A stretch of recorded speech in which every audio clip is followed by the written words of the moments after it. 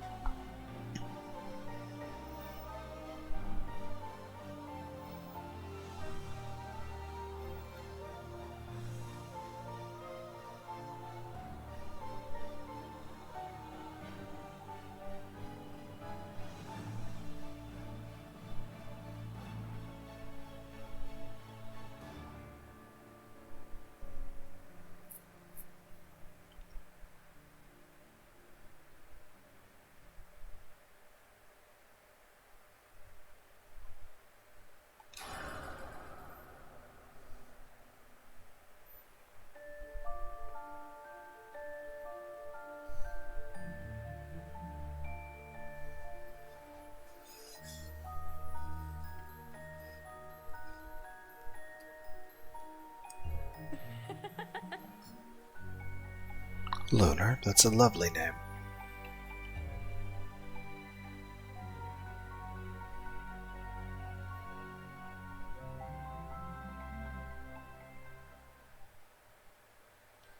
Hey Lunar, move. My neurons are very slowly kicking in. Like a rusty machine getting greased by motor oil.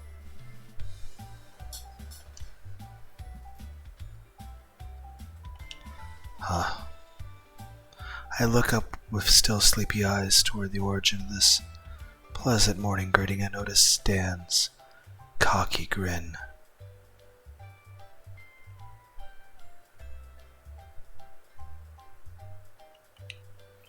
Wes, his loyal minion, is standing right next to him. You're really not a morning person, even worse than me. I feel like I've been jolted awake from a particularly heavy sleep. Like every night, I didn't go to bed until I had exhausted all the distractions available to a broke student. A well-rounded mix of TV shows, video games, and procrastination on social media. And like every morning, I promise myself to go to bed as soon as I get home. Suddenly, I feel a hand on my shoulders that abruptly pulls me out of my daydreaming. Man, you're really out of it today. No, I just what exactly? Unable to finish my sentence, I gently massage my aching temples. You were with Emma, right? It's been what, 6 years? No, it's only been 2? 2 years? That's a long-term relationship. Come on. You must have had 2 years of cumulative relationships long ago, but with more than 10 girls. Hey, I'm just looking for the perfect girl. I answer with a particularly loud yawn. Yeah, if you say so, but what the hell are you doing at school this early? I'm a new man, bro. Time for a quick smoke and then I'm gonna be sitting in the front row. Wes burst out laughing, revealing perfectly aligned, little, pointy teeth. What about you? You've decided to rebuild your life too? Wes' smile suddenly fades, and his face turns pale. Well, he's not really a model of self-confidence.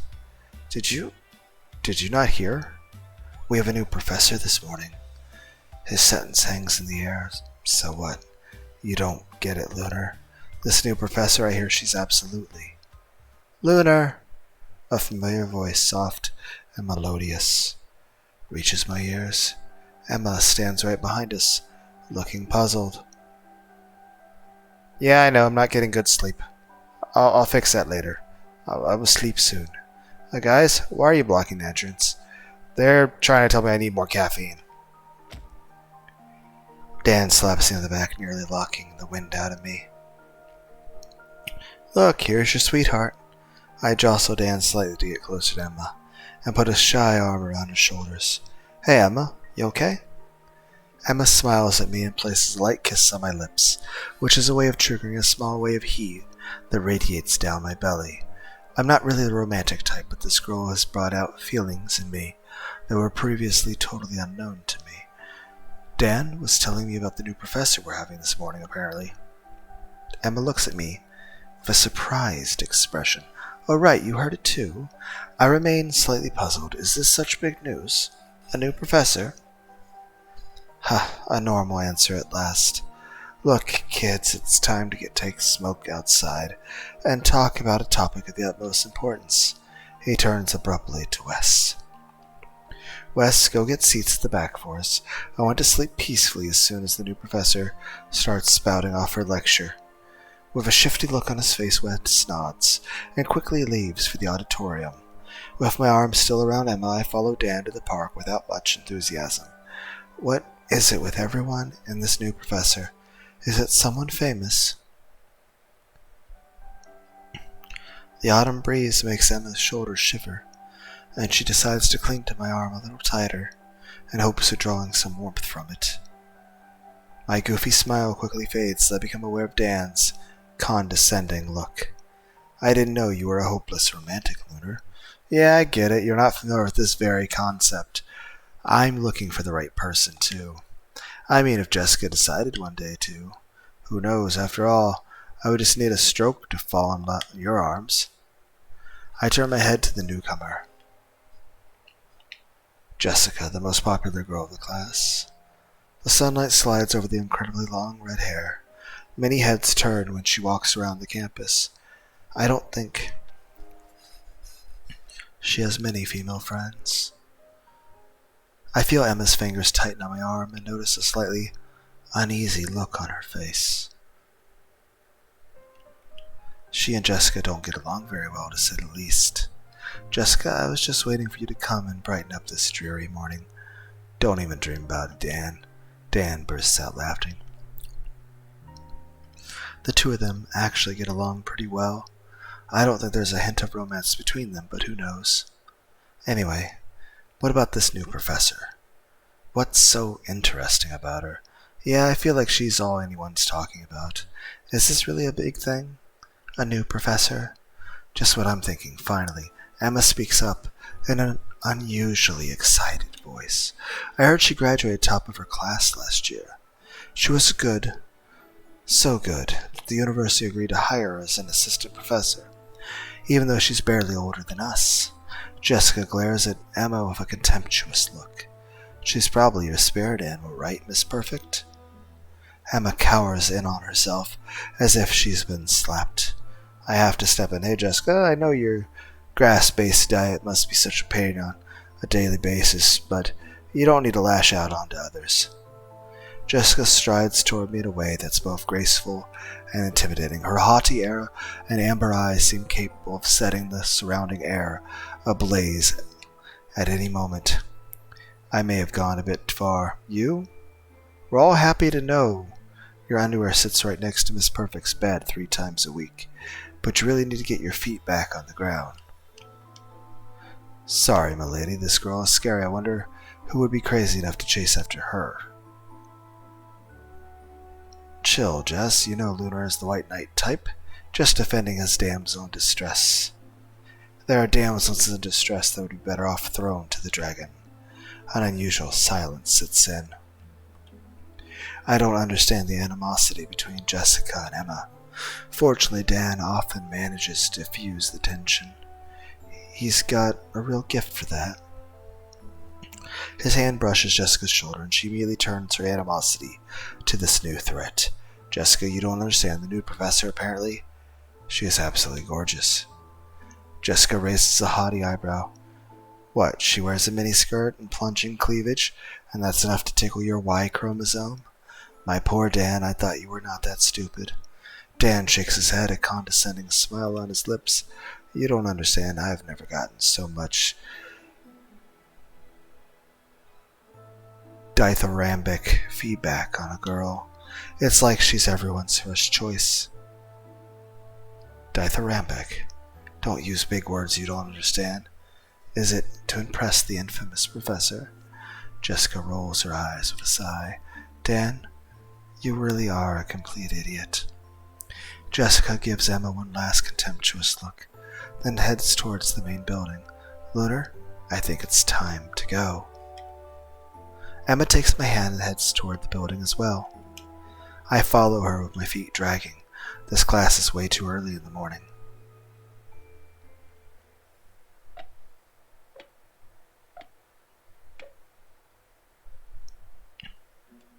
I walk into the half-empty auditorium with Emma still holding my hand. Looks like not everyone is planning to attend the morning lecture. Let's sit over there. As usual, Emma sits at one of the top middle rows at a very reasonable distance from the board.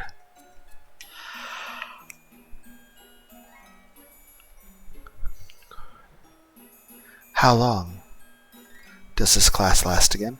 3 hours, I think.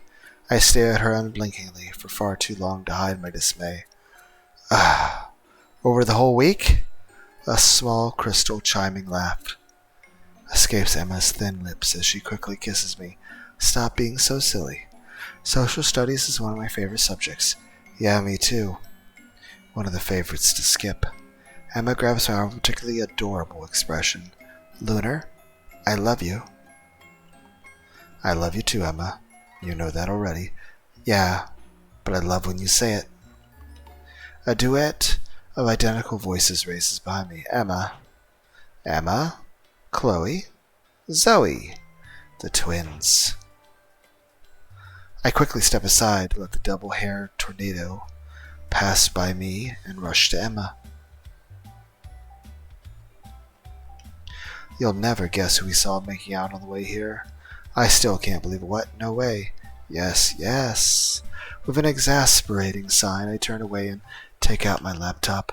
I scan across the classroom that is slowly filling up around me. Some people clearly decided to stay in their bed this morning, but from the looks of it, there's still a good 30 or so students who bothered to show up. Not bad for a morning class. I glance at Emma, who is still absorbed in an intense exchange of gossip with the twins. Out of the corner of my eye, I see Dan staring at me from the back row. This new professor must be really special for him to show up this early in the morning. An amber glint catches my eye. It's only Jessica, who just sat a little behind me in the back row, at a very reasonable distance from Dan, though. Wes is giving her a sideways glances.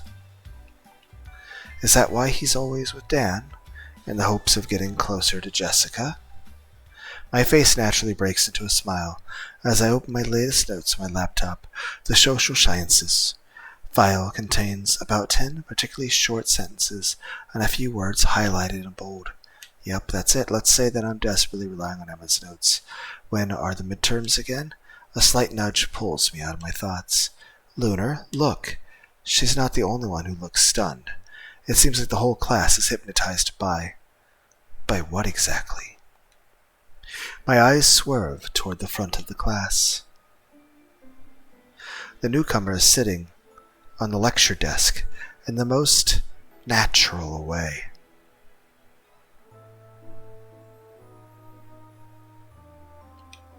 All eyes linger on her fine, even features, her bewitching smile, her jet black hair cascading down her shoulders, let alone her eyes.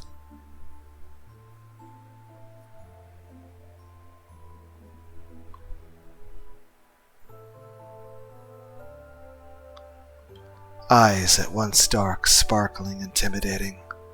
An impossible, night blue gleam dances in her gaze.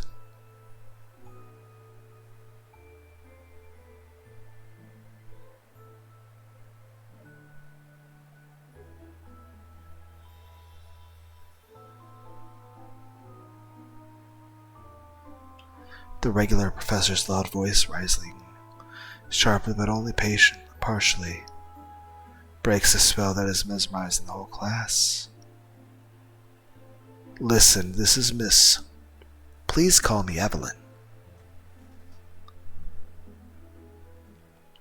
The playful tone emphasizes the bubbly and perfectly controlled side of her voice. Evelyn is my new assistant, and she will be teaching most of my classes next semester.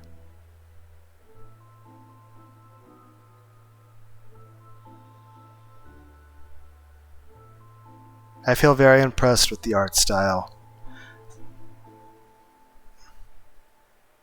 I feel like this is a very, very well drawn person.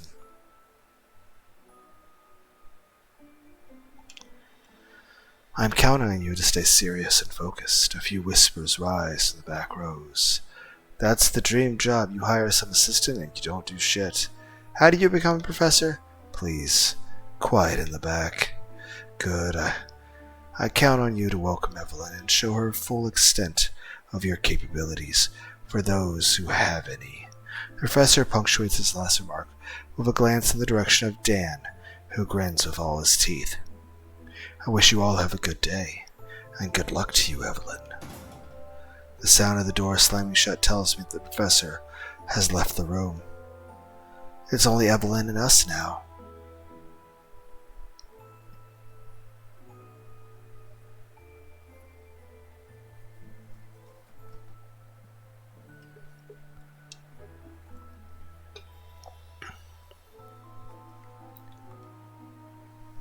Hello, everyone.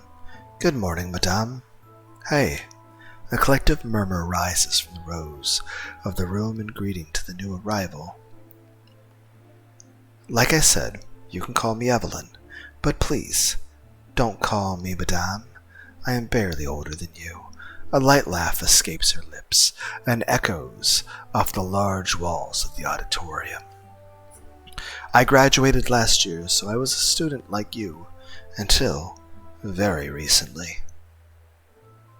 Honestly, with the way the proportions are drawn, and normally I know most people when it comes to anime, like they focus on certain proportions like, the tits, which, yeah, I mean, I'm not going to say I don't. But I'm saying the overall stylistic aesthetic we're going with. And I mean,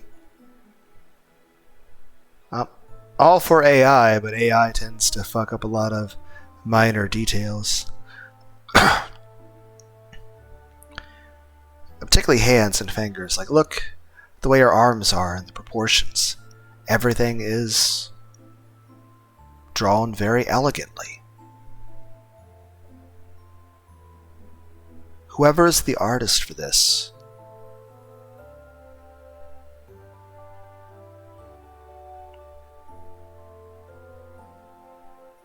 I feel you've done a good job. I hope we can bond to learn better together. I'm still very new to the job, so I'm counting on your goodwill, Heart. The muffled echo of male voices erupts from the four corners of the auditorium. But I mean, just look at the far as the proportions of the body, though. Though I would say something looks a little bit off when it comes to right above the hips, like something's drawn wrong there. Maybe that's just what the artist was going for, but I feel like that looks a little bit unnatural. Unless that's just like where the pants are, like.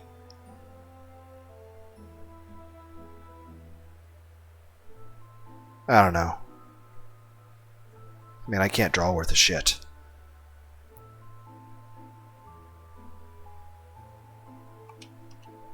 Of course you can count on us, Professor Evelyn. If you need any help, please let me know.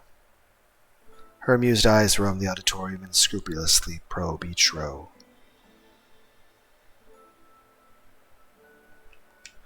The room looks a little empty to me, but I think all the important people are here. What? Is this a subtle way of saying she's going to take attendance? For a morning lecture, that would be unheard of. Evelyn comes down from the lecture desk with a small, light hop Well, I think it's time for us to start class. And just to start on the right foot, by the way, what class am I supposed to teach you? You're being facetious, aren't you, Evelyn? Even Emma is left speechless. No one expected her to say that. Evelyn seems to revel in everyone's surprise. This is a social studies class? A large smile appears on Evelyn's face. Social studies, wonderful, that's my favorite class. Just like Emma. The new professor's gaze finally swivels to me? You, handsome. What's your name? Why do questions always come to me, regardless of the professor? That's the part we choose to focus on? Okay. I'm Lunar, madame. Evelyn. Lunar, could you please tell me where you were in the course?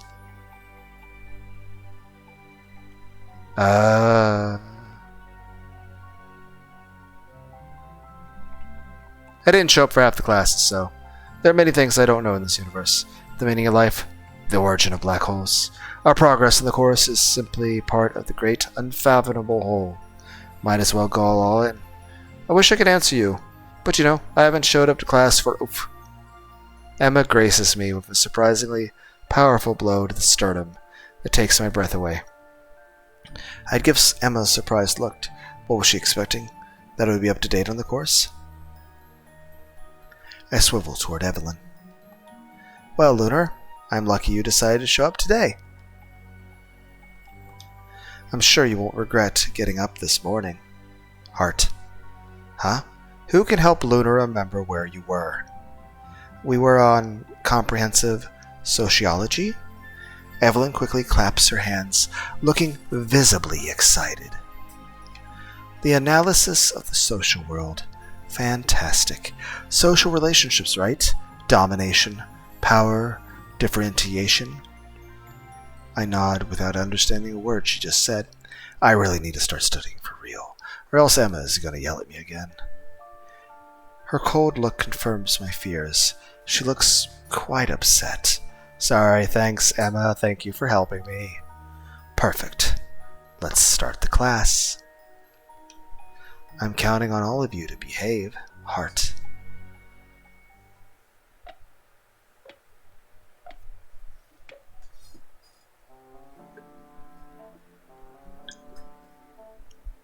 Emma was right. Evelyn is quite brilliant.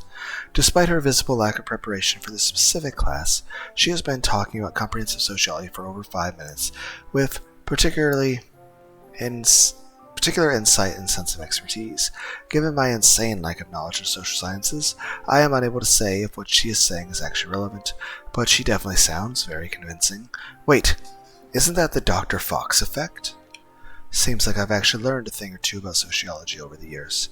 I take a look at the other students. Most of them behave exactly like usual. At least, the ones I know. Emma takes perfectly organized notes on her little pink laptop. Zoe is having a quick manicure, her little nail polish jar unsteadily resting on her right knee. As Chloe tries by all means to catch the eye of a guy sitting a few rows down without much success so far, and Jessica, she's staring at her laptop screen for far too intensely to actually be paying attention to the class. And what about me? No point in lying. I haven't taken a single note. A nudge on the elbow pulls me out of daydream. I was listening, I swear.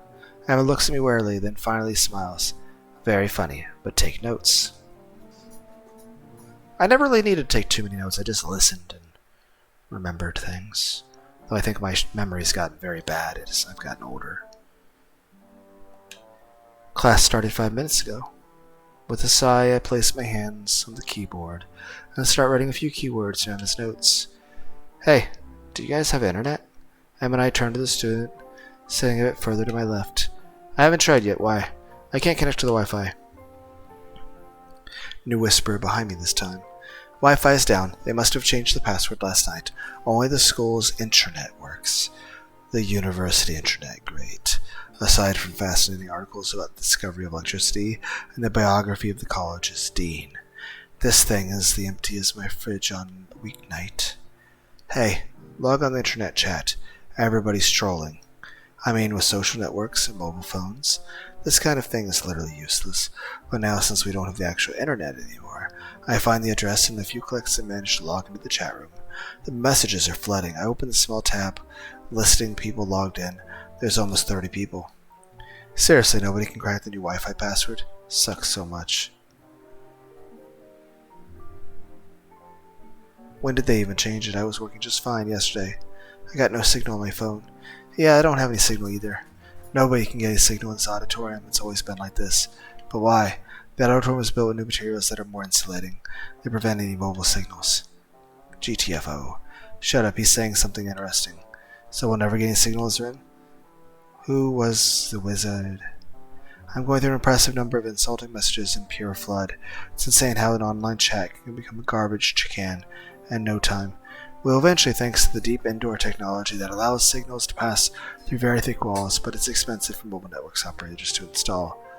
How do you know all this? It's Wes, Dan's friends. His mom works for a telecom operator. He knows a lot about this stuff. STFU. With chat being anonymous, it's just so easy to troll. Welcome to the absurdity of online chatting. I glance over and still focus on her notes, and that now fill an entire page. Has Evelyn talked that much already? I feel Emma's incensed look upon my face. She hates it when I slack off, and I look up at Evelyn again. I find this almost magical bluish glow dancing in her dark eyes. I stiffen slightly as Emma's hand shakes my shoulder. Take notes. Hurry up. I stifle a yawn and look down at the clock. Morning break won't happen anytime soon.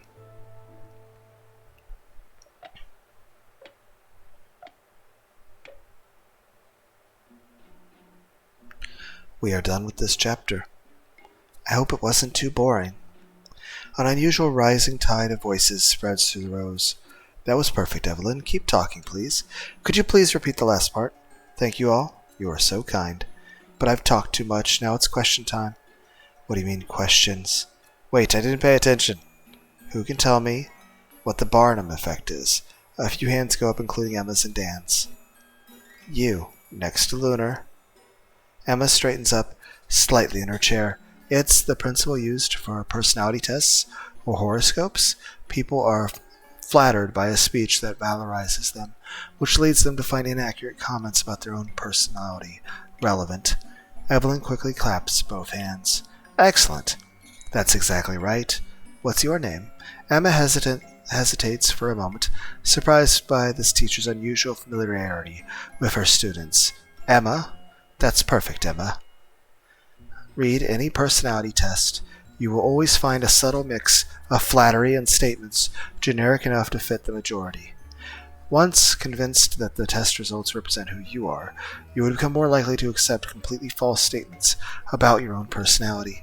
This is the power of the Barnum effect. Evelyn, you are the best professor in the world. Evelyn burst into a crystalline laugh. Sorry, but flattery needs at least a little bit of subtlety. Otherwise, it doesn't work. Let's see, who can tell me about the bystander effect? It's a classic that you've already faced in real life. Hands up again. No, it's always the same people answering. I'll pick someone this time. She moves slowly across the stage in search of her prey, one hand brushing the desks as she continues to walk. You over there, what's your name? Lucas, ma'am. Evelyn? The guy named Lucas, I've probably talked to him twice in my life, is casually sitting in an obvious attempt to appear cool and relaxed. So, Lucas, do you know what the bystander effect is? Lucas's smile widens. It's when you're a bystander to a significant event that you're able to replicate afterwards with accuracy. For example, I was able to date very talented girls. As a result, I can now pull off some amazing tricks. He concludes his answer with a wink that he probably believes to be the most charming in the world. It was dorky, vulgar, and probably off topic. What a douche. You bet. He'll be lucky if he gets kicked out of the class. To my surprise, Evelyn continues to smile in a perfectly natural way. It does not surprise me. After all, you look like you belong to the gifted type. It's up to you to find out. Evelyn's smile widens. Oh, but I already know better than anyone. Huh? Unfortunately, that wasn't the right answer. Hello?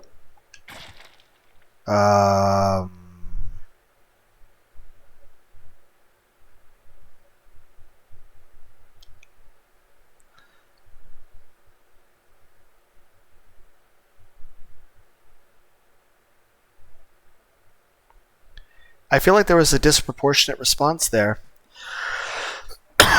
like the equivalent of like if you had a fucking Apache helicopter and force speed limits on a freeway with missiles. Did you just murder him?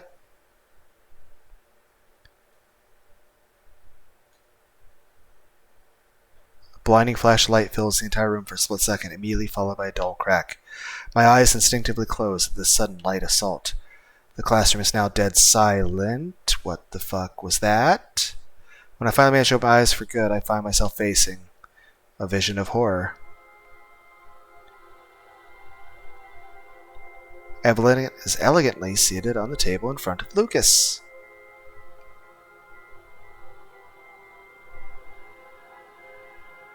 Well, this is... You're a fucking psychopath.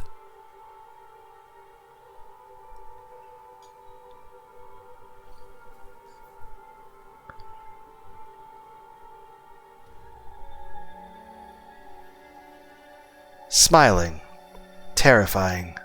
In front of her, Lucas stares dazedly at the long blue spear that crosses his chest. Yeah, you murdered him.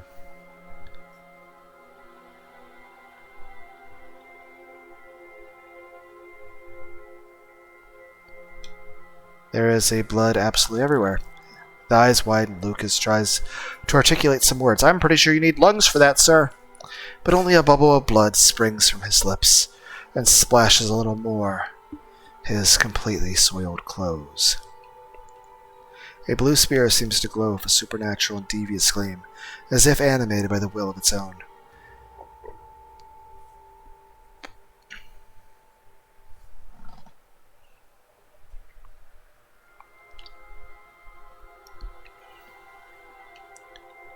Evelyn keeps her eyes riveted on Lucas's face, whose life is rapidly slipping away.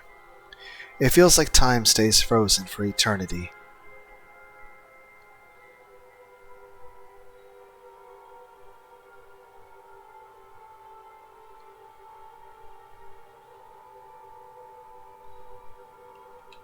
My brain, unable to process the images I am witnessing, can no longer reason rationally. Shit. Lucas covered in blood, Evelyn, magic spear, I'm dreaming. A nightmare, that's impossible. I barely managed to hear the scream that tears through the surrounding silence. Voice acting. Help. Run! The paralysis that had gripped the entire room disappears all at once, as if by magic. A very large panic begins, with half of the students taking cover under the tables, while the other half rushes to the door. Door located at the other end of the room. Seat. Fuck. Emma turns to me, her face livid. I know, right? Without thinking, I pull her up against me and tip backwards so that our bodies are under the table. That's actually probably the smartest thing you can do in this situation. The protection is purely symbolic, but what more can I do? I mean, honestly, yeah, there really isn't much more you can do. That's... While my brain is screaming to me to think of a way to get out the door, the gaze goes back to Evelyn. Still smiling, she gently caresses the handle of the spear without seeming in the least disturbed by the agitation around her. Her medallion glows with a pulsing of the magic spear, which seems to be absorbing the life of her unfortunate victim. Yeah, he doesn't seem like he's doing the greatest. It seems Lucas is living in his last moments. His face becomes more and more livid with each passing second, and his eyes take on a gray color specific to dead corpses. A frightful nausea invades me. I pull Emma a little tighter against me and force her head to turn toward my chest, in a futile attempt to spare her from the macabre vision. Also, Evelyn, your eyes have changed ever so slightly, as has your smile. In spite of the ambient rush, a new shrill scream followed by a pestilential odor invades the room that silences all the other noises. As I try to find a proper vision angle without exposing myself unnecessarily, I manage to see a flaming mass collapsing on the floor just in front of the door. Don't tell me another student. No, the door is trapped. So you're saying it's like the fucking Saw? That you try to open the door, it kills you? The students amassed near the door are all caught up in a primal panic. A tremendous stampede ensues, the crowd divided by the desire to get as far away from the possible of the two corpses. That of Lucas, another unfortunate soul who was burned alive. So you catch on fire if you try to leave. Evelyn's bubbly voice rises from center stage, as if she had teleported again from the back rows where Lucas's corpse still lies. No, no, no, no. The class is not over. At these words, all the students froze, and a new icy silence invaded the room. Evelyn's sharp smile lights up her face, which strangely no longer bears any trace of Lucas's blood. If you don't hurry back to your seats, I'll have to punish you too. After a few interminable seconds, the message finally sinks in, clear as blood. Punishment. Death. New panic sets in. Most of the students rush to the relative safety of the tables, while a handful remain motionless near the door, totally paralyzed by fear. Evelyn gazes at these death row inmates with a delighted expression. Oh, bad students. One of the three students still standing faints, her face maddened. The second lays eyes on the totally charred corpse, then bends over to vomit profusely. The third, his limbs shaking all over, seems to have completely lost control of his own body. Evelyn slowly approaches the door, her eyes riveted on the two girls on the ground. Poor thing, she fainted. What kind of teacher would I be if I punished a student with anemia? This reminds me of two things. One, it reminds me of the anime Plunderer, which has the character Lichtbach Rihito in it. If you know what I'm talking about, you know what I'm talking about in terms of the school scenes. But also the severity of the expectations of this class. Yes, I understand it is very surreal. I mean, it's supposed to be such. It's a game. But that being said, when you compare it to things like the idea of hell and people being punished for eternity over literally trivial things or differences of opinion or just getting a question wrong, to have such severe consequences for such a severe amount of time. Heck, even if you only went to hell for a few weeks and then ceased to exist, that's still too excessive. For like, oh, you ate pork, you wore clothing of mixed fabrics, you were born in the wrong place of the world, you used a vaccine, you had a blood transfusion, you watched a TV show, not even any TV, like we could literally say that watching any TV period is bad. Some people argue that a person marries a divorced person under any circumstance, you go to hell. Some people even say, as far as, you marry a single mom or have anything to do with her, you go to hell. Or that, you have issues with certain tribes. I mean, heck, take the Book of Judges. I mean, there's lots of things where there are a lot of very strict rules on things that are, well, let's be clear, if we actually followed everything to a T, would be completely fucking insane. And it'd just be mass murder and genocide. So, yeah, I use logic and kindness. And reason out how each and every rule actually properly existed in that time frame and why. But if you applied that stuff nowadays, it would be far more sadistic than what we're seeing right here. But that's the main thing.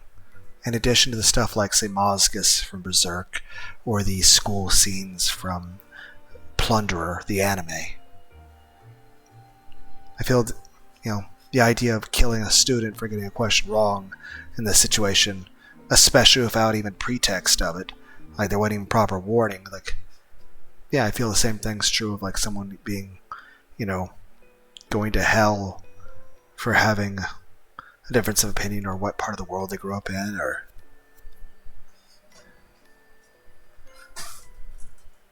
like the rules are created to be overly strict. It's almost like it's created to be damned if you do, damned if you don't, to where sometimes there's contradicting rules, to where no matter what choice you make, it's wrong. So that then the point of the rules isn't about making you a good person. The rules aren't for justice. The rules aren't to make people good. The rules aren't even for the efficient running of a society. The rules are just to make sure everyone is considered damned. and so that there is authority and judgment on top of them. It's just for control. It's literally abuse. There is no difference between the two things I've listed and this here. It's excessively cruel, it's unreasonable, and outright impossible standards. The idea that you're going to have people to hell and have them go through such circumstances over such trivial things.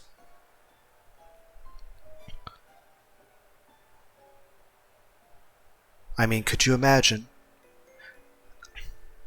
whether it's a parent or a teacher or your employer at a job, executing a child, a student, or one of the workers on an assembly line, or say the person working the fry cook.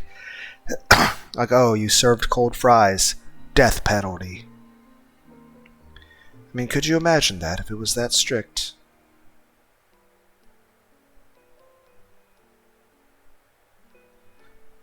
Or imagine if you were told by the church that if you ever accidentally ran a stop sign or a red light, or accidentally broke any traffic law, you'd go to hell. And that the church themselves would try to hunt you down and murder you on the spot.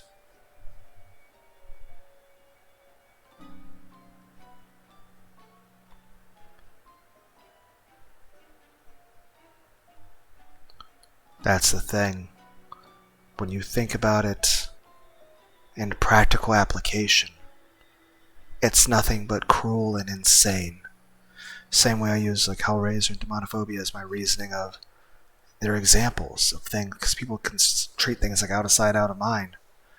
Like they say, oh yeah, hell, people like suffer for their punishment, for their evil wrongdoing, but a lot of times it's not like we're talking about like Hitler or fucking like Charles Manson or something.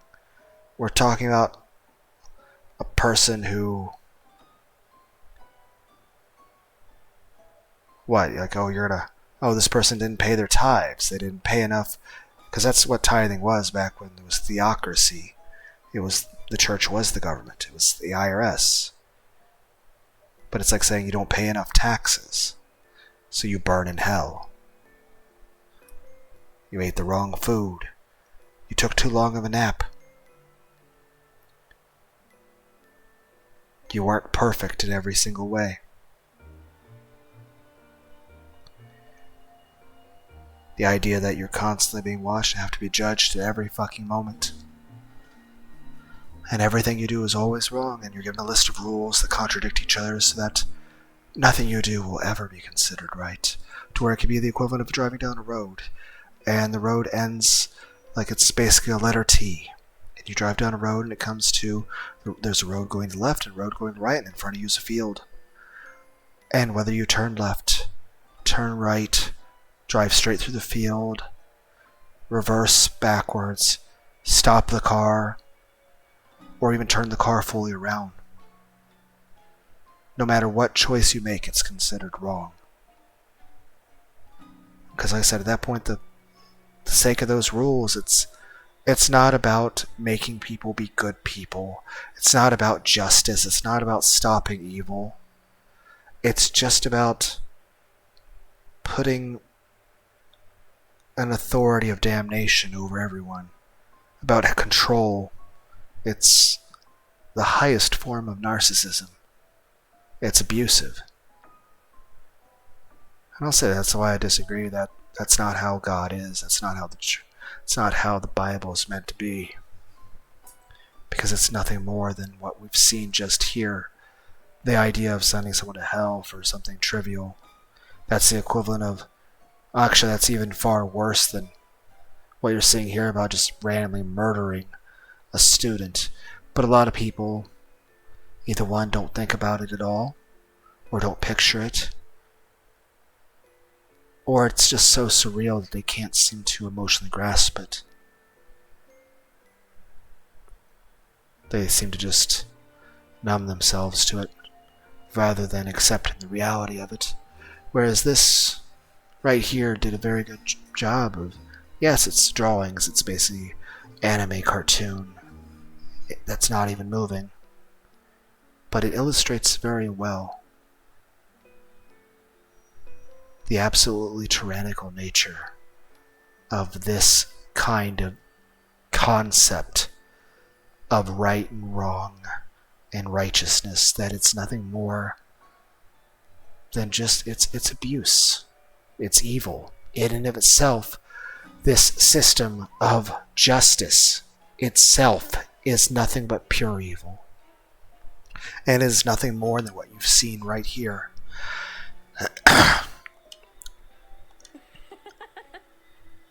Her light-hearted laughter is in total contrast to the seriousness of the situation. As for her, Evelyn takes a small step to the side to avoid the puddle of vomit.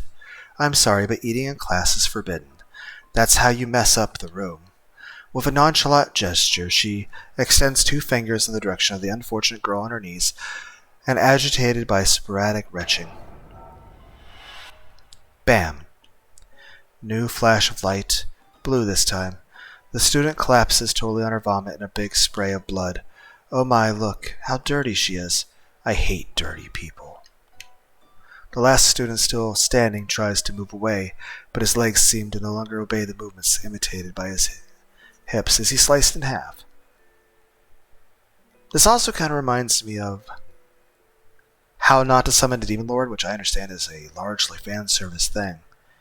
But basically, the paladin in that situation is basically very racist against various groups, including cat girls, and basically just starts like trying to cut off people's cat ears and stuff because they're filthy and disgusting, which is absolutely fucking insane.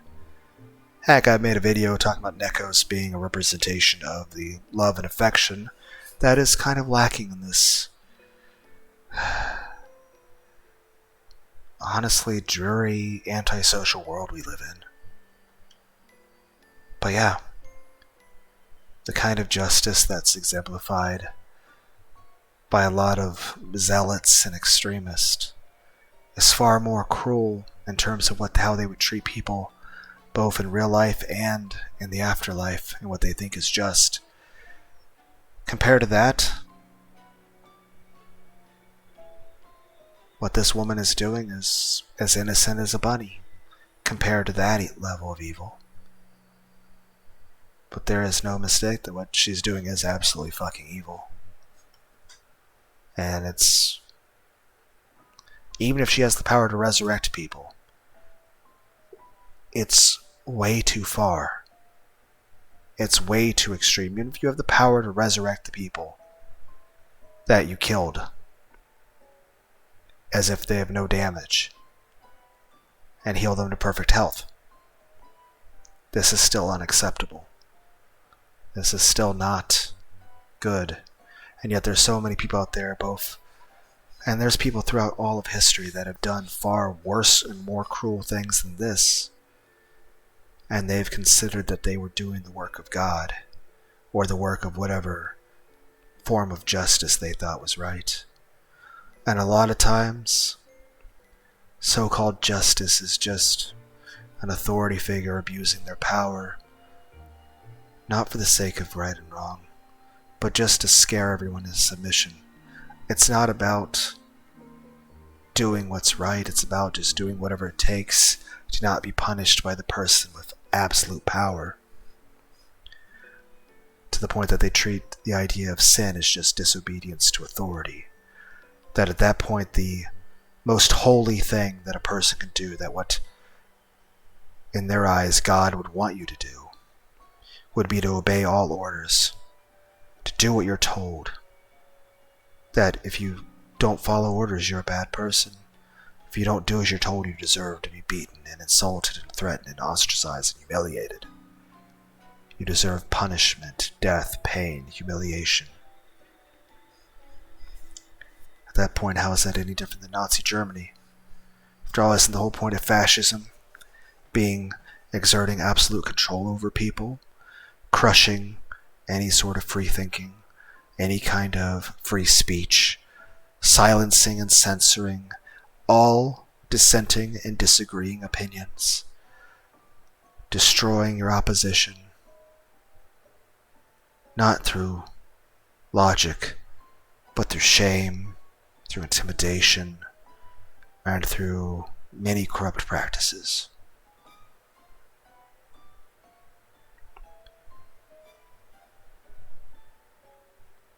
Main thing I'm saying is that stuff like this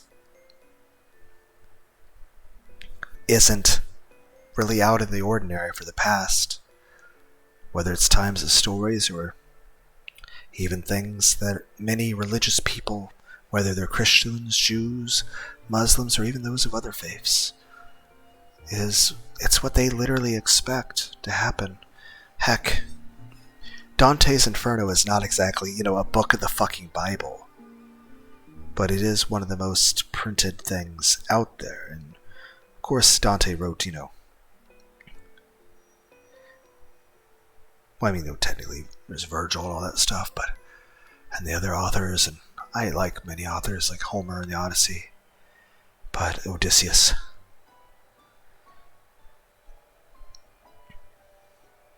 Shakespeare. I find stories fascinating. But I'll tell you this, there was a story written about purgatory and about heaven, and yet everyone reads the one about hell the most. It's one of the most printed things out there. And I'll tell you this, much of the pop culture we have that shows depictions of hell is largely based off of Dante's Inferno. And much of what people consider to be scripture, many people, many Christians, many people who aren't even Christians associate the stuff with Dante's Inferno, even if they've never read it, with hell, with being what's actually true. I simply see it as this: it's not justifiable. It's cruel, it's sadistic, it serves no purpose. If a soul is truly evil, then just have it not exist anymore. There's no purpose to keep it around, just to torture it. I can understand if there's victims of certain people, like Holocaust victims wanting revenge against Hitler. That's fine, that's their call to make. But in general, aside from that, it really accomplishes nothing other than fear and intimidation to tell everyone else, you obey or else you go into this same situation. And of course, many churches and governments through the past have used the same threat. Sometimes churches and governments refused as one. It's nothing but threats, intimidation, coercion, and torture. I think cruelty, torture, hell, and I think authoritarian control is wrong. I think free will is important. And I think people should be able to ask questions about anything. Yes, you shouldn't be disrespectful to God. Like, you shouldn't be mocking Jesus or the Lord or the Holy Ghost. But you should be able to ask a question about anything. You certainly, yes, sacrilege, you shouldn't be burning down the church or pissing on it or some shit. Sacrilege being, destroying a sacred thing, and blasphemy being insulting God. Obviously you shouldn't be doing that. Same way people should be able to have conversations with each other of differing opinions where no one's going to resort to violence, where everyone can just respect each other and have a normal conversation.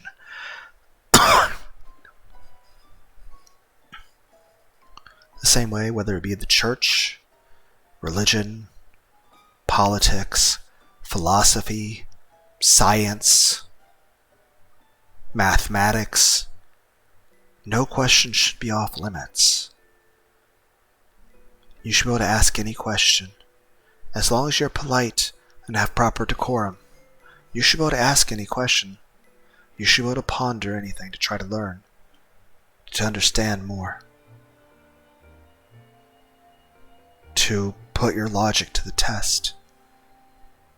But without kindness and compassion, logic and common sense mean nothing. They're two sides of the same coin, and yet some people lack both sides, or they get too caught up in one over the other. Same way there's many political things I've talked about where there's people that take an all or nothing approach to certain things, and whereas I've defined precisely There's people on each side that think the most extreme way, and I try to look at things case by case to understand and to try to do what is right and to fully explain why I think and feel the way I do, both rationalizing my stances with logic and common sense, but also making sure that it's well rooted in compassion and kindness. But yeah, her stabbing that student like that and just outright murdering him, how is that any different than, say, a person, say, going to hell for like eating bacon? Or not giving enough money in their offerings to the church on the donation plate, or praying enough times, or in the wrong direction, or misunderstanding a Bible verse, or attending the wrong church denomination. Not even like, oh, you're supposed to be Christian, but you attend the wrong Christian denomination. It's just, they're rules that are too extreme, too excessive, that are with punishments that are far too severe to even be remotely acceptable. And with circumstances that are set up to be that they're not set up for justice or right or wrong. They're just set up to instill fear and pain and suffering, to break people down, destroy their spirits, and just make them obedient puppets. People aren't meant to be puppets. They're meant to have free will. They're meant to have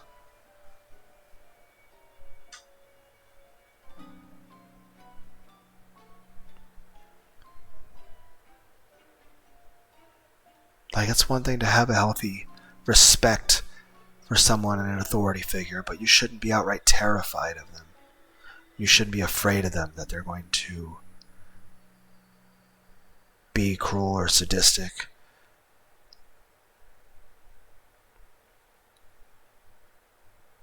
But yeah, you guys get the point. He just managed to lean against the wall to avoid falling. Evelyn raises her eyes full of malice in his direction. Why aren't you sitting in your seat? The class has started already, right? The unfortunate guy opens his mouth like a fish out of water and painfully manages to squeeze out a few words. It's not a valid answer, sorry. Evelyn gives him a ravaging little wink, then quickly waves her left hand in his direction. Crack. A new flash of light, followed by a dull cracking sound. A long blue spear identical to the one that pierced Lucas goes through the student's chest and literally pins him against the wall. Contrary to Lucas' death must have been instantaneous. The student does not emit any rattle, and his inert head falls to one side in a frightening angle. Looking satisfied, Evelyn quickly contemplates her work, then returns to the desk while clapping her hands. Well, I guess now we can resume the class. She runs her delicate hand through her long hair. I think I was just asking you some questions. All right, just a few more questions and we'll start a new chapter. Let's see. Evelyn sweeps the room with her eyes. All the students have taken shelter under the tables, just like Em and me. A perfectly useless shelter, inasmuch as the underside of a table is visible from the board. It's going to be difficult for you to take notes crouching like that on the floor. Despite her enchanting smile, an evil glint gleams in her eyes as she opens her mouth again. Well, that's noticeable. If you don't take notes, I'll have to consider you absent. The signal is clear. Obey or die. Yeah. And that's my main criticism of the past. About hell. About the way a lot of the church and governments behave. Then again, there's a lot of people on both sides that could be extremist on things. Heck, a lot of people on both the left and the right can be far too extreme on things. As far as they're concerned, everything on their set view is absolutely correct under all circumstances. And both people can cause things of cruelty and malice. But people should be able to have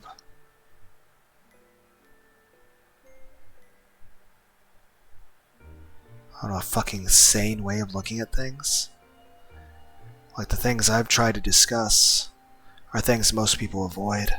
Heck, some of them avoid it out of concern of being cancelled or offending somebody, or they need to pander to some group of people. And heck, if you go with the whole left side of things, I mean, a lot of times many of the people preaching acceptance and tolerance are the most unaccepting, hateful, intolerant people you'll ever meet. They basically go with the idea that, hey, we care so much, but if you ever disagree with us, we'll fucking kill you. We'll shame you, take away your job, try to ruin you, threaten you, harass you, and be the most hateful, evil people in the world.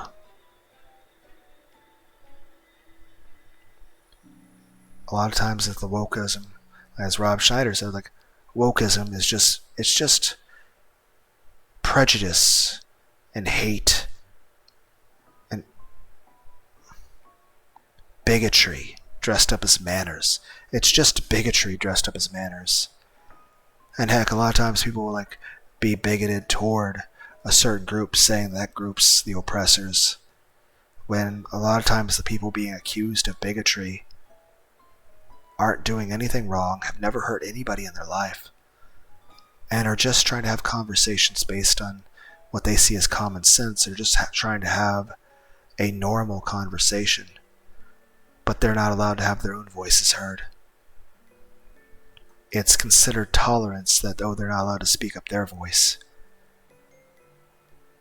When they're not being hateful, they're just trying to have a discussion.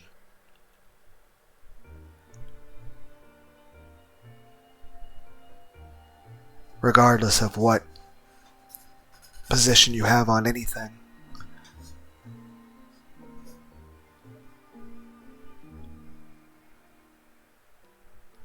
this is not an acceptable way for any part of society, both religious or secular, to run. Like, even if you met angels from heaven or God himself, a threat under this circumstance would still be unacceptable. It's nothing more than malevolence.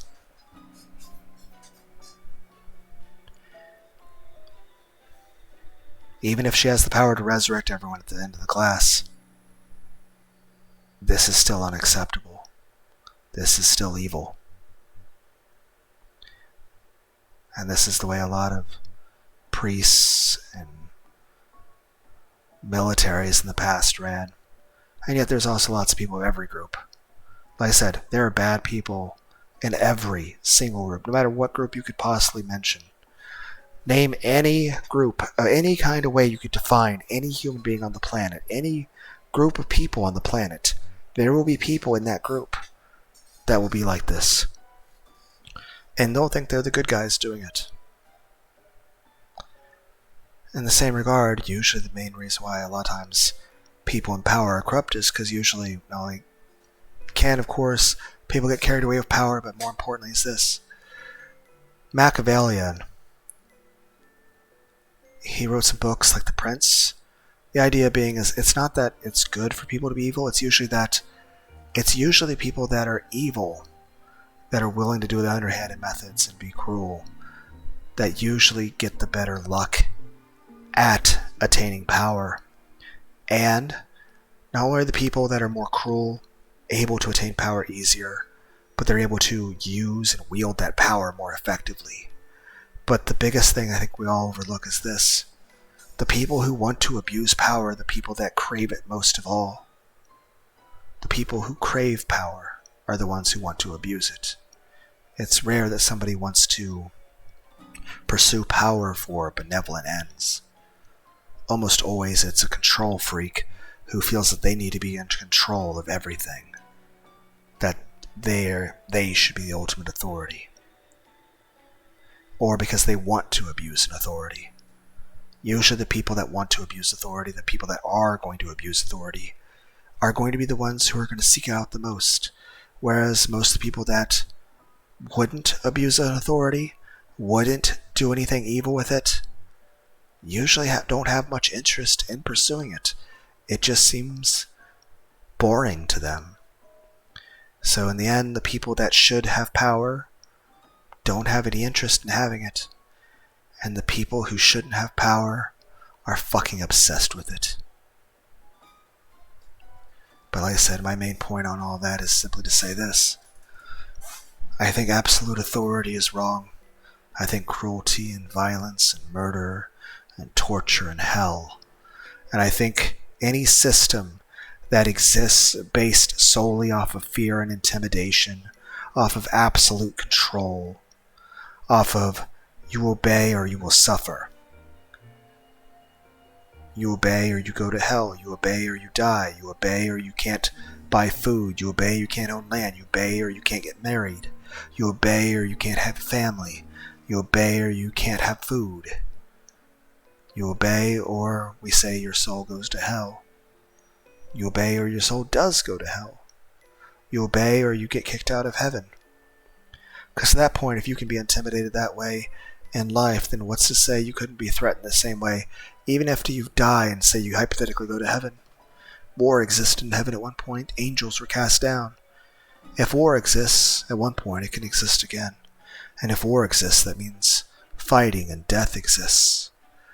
That means in that circumstance, in heaven, even if you were to believe in the dynamic of everyone, like whether you go to heaven or hell, even in the situation you go to heaven, you could be kicked out, you could be in a war, you could be murdered.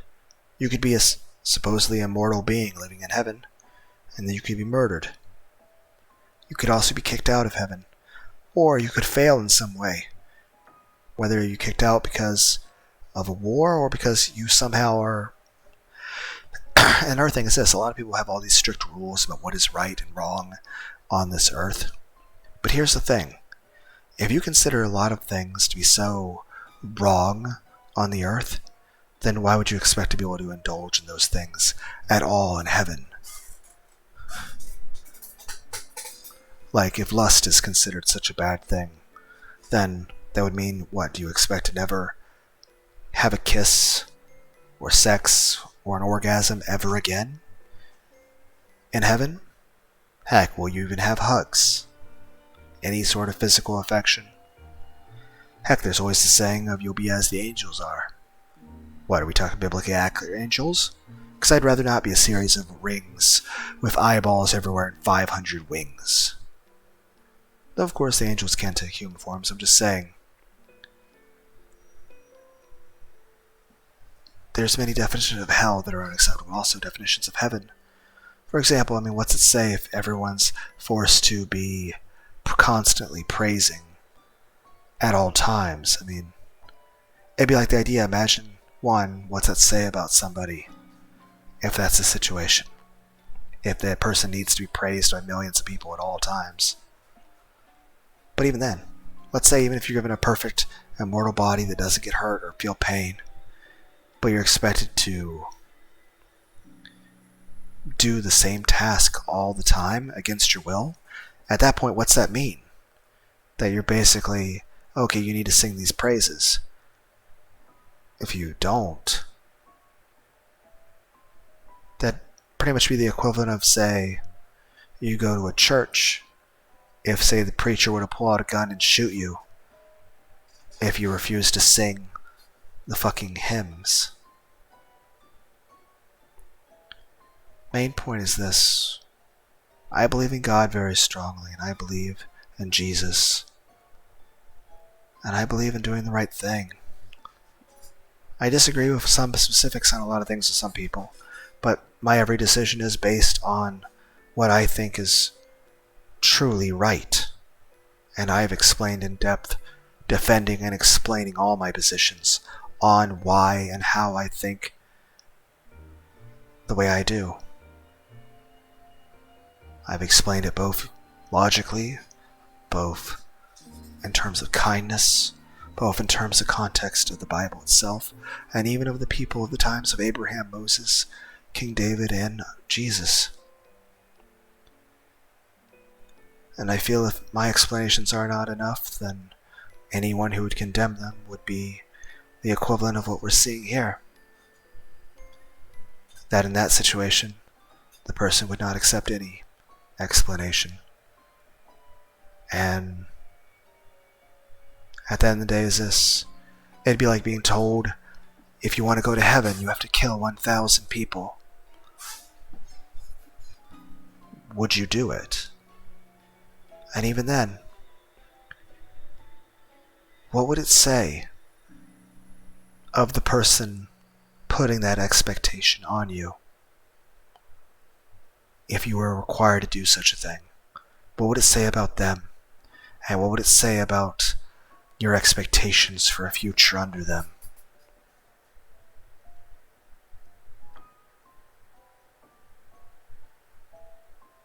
It would seem like nothing more than an existence of cruelty, abuse, servitude, domination.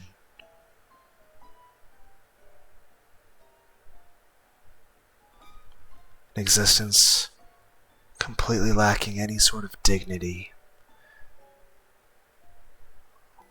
or any kind of decency. One where you're basically forcibly stripped of your own free will, not only through fear and through pain, but simply through repetitiveness and tediousness. Whether it's a person being deprived of sleep, or a person pushed into a mentally painful thing over and over, until they just sort of break under it. And of course there's a history of humans doing that to people throughout all history. Heck, slavery's been a thing since the dawn of mankind. You would think that would have been one of the 10 Commandments, say that we can't have slavery anymore, or that people should treat each other better. And that's one of the biggest things, is just when you look at the amount of cruelty that everyone was treating each other with, even back. And that's another thing, when you read a Bible, you see a lot of stuff where there's a lot of very cruel things occurring.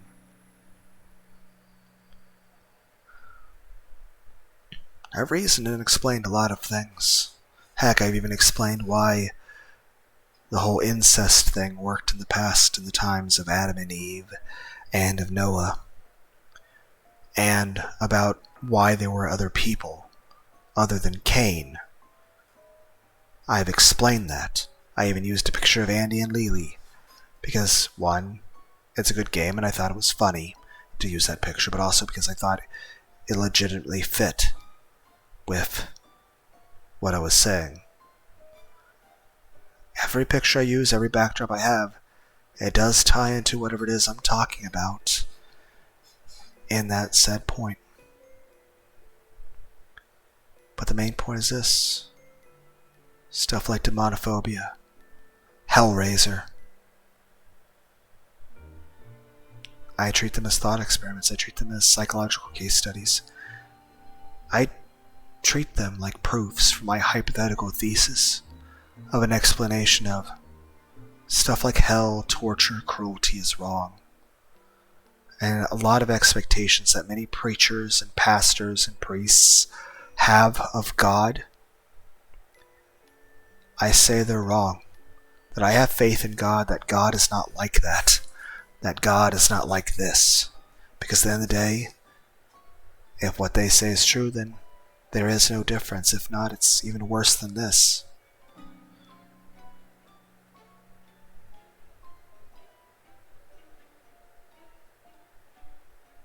So, I have my strong beliefs on things, and I will not apologize for my stances on things. But I will say this: every stance I have is rooted in kindness. It's rooted in logic. It's rooted in stuff that I've thought through very carefully, that I think makes rational sense, and I think is, above all, kind.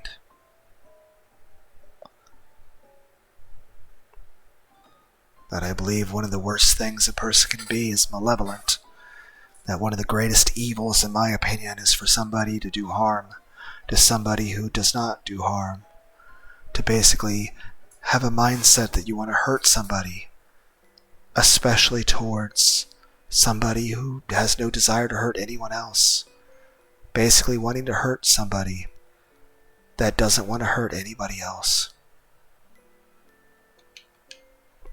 The students slowly stand up and reluctantly sit back in their seats in dead silence. Despite my heart beating way too fast, I take the risk of standing up as well. Emma is still in my arms. My will is close to breaking when Emma raises her big doe eyes to me, filled with tears. Emma, trust me. I mean, this would basically be the equivalent of just...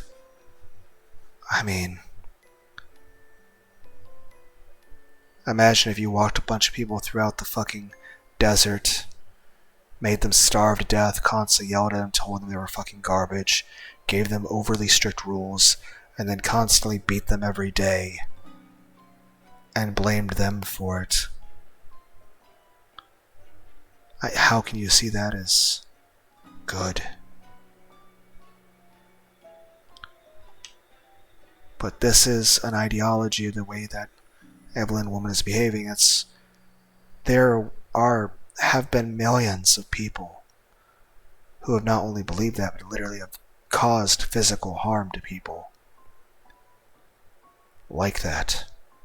Even if we're in a magical situation where she can, magically heal everyone who she kills, the pain that you wind up causing is... And that's another thing about hell. Hell is not a place to hold demons. Because at the end of the day is this. Take all the people that have PTSD or psychological trauma from bad things that occur. Some people turn into bad people from that, and other people just become very damaged. They hold on to being good people. But in many situations, they're a bit of a shell of the former selves. Granted, there's many people that are strong and can endure great and still come out of the other side better. But usually that's a short-lived experience, and even then it's rare to begin with.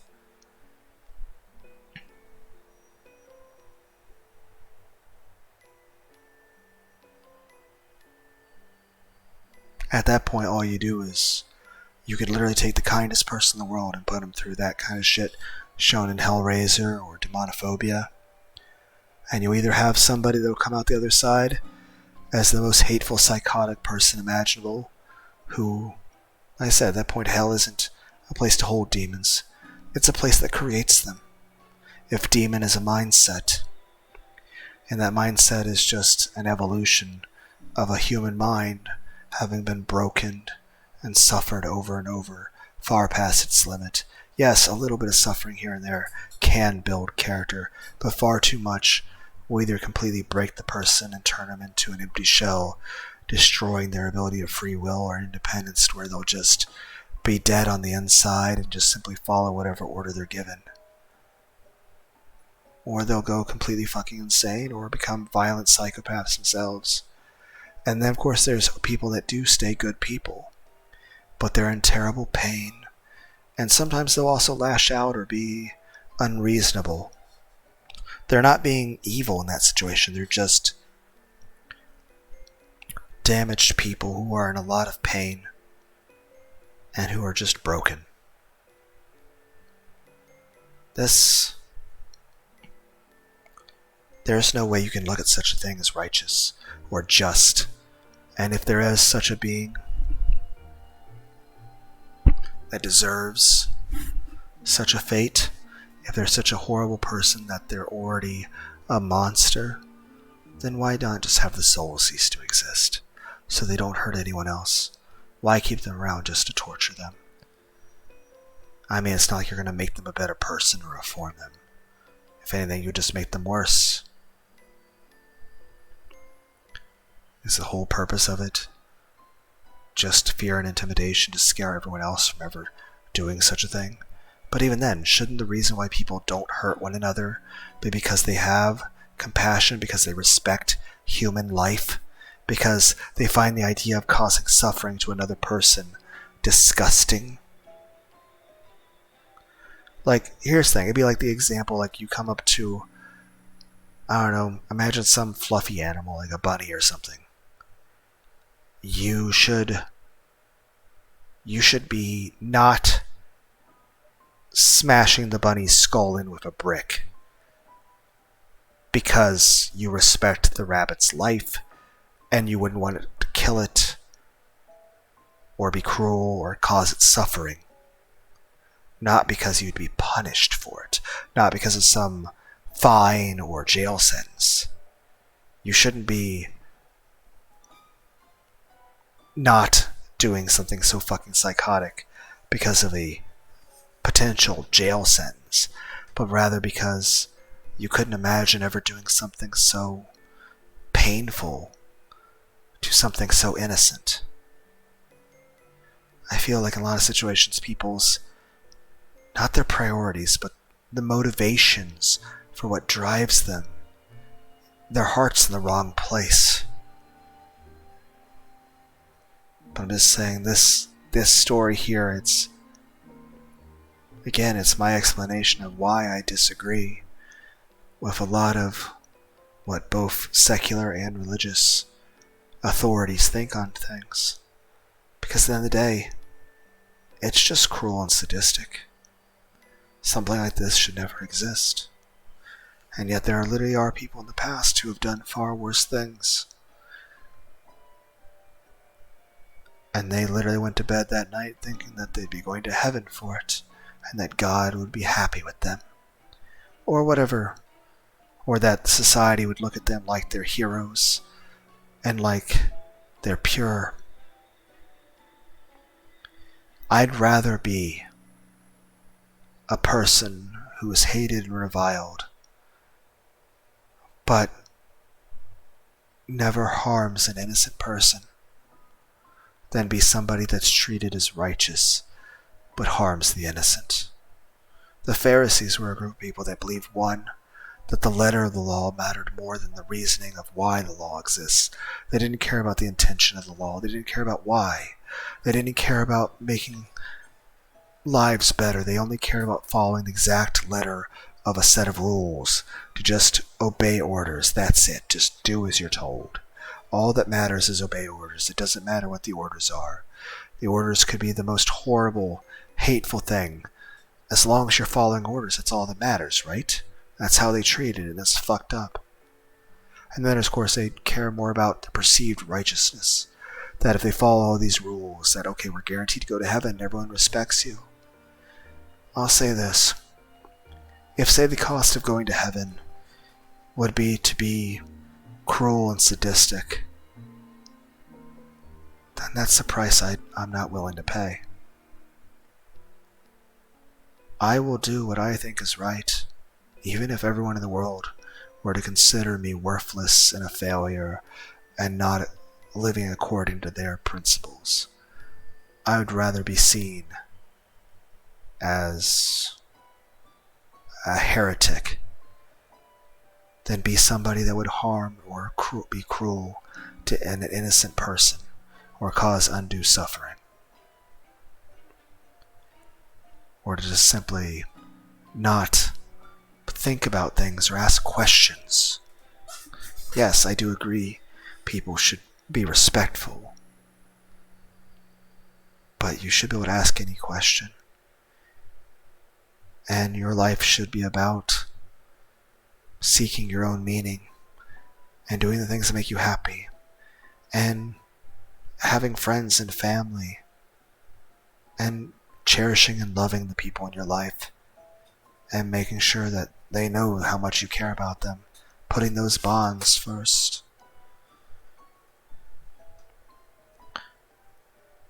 Above all, you should be kind. And you shouldn't be blindly devout to one ideology or not, because like I said, there's plenty of people of every ideology that go to such extremes. Like, again, like the whole ideology of people being gay or trans or whatever. There's no sin in people being gay and no sin in being people trans. But there's people on both sides of the argument. There's people that say all of it's completely evil and wrong and shouldn't exist at all. And there's other people on their side that are saying they should mutilate fucking children. It's fucking insane.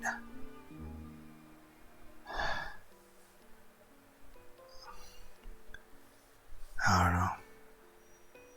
It either feels like people lack common sense or just completely just driven by dogma. And not just religious people. There's plenty of atheists and secular people that treat certain ideologies as if they're a dogma, even though they have nothing to do with a god. Just saying, people should be able to have rational, calm conversations with each other, to actually respect human life. People should be able to be kind to one another. That should be the most important thing.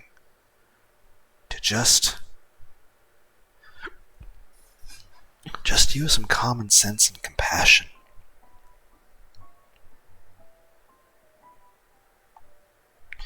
My voice is only a whisper, but she nods and lets my arms guide her. I sit her back down in a seat next to mine. Then she sits down as well. Her morbidly livid face doesn't let me forget the nausea running deep in my gut. This is a nightmare, a pure nightmare. I slowly turn my head toward Evelyn, praying not to meet her eyes. With a big smile on her face, she is making sure that everyone is seated properly. A particularly sickening smell of burning flesh finally reaches my nostrils. I glance at the back carcass lying on the floor near the door. Just imagining that it's corpse of another human being makes me want to regurgitate my contents in my stomach. No way. Magic? Magic doesn't exist. There's no such thing as teachers killing students in a classroom. Again, I strongly recommend watching the anime Plunderer. Licht Bach Rihito. Plunderer is a pretty good anime. I don't know if they'll ever make a proper season 2 because they left off a cliffhanger. But yeah, the school scenes. I won't spoil it, but the first time you watched it, if you don't know what's happening, your mouth will probably be gaping open and you'll be like, what the fuck?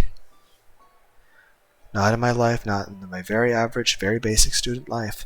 That's impossible. Emma's small hand squeezes mine despite her shaking. The touch of her soft skin manages to calm my emotions slightly, enough to bring me back to my senses. I need to be rational, control my emotions, survive. We must survive. Evelyn can kill us in the blink of an eye. She's using magic, or a superpowered weapon from the future, or whatever. It doesn't matter. It doesn't matter what it is. All that matters is we know what it can do. The facts are simple. We are totally powerless against it. We have to trick it to understand her motives, the rules that underlie her morbid game. Turn them against her like in a video game. I close my eyes and try to concentrate more without success. Don't be an idiot. This is not a video game. There are no rules, no solutions, no escape. I open my eyes again and meet Evelyn's gaze. My blood runs through my veins. Did she just wink at me? Her attention immediately shifts to the other student side of the room, but the uneasy feeling persists. Am I next? My swallowing becomes very difficult, as if my throat has become totally knotted. I'm going to die, like Lucas, like the others. We are all going to die. My eyes freeze on the door to the room, the only way we can escape. The only way to survive, a door, trapped. A door that condemns the one who puts the hand on it by fire. My breath is getting shorter and shorter as I curl up slightly in my seat. We can't get out anymore. Trapped. Condemned. Is everyone seated? Good. Let's get back to the questions.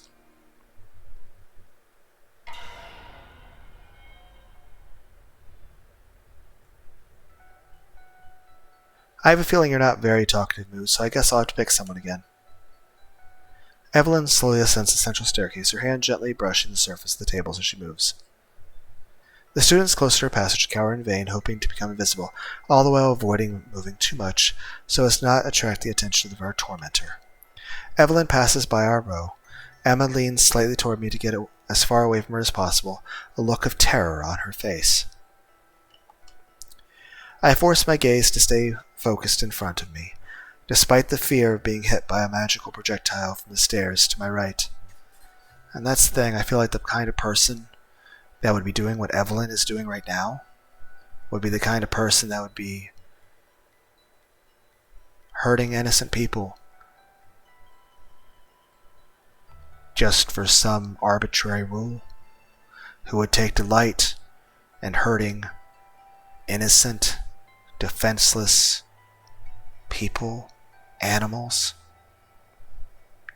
just for the sake of cruelty's sake, just for the sake of exerting her own power and authority,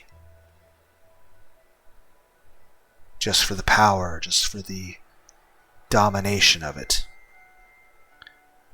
not for any purpose other than physical or emotional gratification.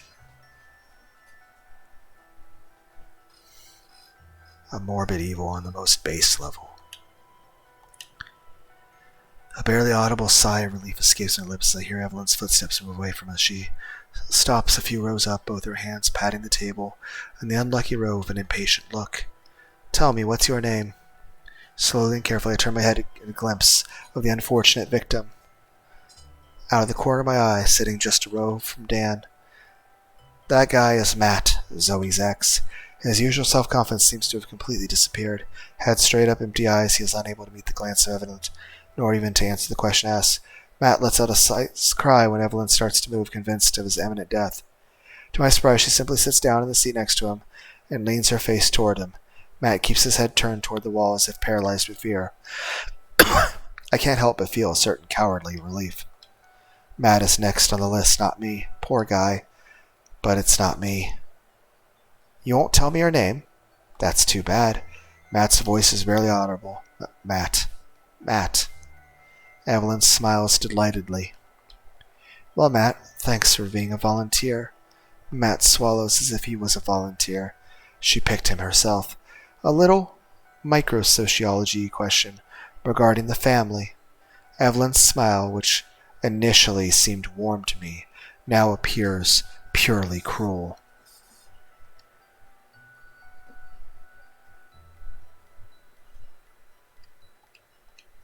When a couple is expecting a child, who should make the decisions? Matt managed to admit an answer which is already a great feat considering the perilous situation he finds himself in. The mother. Evelyn raises an eyebrow. Only the mother? That's interesting. The entire class holds its breath. But does that mean the father has no say in it ever? Face dripping with sweat, the Matt answers in a surprisingly firm voice. Both, it's both. Ah, both, that's very interesting. Evelyn's smile grows more and more crooked. But you can't change your answers afterward. It's like cheating. Matt abruptly turns to Evelyn, perpetual panic in his eyes.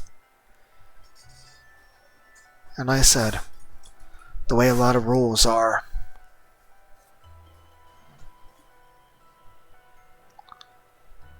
If you're going to talk to someone and tell them a certain way to be, or it should come from a place of kindness.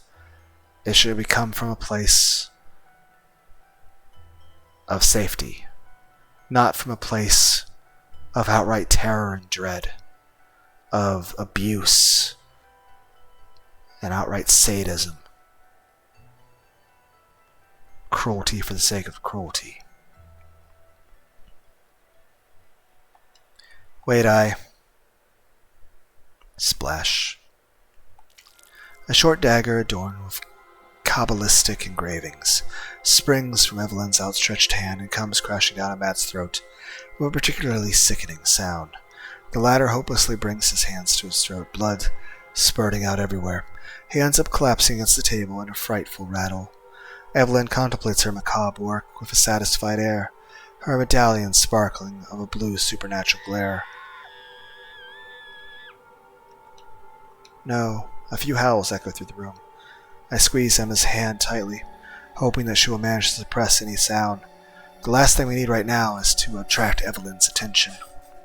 And like I said, I believe in the God of Abraham. I believe in Christ. But I disagree with many preachers and pastors.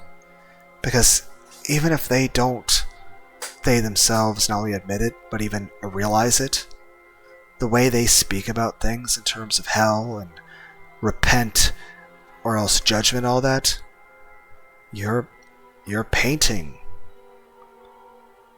God in this light. You're painting, because at that point it's just, there's no other way to look at it. And I disagree with that.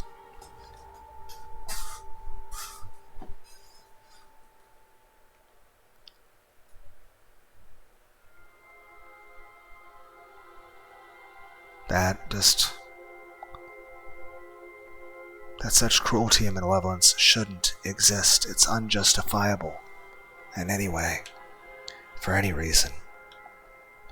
I think we can stop the question part for now. Her perky look is perfectly surreal, considering the murder she just committed in cold blood. This woman is evil. A witch. She's a witch. Powerful, cruel. I hope you'll listen more carefully from now on, otherwise you'll keep giving me the wrong answers. Evelyn quickly walks back down the stairs toward the board and turns back to the class. I expect you all to take notes seriously. I can't believe it. Is she going to resume the class like nothing happened? Now let's talk about microsociology. Without the slightest regard for the various corpses littering the room, Evelyn begins to recite a sociology lecture before the simultaneously frightened and bewildered eyes of the still living students. I feel like you are completely asleep this morning. Come on, take notes. All the students are now aware that each of her recommendations carries with it a threat of imminent death. As a result, I hear a number of hands timidly tapping on the keyboards, beginning with Emma's, on whose face I read a deep terror. And I said, that's all it is. It's like obey or die, obey or die. Follow these rules or die. It's not an issue of why. It's not an issue of trying to make anything better. It's about just putting an absurd amount of rules on people just for the sake of control, just for the sake of pushing people around. It's not even for the sake of wanting people not to commit the crime. It's that you literally make a crime in which there's no way for a person not to commit it, so that you can justify killing and torturing them. It's...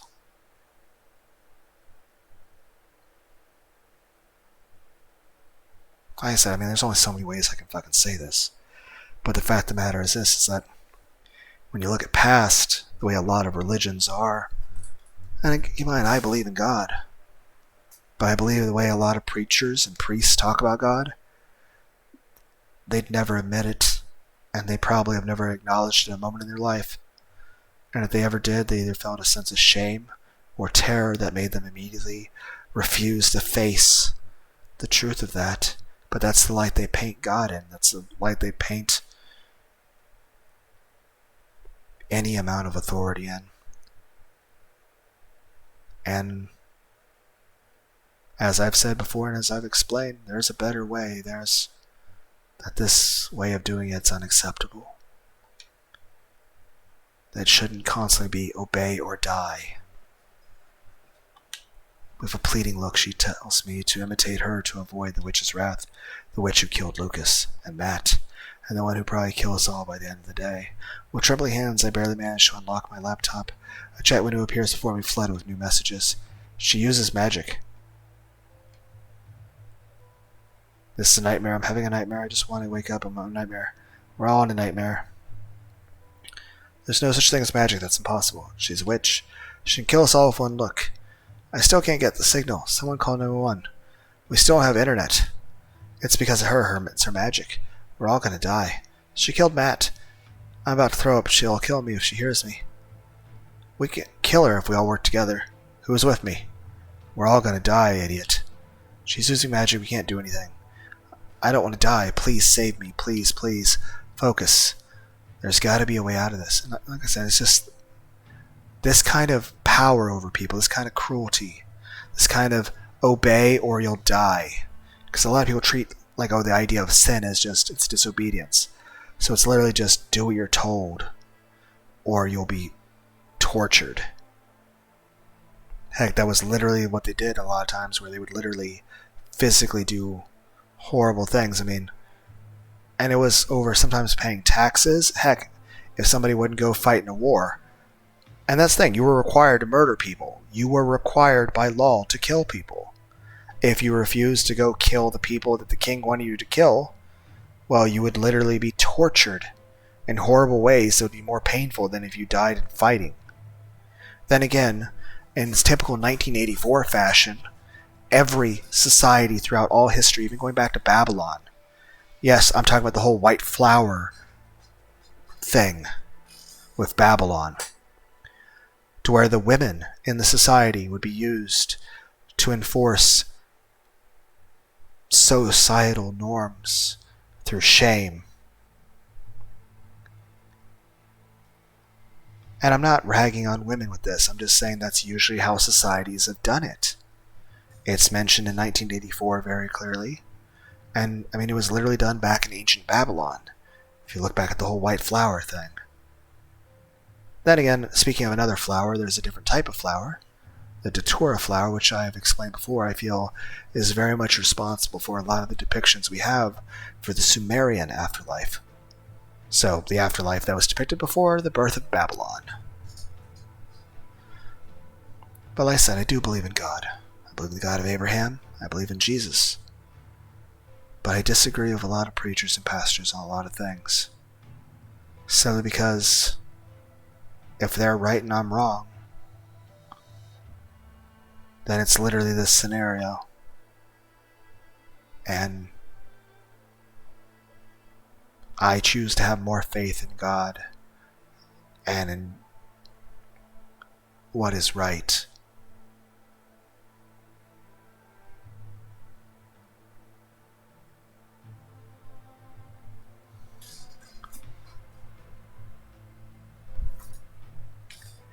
Yeah, let's kill her. That's all. I don't want to die. You try that on your own. I'm sitting next to Luke. The smell is unbearable. Please help me. Save me, please. My parents are rich. Please save me. We're all in this together. Moron, calm down. We'll come up with a plan. We need to exchange answers. Questions so we don't die. We're all going to die anyway. Everybody sit still or you'll die. You have to sit there and pretend to take notes. It's divine punishment.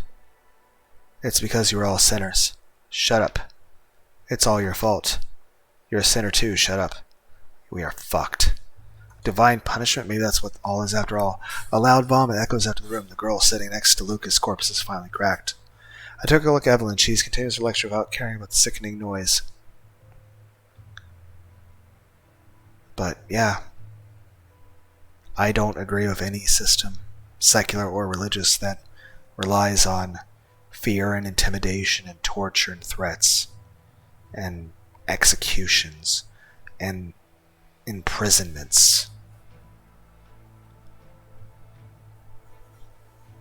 of both life in this world or the next for control, because at that point that's literally just using fear, intimidation, and torture for control and domination and just for the cruelty's sake. And all these concepts bring it back to the decision-making process that you should already be familiar with. Were you the one who was afraid to die when you threw up? She spared you. Maybe she kills randomly? She's a witch. She would kill anyone. I don't know. I mean, you know Lucas was a bit. Lucas was my friend. He was a huge asshole who abused girls. Did he? We don't really know. We know he made a cringe fucking pass at the teacher. But again, that's pure bullshit. This story, it was true? He's a sinner. Repent or you all die. Again, the whole, sinners, repent or die, repent or you die. The question is, how do you define repentance? What? Complete submission and obedience to those in authority? To just simply obey all rules, to lose any free will, to not question anything, to not have any happiness, not have any emotion, to serve only as a tool for some other purpose with no regard for yourself or anyone else. That your existence and your thoughts and feelings are all disposable.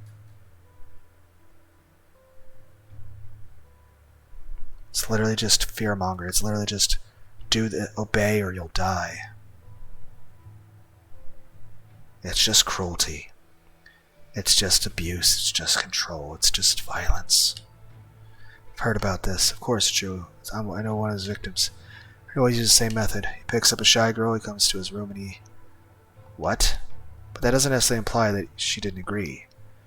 Oh, so you're saying whether he rapes people or not. Obviously that's fucked up and wrong, but we don't actually know if he does or not. I mean, rumors, especially in schools or society, spread like fucking wildfire. I know a girl who didn't. He's the worst trash. Did he, though? I mean, we don't know. He did several victims at his university. This is no news. Shut up. If that was true, they would have told the cops. Now that's why he picked shy loner girls. It's much harder for them to go to the police. Besides, it's unbearable to even tell anyone about the details. I also know a girl was abused by Lucas. All the girls in our year are super dangerous. So true, that's why most of his victims are from other years. Lucas may have been an asshole, but does that help us in any way? The witch is going to kill us all. She's going to start asking questions again very soon. Yeah, the witch is going to kill us like she killed Matt. I know Matt. He wasn't so much of a saint either. Don't you say Matt deserved to die. Matt was abusing girls? No, for years, he would never do that. I don't think he did that kind of thing, but I heard about a messed up story. I'm like, what? He had a one-night stand with a girl who got pregnant, and he made her have an abortion. Okay, yeah, I guess fucked up. So what? Matt didn't do anything wrong. She made the decision to abort. Despite the visceral fear that refuses to leave my body, I try to concentrate on the last exchanges. Matt forced a girl to sleep with to have an abortion?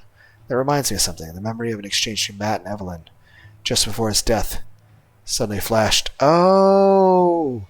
Oh my god!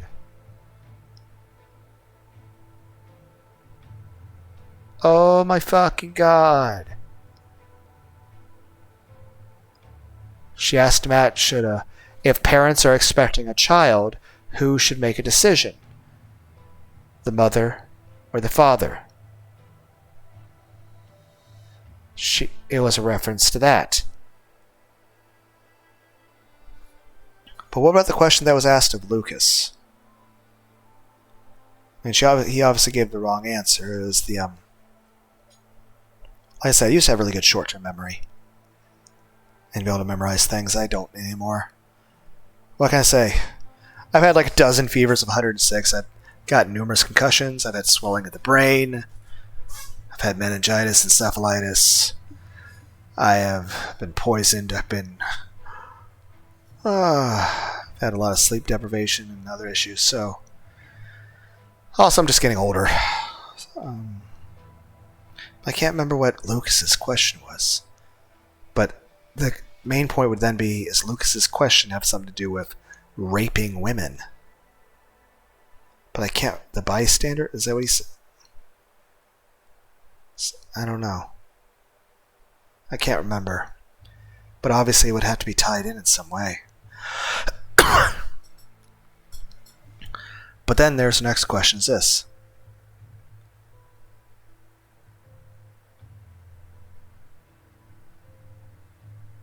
Didn't she technically kill another girl and a person burned to death at a door?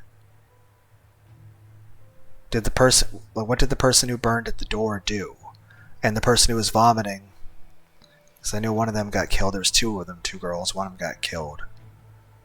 So, what would the other one have done? When a couple is expecting a child, who should make the decisions? I will say this, yes. Absolutely. A man should not force a woman to have an abortion. Absolutely. And I'll say this, in general, I'm of the pro-choice. That a woman should have a choice about whether or not she does have an abortion or not. But I'll say this. If a woman wants to keep a child, a man, under no circumstance, should be trying to force her to abort the child. Now that being said, obviously there's plenty of situations where abortions make sense. Like rape, incest, or if there's something like the doctor saying, hey, the baby's already technically dead, or there's something wrong with how it's forming inside the womb that's going to kill the woman, or it's a life and death issue. But as far as if the woman wants to have an abortion, I'm like, in an era where we have all this birth control, technically no one should be getting pregnant without, wanting to. So I don't know why I mean, I understand sometimes birth control effect aren't entirely effective, but I mean, we have all these. I mean, we live in a society where women have more power, more assistance, more monetary help, more technology, more birth control, and complete control over who they have relationships with, and even power in terms of a marriage. So, why are people like? There's some women out there, and granted, I know it's not all, but there literally are some women out there who have like a dozen abortions of perfectly healthy children. And I'm like, my main question about that is, why is that happening? Why is that a thing? And of course, there's also plenty of women who have abortions who regret it very much afterward, who tend to have very bad depression about it, or sometimes have medical issues longer in life, or sometimes lose the ability to have children later when they want to have kids.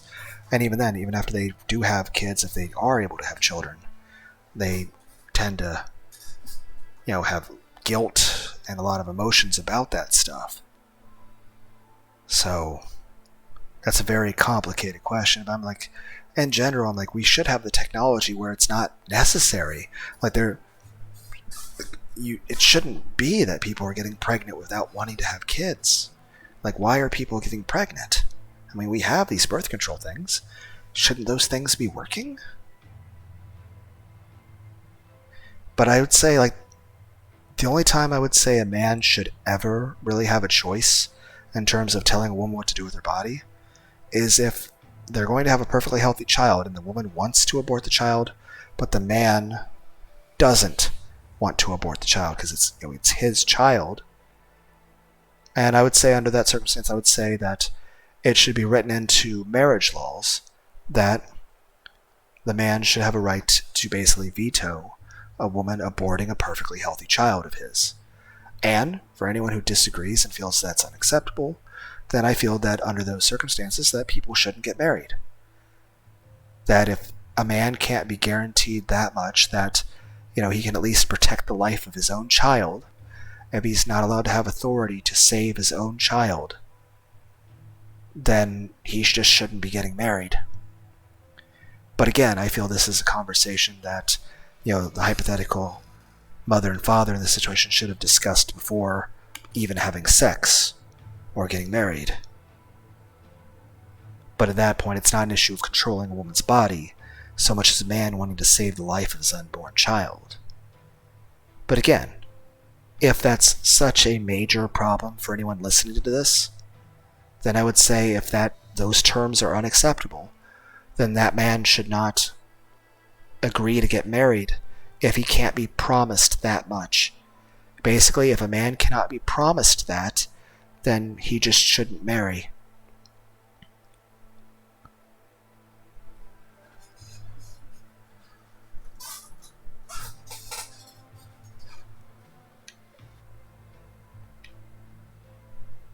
Evelyn, she asked Matt that question, a very specific question for Matt.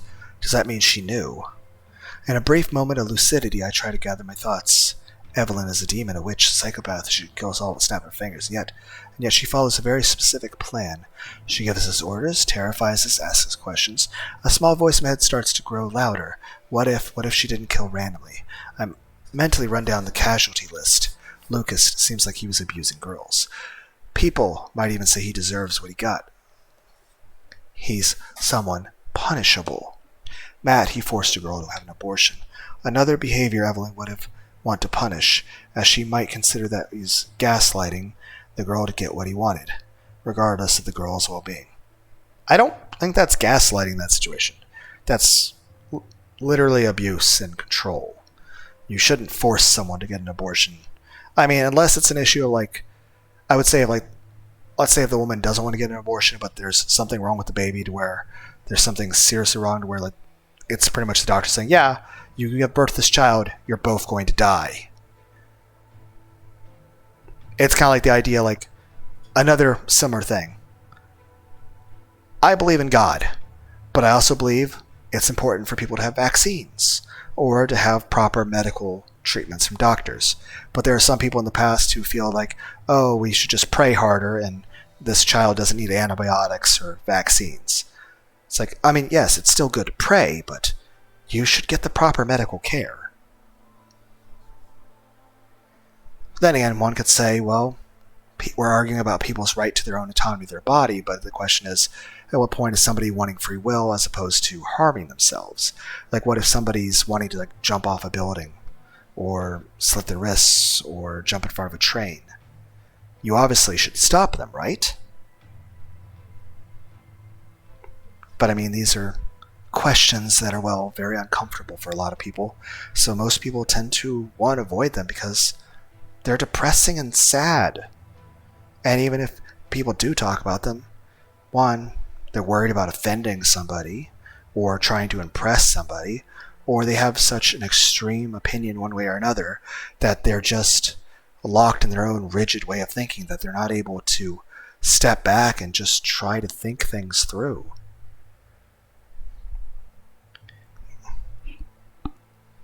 That they're so obsessed with following an exact sort of procedure and protocol of everything that they just can't think for themselves. They're just doing what others have told them is right or wrong, without taking a moment to think for themselves what they actually think is right and think about the implications. Like, even if you think, okay, this is what should happen, okay, now think about, okay, how did this happen? What caused this to happen?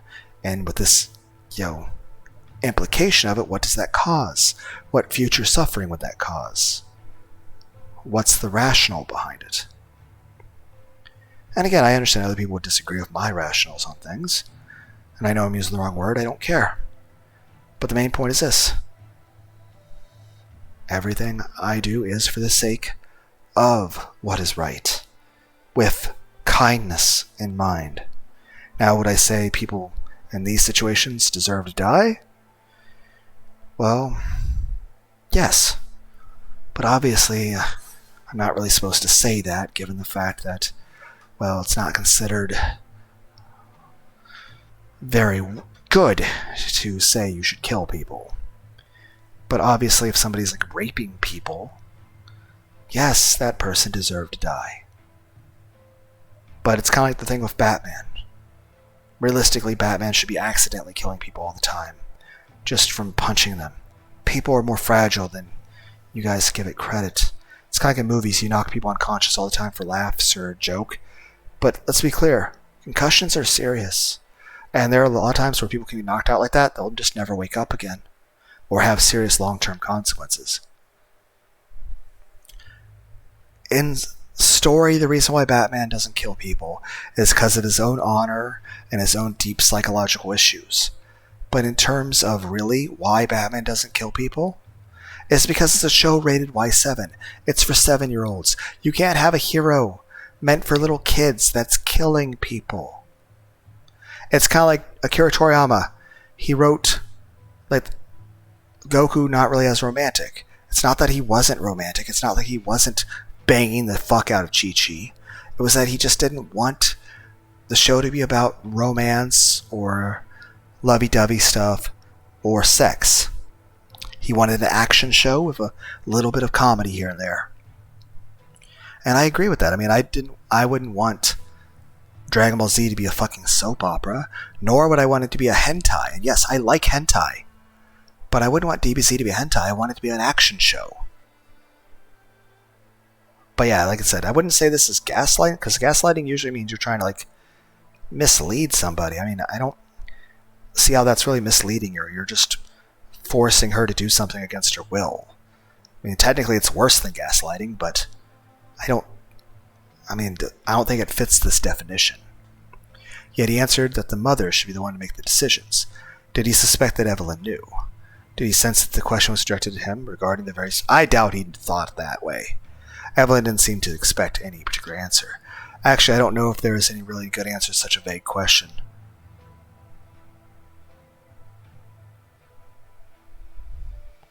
I suppose in that situation, the only way he could have saved himself would be say father, and then explain his reasoning. Because anything else is literally a lie or pandering.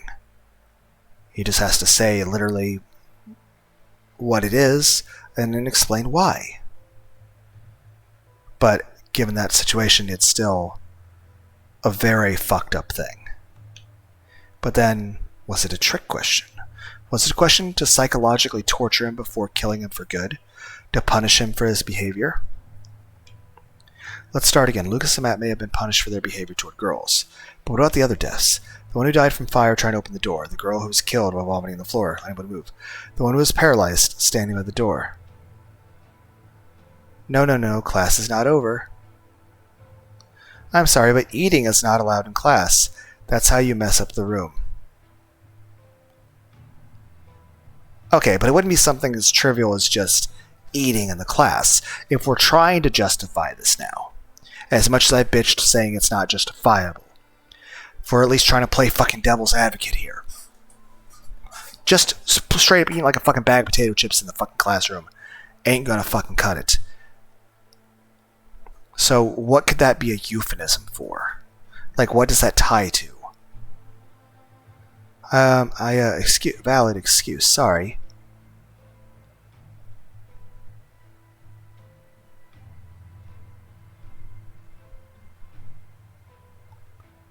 And again, the person probably did something wrong but didn't have a proper excuse. But again, what would be the other thing they did? Maybe they got out of a DUI where they ran over people and killed like Sonic the Hedgehog. It's like I was listening to the sick beats running from the cops, and I with my surfboard ran into a minivan and had a family of 5, and they all died burning in fire. Did they die because they didn't follow the rules imposed by Evelyn? But what would those rules be? If you don't go back to your seats, I'll have to punish you too. Is everyone seated? Good. Let's get back to the questions. I expect you to take notes seriously. Would it be enough to be a good, obedient student to survive? Lucas and Matt died after being questioned directly. In other words, they probably had no hope of survival. Evelyn wanted them dead. As for the others, they were not interrogated. They died because they did not obey the rules. They were not seated. They did not follow the class. They tried to leave the room in the middle of the class. I shake my head, try to give myself some hope. I'm sure my theory holds up. Once Evelyn is done punishing all the students guilty of punishable behavior, she will spare the others. The others, the ones who can follow the rules until the end of the class. I need to share with the others so there are no more casualties. I'm just about to write down on the chat when Evelyn lets out a loud exclamation. Oh, I almost forgot a little question. I instantly freeze, as if paralyzed by an unearthly cold embrace. Yes? Emma turns to me looking even more terrified than before. Yeah, what's up? What's up, Evelyn? I squeeze her hand with all my strength and utter a few words on my breath. You're safe. She should be in no danger. I'm sure somehow Emma has some sort of dark secret, because that's how these games and stories work. That the person you thought was completely... After all, Emma and Jessica have some animosity between each other. What is that? I'm sure we'll find out. She's taking notes. She's listening to lectures. She's a very good student. She's probably done something absolutely horrible that we have no idea about. She is a girl. Evelyn seems to only punish guys guilty of terrible crime towards girls. I pray that the theory is correct. I think I should be all right. I'm a normal guy. And yet, why am I shaking like a leaf? You, there, what's your name? Breathless, I look up at devastated eyes at Evelyn, who is staring at someone across the room. But me? Dead silence. Okay, so the theory about not punishing. All students turn to the unfortunate girl. I recognize her. It's Lucy, a rather loner girl in the class. Okay. Evelyn simply nods with a broad smile, arms leaning against her desk near the board. The brief relief of knowing I'm safe is immediately replaced by frustration at the inconsistency of the choice of new victim.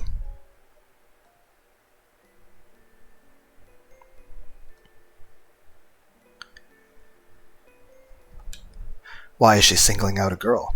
Unless she's not planning to kill her. Maybe Evelyn just wants to psychologically torture us into thinking she's going to kill everyone. I guarantee this person's going to die. But why? I don't know. Maybe she'll spare this girl and kill the next student and ask a question to. The next one, that could be me. Claire, my name is Claire. But, what? It literally says your name's Lucy. What? I frown. What is she doing? Her name is Lucy. If Evelyn finds out she's lying to her. Claire, that's a pretty name. Lucy's face is almost morbidly pale, but she managed to hold Evelyn's gaze without blinking. I always thought that name was given at birth as a starting point of a great injustice since we don't choose it ourselves. I'm pretty sure she knows. What do you think, Claire? She knows. Yeah, that's pretty fucking obvious. She knows Lucy lied to her. She knows, but again, why? Why would you lie about that? Even if this wasn't like a deaf situation, you should expect your teacher to know everyone's names. Lucy is doomed. Yes, you are right. I am always right. No need to mention it. I feel like there might be a need. Evelyn's smile widens. Then she bursts out laughing. I'm kidding, of course. Nobody's perfect. Lucy's face breaks down as Evelyn walks up the stairs toward the row where her new victim is sitting. This psychological torture is unbearable, including for us bystanders. Does Evelyn plan to kill her, or does she just want to terrorize her? So, Claire, a question for you about responsibility. I resign myself to the obvious. Lucy is going to die. If a person who distributes illegal content on the internet guilty, even if he or she did not participate in the making of the content themselves. Depends on what you're defining as legal content. It's like how to make meth. It's like, is it nuclear bomb plans? What? Lucy bursts in tears in response to this oddly specific question. Please, I don't know. That's not a good answer. I thought they were always consenting, I swear. Evelyn, consenting? What are you talking about? I feel like I don't want to know. I feel like I have an idea, and that's honestly the most depressing thing so far. Evelyn stares condescendingly at Lucy, half leaning over her. The unearthly glow of her medallion gleams on the tear-streaked face of the hapless victim. Please spare me. I'm so sorry. Please, please? Evelyn's gaze grows a little softer. Lucy? Oh, fuck. I'm sorry to see you so desperate. Lucy raises her pleading eyes. But your answer is off topic. With a simple gesture, Evelyn causes a small bluish mist to appear and ripple around Lucy's body. The latter begins to tremble so violently that her seat hammers. The metal railing that serves as support is a sonorous clacking. Clack, clack, clack, clack. The shaking stops after a few seconds, and with a dull thud, Lucy's head falls against the table, her face turned in my direction. Oh, she's decapitated, okay.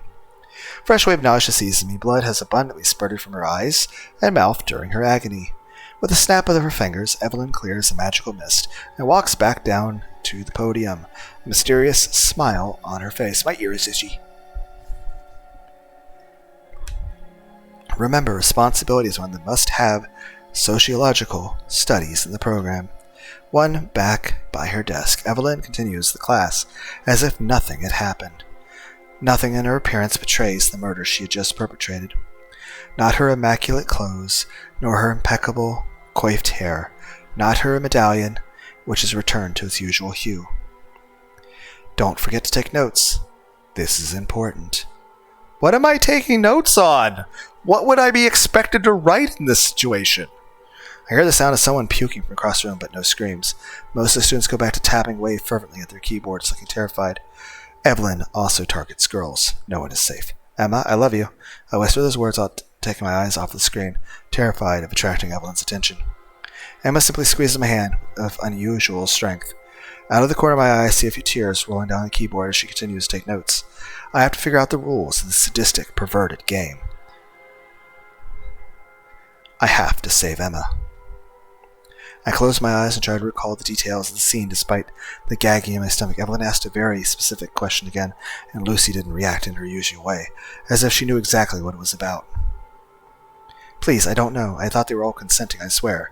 So, videos of people being raped? Well, that's fucking horrible. Lucy, she was guilty. She admitted her guilt. She understood Evelyn and targeted her for a reason. Evelyn's criteria for guilt would simply be harming other girls, regardless of the gender of the perpetrator. I log back into the chat room, full at speed. I need to know more about Lucy's story. Does anyone know what Lucy was talking about? Who are the non-consenting people? We're all gonna die. She's a sinner too. Repent, everyone. This guy seems to have lost his mind, but I feel like his sinner theory is somehow kind of right. I just need to confirm if Lucy's story is just rumors, or just sex tapes, students, and reselling them to porn websites. I guess a lot of cases the girls didn't even know they were being filmed. Well, that's fucking gross. I never checked online, though. It's not a rumor, it's true. She even admitted it herself.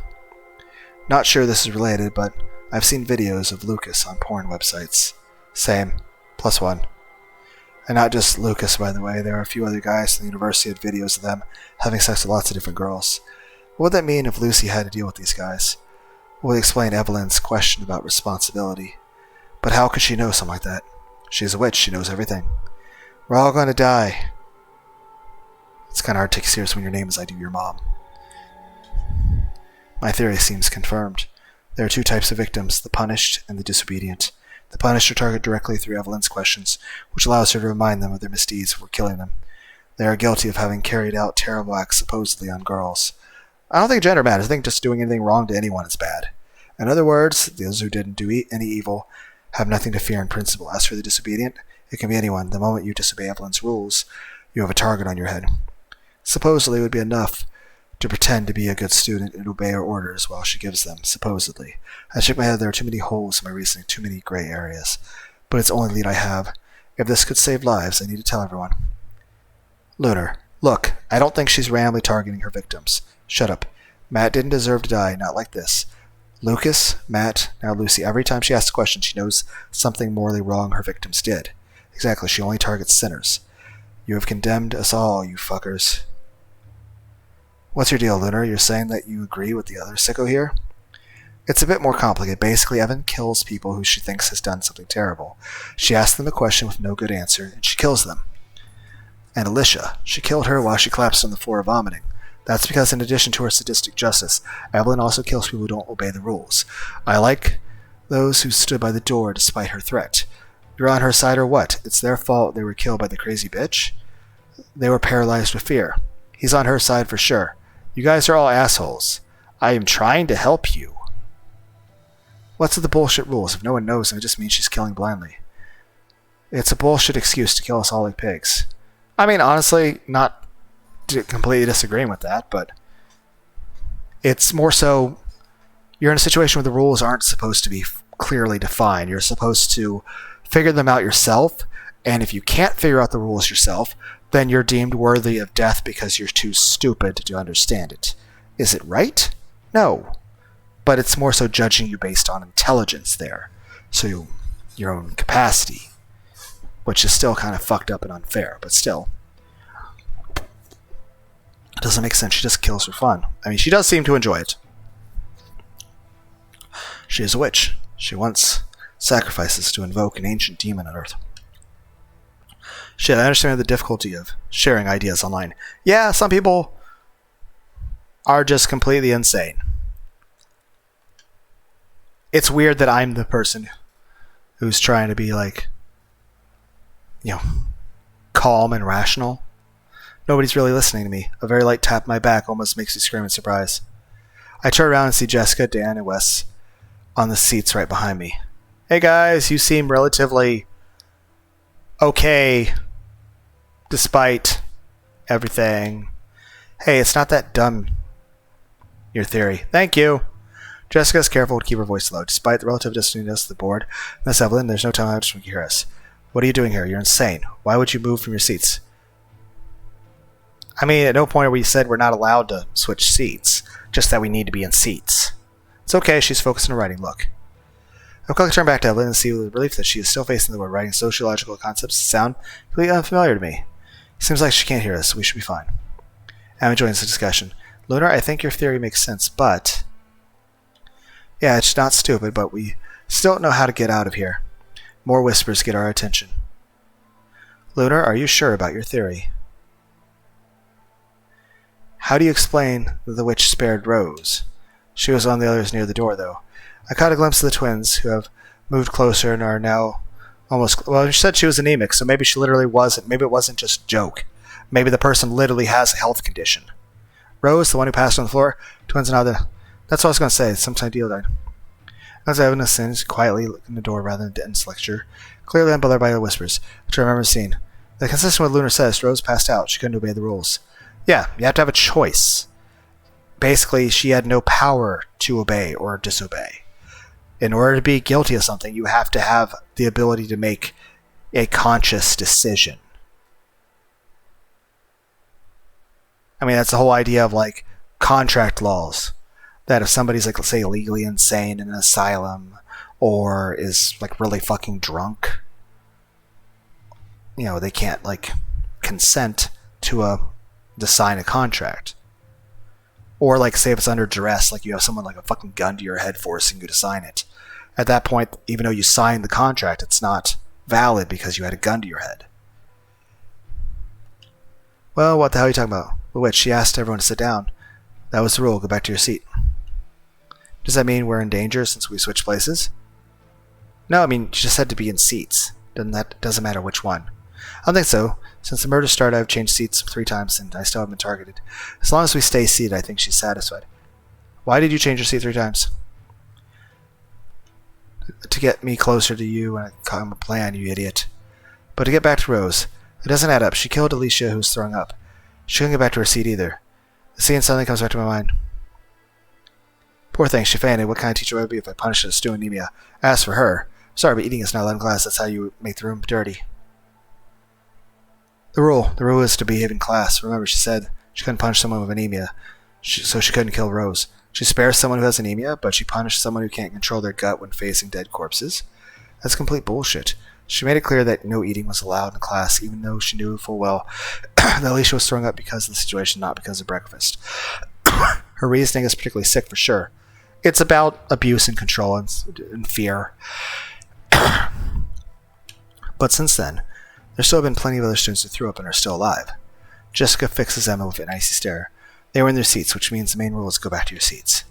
That's a complete twist. If she was throwing up, she couldn't go back to her seat. Yeah, it just shows the sadistic she is. If you know you can't hold your guts in, then you shouldn't have headed for the door. But Rose fainted. According to your twisted reasoning, she too should have stayed in her place if she knew. But she has a medical condition.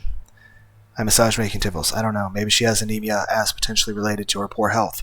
So something we don't choose. Yeah, you have to make a decision. Basically, it wasn't her choice to have anemia. You don't choose to vomit. That's also true. There's plenty of times I've had to vomit and I did not have a choice in the matter. Maybe it's not so much a matter of affliction as of consequence. When you vomit, you're still conscious, even if the moving is very delicate. She doesn't want to kill people who won't see the death coming at them. Oh, that's actually kind of a cruel way to look at it. That it's not an issue of the person couldn't obey. It's that, what's the point of killing somebody if they're not alive to suffer?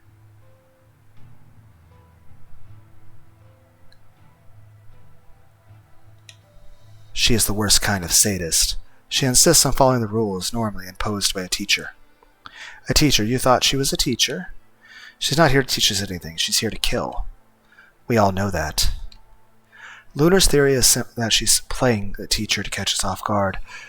A very simple rule of behavior that everyone knows would apply to a morbid supernatural situation. That way, she's sure everyone will make mistakes. That's disgustingly sadistic, but it seems to fit her personality well. Exactly. Look, I don't know where her supernatural powers come from, nor do I know where we're stuck in on such a nightmare. However, I get the impression that she's trying to punish certain students of guilty behaviors that she's deemed harmful. Dan raised his voice slightly despite the risks. What do you mean exactly? She's playing the vigilante? That's your theory? So all these guys are not perfect, have to die? Guys or girls, it seems. I don't care. You're saying I deserve to die? Emma turns back to Evelyn. She's looking very concerned. Dan, I'm begging you, keep your voice down, Dan. Dan, we don't make the rules. I just feel like I have to bet my life in your bullshit theory. That's what you're saying. Okay, do you have a better plan? And you're safe because you're the nice little boyfriend of a nice little girl. Jessica slaps the back of his head. Everyone is starting to get... Honestly, I don't blame them. I think I'd be panicking quite a bit too. We told you to shut up. Stop freaking out. We're in this together. Dan stares murderously at Jessica. And you can tell that looking at his eyes too, but eventually regains his composure. We're just trying to find out the witch's motives and maybe some lives, nothing more. I'm gonna look at Steam real quick, see how long See if I can see from reviews how long the game is.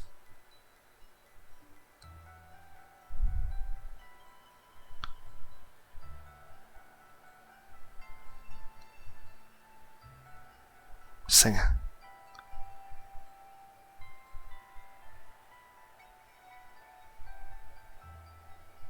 Okay, most of the people that played the game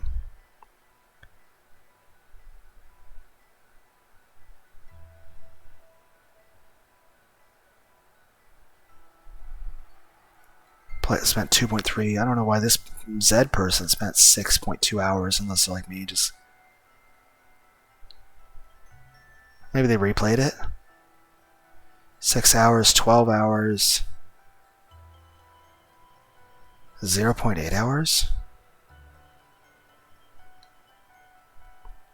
5.8, 3.8, 3.8, 2.9,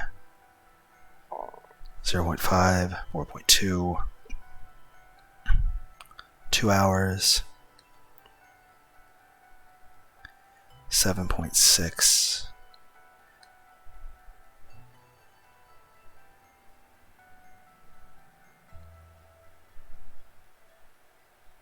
3.8, 12.7, 3.6, 6.2, 2.6, 3.1, 4.4,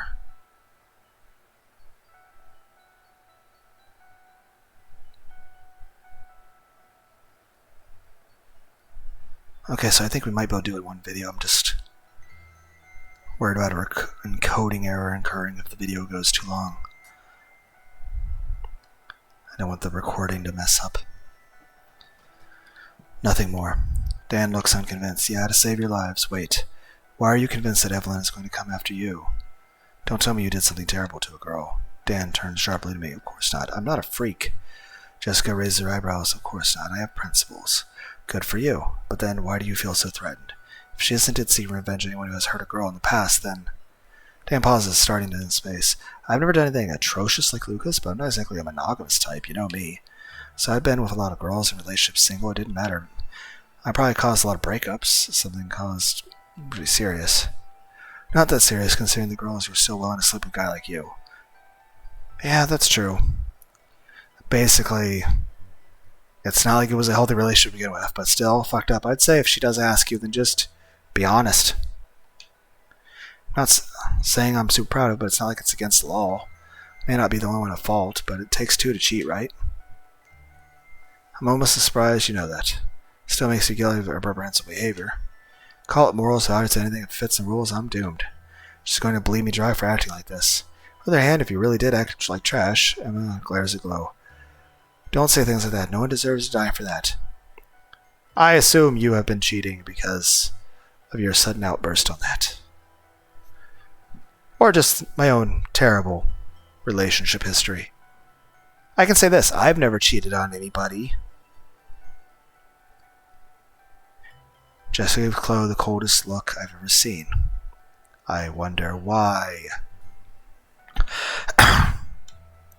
You're a pro death penalty, right?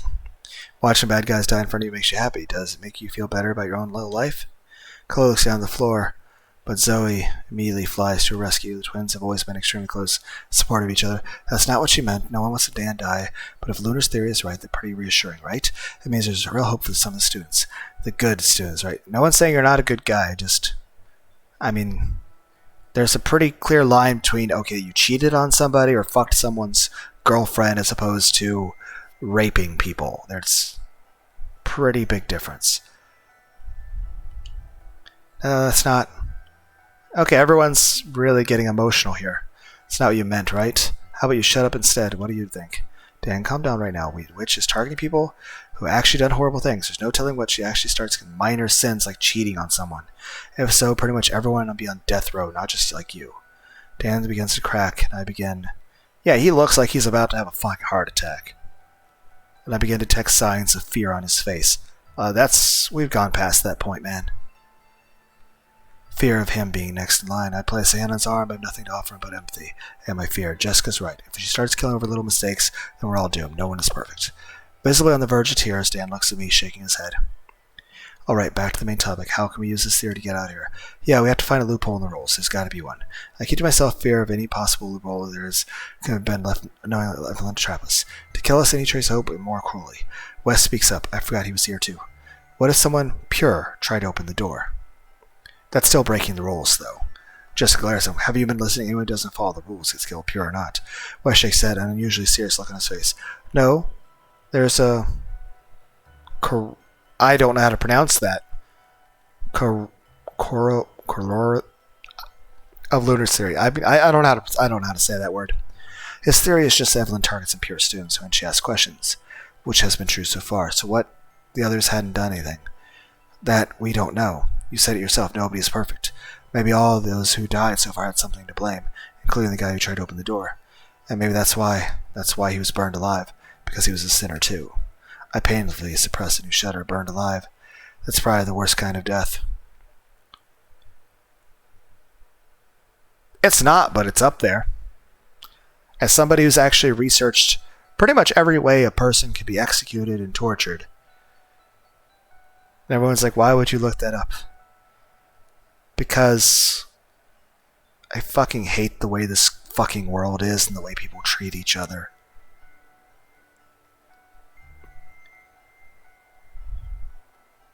The whole point is I'm against that kind of cruelty. So I need to be able to explain examples of history. And everyone's, what is the most painful thing? Obviously, I don't know how they fucking measure this shit, but the process of skinning people alive. That's supposed to be the most painful thing a human can endure. That and things like breaking a femur bone.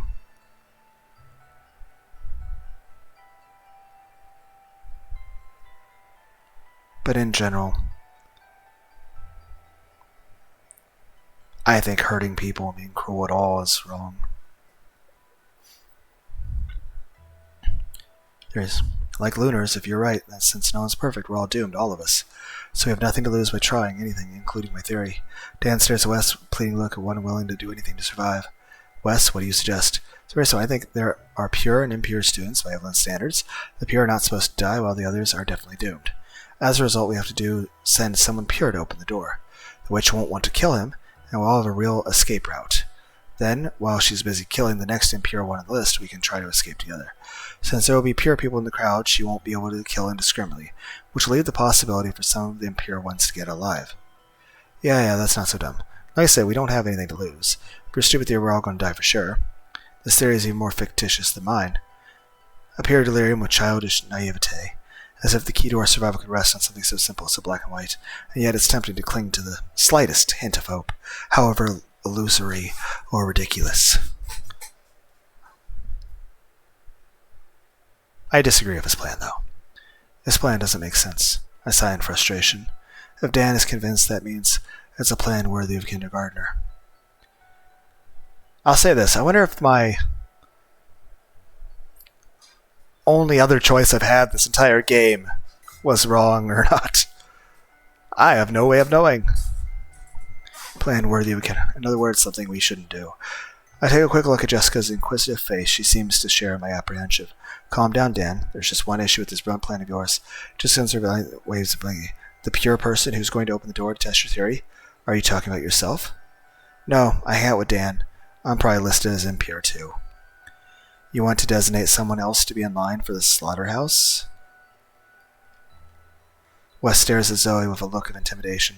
We only get one chance to try this plan. We absolutely must choose the blameless, pure person, someone who will have the best chance of not being targeted by the witch, a serious, kind, well-liked person who is above suspicion. Wes turns to Emma, who is probably not pure, who has probably got some secret, horrible secret.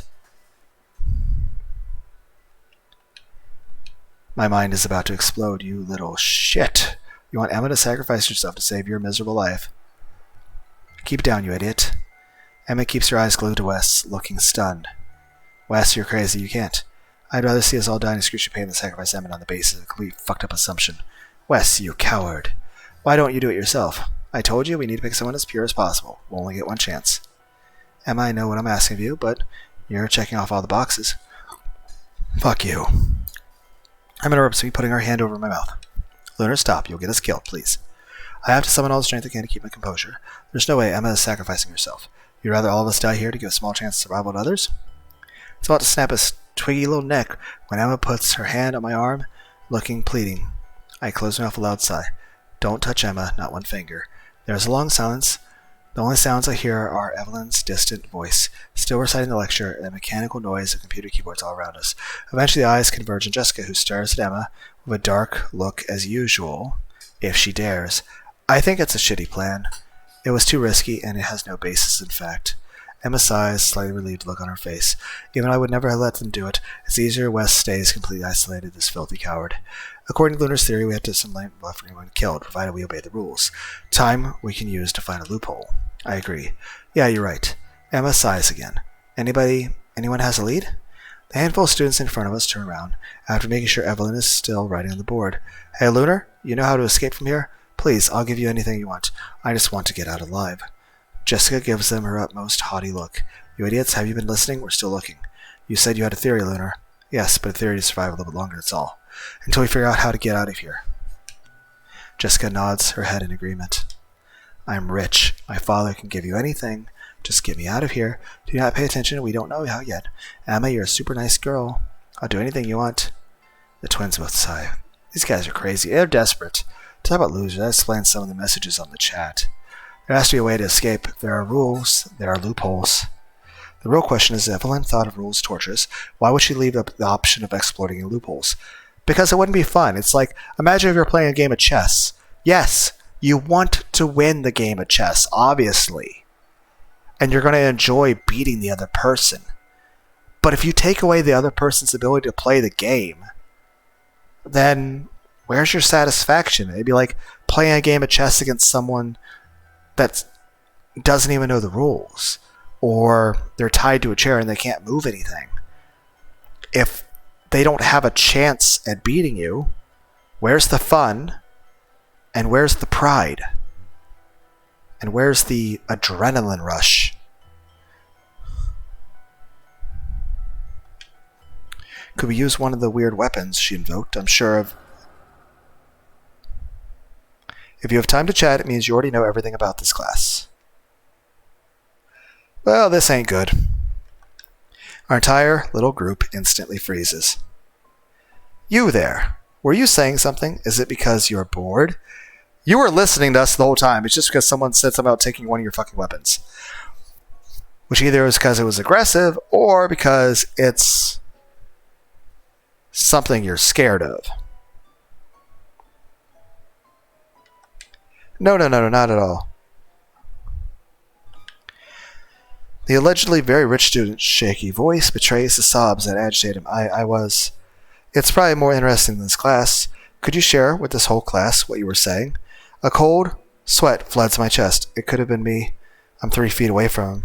But he is the one who was doomed. He was the last one to speak. The last one to break the rules. He mentioned the idea of taking one of her weapons and using it to attack her. Maybe it's just the fact that you can't threaten to try to kill a teacher? I mean, Whitest Kid You Know did a sketch about not being allowed to threaten the President of the United States of America, which is very ironic given recent real-world events.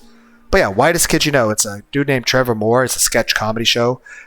Be warned, most of the jokes are very vulgar. With a howl, the student in front of me gets up and runs full speed toward the large glass windows at the back of the room. Is he going to try to jump through the windows? How high are we here? Are we on the ground floor? Watch the scene awe. Evelyn is still standing motionless next to the board, a toothy grin on her lips. What does she plan to do? The student throws all his weight against the large window in hopes of shattering it. I can't but wish with all my heart that he will succeed. If he does, Evelyn, with time to kill us all, will be able to sneak away during the class or call for help. A new flash of light dazzles me for a moment, then it disappears just suddenly. My eyes slowly reopen, but the long, pained groan I hear leaves no doubt as the outcome of the escape attempt. What the fuck? You covered it in, blue thorns? New vision horror awaits me. The student tried to flee, is a few meters off the ground, pierced by a wall of purple. Okay, so they're purple. Purple thorny vines that dance all along the large windows. Very quickly his rattling dies down, and his lifeless body comes to a complete stop. just like the brambles that now seem to be frozen. On the other side of the windows, though, the few gaps left by the thorny vines, I see a bright blue sky as if to coolly remind us of our captivity, the fatal outcome of which is no longer a doubt. The room is perfectly silent and aware that the slightest noise can be sanctioned by Evelyn. There is no alternative to this deadly little game. We must play by the rules. The only way to survive is to break through the cracks. Next to me, Emma sits straight up in her chair, eyes closed. How rude. You can discuss as much as you want after class is over. A new feeling of deep unease comes over me. I feel as if Evelyn is looking at me with a sardonic smile. You're a jerk. Everyone's like, what does sardonic mean? If I remember correctly, it's basically mean-spirited sarcasm. Everyone's like, isn't sarcasm normally mean-spirited? Like, no. Sarcasm isn't normally meant to be mean-spirited, but sometimes it is slightly in jest. Sardonic is where you're not only sarcastic, but you're doing it maliciously. You're basically using sarcasm in a very, very hateful, condescending way. Her eyes, an earthy glint dances in the depths of her eyes. Could it be madness, cruelty, sadism, or all three? Or simply fun? A great theoretical gesture, Evelyn turns back to the board and starts writing again as if nothing had happened. Her medallion glowing with magic bounces against her chest as she moves, an unyielding witness to the carnage she has wrought. Deep inside me, a small voice that I had previously muzzled now resounds with force. We can't get out anymore. We are doomed.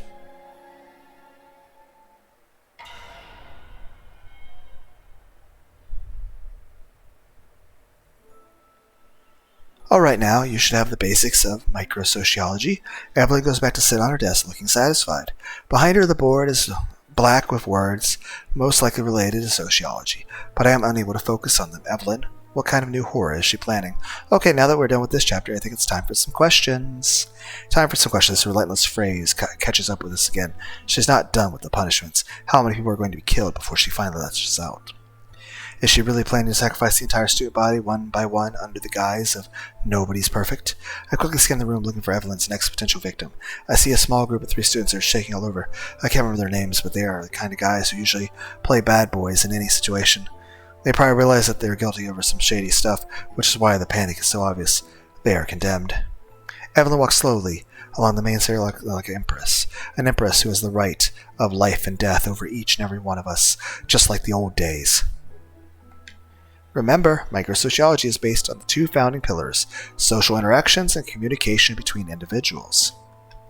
We've already talked about social interactions, so how about questions about communication? Her malevolent smile widened. Okay, are there any volunteers? I restrain myself from looking directly at her, afraid to meet her eyes. Sure, witch, do your usual sadistic little trick. We know damn well you're going to point to the person you had in mind all along. Nobody? Okay, well, I'll have to pick someone again. Evelyn slowly moves closer to her row. Shit, I hope she doesn't target Dan. I haven't heard from you since the beginning of class. What a shame, you seem to be such a good stew. What the fuck?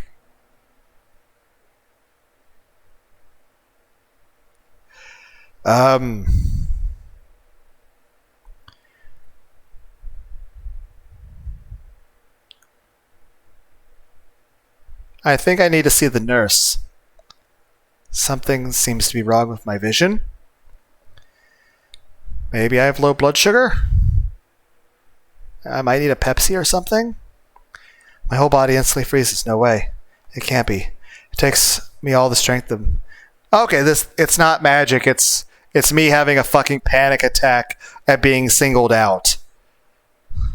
It takes me all the strength of my will to manage to turn my head in Evelyn's direction. What was your name again? Emma? Oh, you're talking to Emma. I thought you were talking to me. This is concerning still. That's completely impossible. Emma sits stiffly upright in her seat, livid, with her eyes wide open, focused on Evelyn. She barely manages to nod her head in agreement. Okay. Let's see, an easy question for someone like you. I am on the verge of apoplexy. I have heard that word before, but I think I've only heard it like once or twice in my life, and I don't remember what it means. Blood rushes through my skull so fast that my eyes naturally close. Yeah, we're fainting. We're not getting enough oxygen. I mean, I have fainted before, but it's usually been to pain or issues with blood. Just saying, it's not a thing that you can power through. It's more so your body just sucks and just, it's like, can't function. I mean, you can't. But usually it's been either blood loss, very strong blow to the head, severe dehydration, pain, severe psychological problems.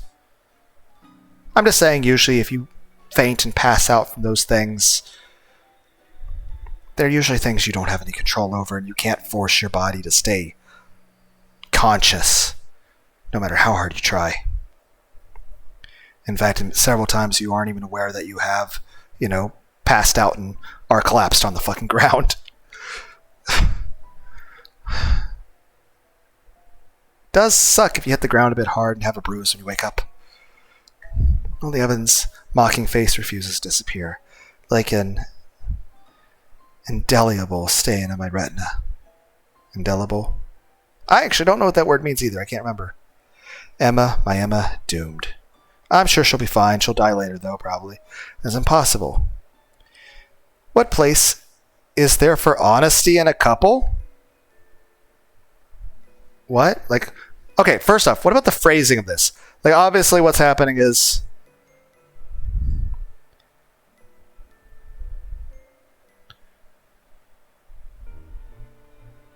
she's lying to me about something. But then again, I mean, what can I say? All my relationships went very poorly. I'm still grateful for all the relationships I had, and I'm still grateful I was married in the past, but my marriage did become fucking hell. Heck, I have a 3-inch scar on my right arm to remember my last Christmas being married to my ex-wife by, but at least that's kind of fading. And heck, you can't really see it in the webcam very well, because I suck at all kinds of lighting. But let's just say I've spent most of my life alone, and my relationships have never worked out, and I've had a lot of very, very negative experiences with people either trying to kill me in my sleep, trying to plot against me, cheating on me, attacking me, saying very, very horrible things to you. Damn, the amount of insults and derogatory things said to me over the course of my life is just... Then again, most of my fucking school life was being bullied by hundreds of people, being constantly told to fucking kill myself and all these horrible things. And, well, I guess it makes sense that that would have some sort of long-lasting effect. But hey, you deal with it. So if anyone out there is like depressed or deals with similar stuff, it gets better. Everything will be okay. You'll get through it. Everything will be fine. But yeah, just saying, aside from the fact that I've been rejected by thousands of women, my relationships have gone poorly. I've been cheated on a lot. I've been abused. I've been attacked. I've had people try to murder me. I've had my family destroyed. I have been called horrible, horrible, horrible things. So, yeah. What place is there for honesty in a couple? In other words, should we tell each other everything? I open my mouth to scream, but only a hoarse grumble comes out. Evelyn turns to me, a finger over her mouth. But I think I really need that Pepsi. Ta-ta-ta, no cheating. You should wait for your turn to answer. What the fuck was that? Her eyes cast a blue evil light. Like, obviously there was another outfit over her for a second, but it was too quick. I mean, it flashed multiple times. like 2 or 3 times, but it was too quick for me to be able to see. I think it was obviously a blue outfit, given what we. I mean, it probably looked like a good outfit, hopefully not too malevolent looking, but yeah, it's just it went by too quick for me to be able to see what it was. For a moment, I see a stronger flicker deep in her pupils, and I feel like something go haywire inside me. Did you do like the equivalent of like a sedation on me? Like basically like morphine or something? Like am I sedated in some way? I'll say this, I have been put under sedation for, well, medical procedures that were required to keep me from dying. Hell, I had fucking palsy for 2 weeks when I was... That thankfully didn't require any fucking surgeries or shit, but that was just something you recover over time. I just looked like I had a fucking stroke for 2 weeks. Yay for my nervous system wanting me dead. Honestly, if it wasn't for modern medicine, I would have died 100 times over. Hell, even my fucking birth. Physically, I shouldn't have been possible to exist. But for whatever reason, God decided to force my existence into the world, which I'm grateful for. I'm thankful that I exist.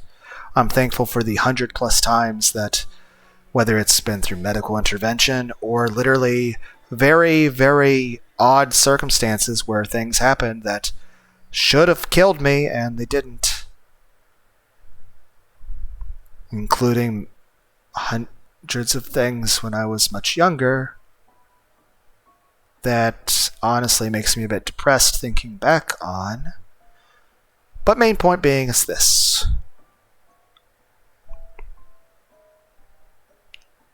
Aside from the fact of modern medicine being responsible for my existence, there's many things that were way too many things to be coincidence, way too many things to be...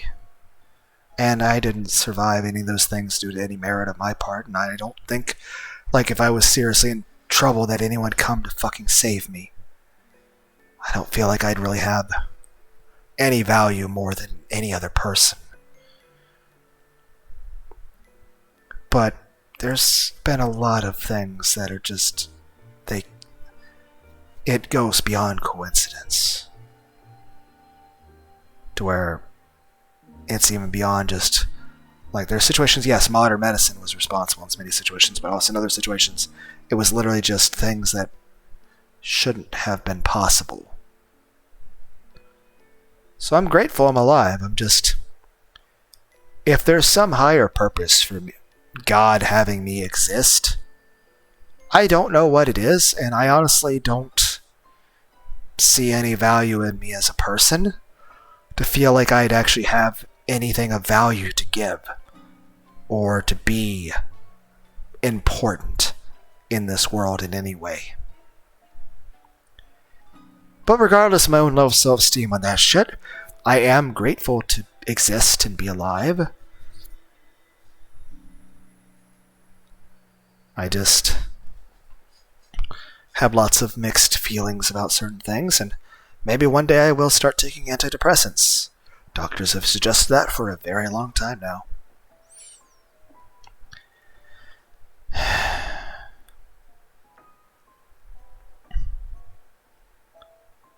Am I passing out? Are you sedating me? I put my hands to my neck, still held to the seat by some magical force probably triggered by Evelyn's curse. Emma turns to me panic. Am I suffocating to death? Am I being strangled? Am I dying? Stop, I beg you. Evelyn stares at Emma, a big smile on her face. Yet another proof for sadism. I continue to suffocate in my seat. Emma, I asked you a question. Emma tops over into an advanced state of panic. I try to stop Emma from answering the question, but the lack of oxygen prevents me from doing so. Yeah, we do require oxygen to live. I know that. Please don't answer. I honestly telling each other everything. Yes, yes. Evelyn claps her hands together. Excellent answer. Emma turns to me stunned. What happened? Lunar, I have... Why are you blurry? I think I need Pepsi. I need Pepsi to fix the blurries. My vision blurs from the asphyxiation. On her face, is she bleeding? That definitely can't help. I mean, I know my vision's blurry, but I can't imagine that there's something happening that, you know, Evelyn just gave her a peanut butter and strawberry jelly sandwich, which that's truly evil. I mean, why would you have strawberry jelly? Why not grape jelly? You know, purple jelly. You're supposed to have purple jelly on your sandwich. Why would you have red jelly? What's next? Marmalade? I can barely make out Emma as she collapses to the ground. I think I hear screaming of the twins nearby, but my ears are ringing terribly. Yeah, oxygen is needed. I need that to live. Lack of oxygen is getting better of me. My head is spinning. Where is Emma? Again, I've said that before. If, whether it's lack of air or lack of your, you know, blood working correctly, like whatever's causing you to be lightheaded, because usually it's, you know, your blood pressure shifts and it changes the ability for your body to get, you know, the oxygen it needs. Because hypothetically, if you do hold your breath, your blood still has oxygen in it, and it's still running freely back and forth to your brain. So, yeah, holding your breath, you still have blood going to your brain. It's just you gradually deplete the oxygen. I think the percentage of oxygen in the air is usually 24 to 26%. Because hypothetically, if you were to have someone breathe 100% oxygen, they would probably start hyperventilating and dying. I would sometimes have to breathe into a paper bag. My body would become, I guess, a little bit too sensitive to adrenaline. And my body would start to basically collapse, and I'd be, well, not only would I be breathing very hard, but I also would be laughing, but I wouldn't be able to physically control it. And my body would be very weak, and I'd be basically collapsing. And in a lot of pain.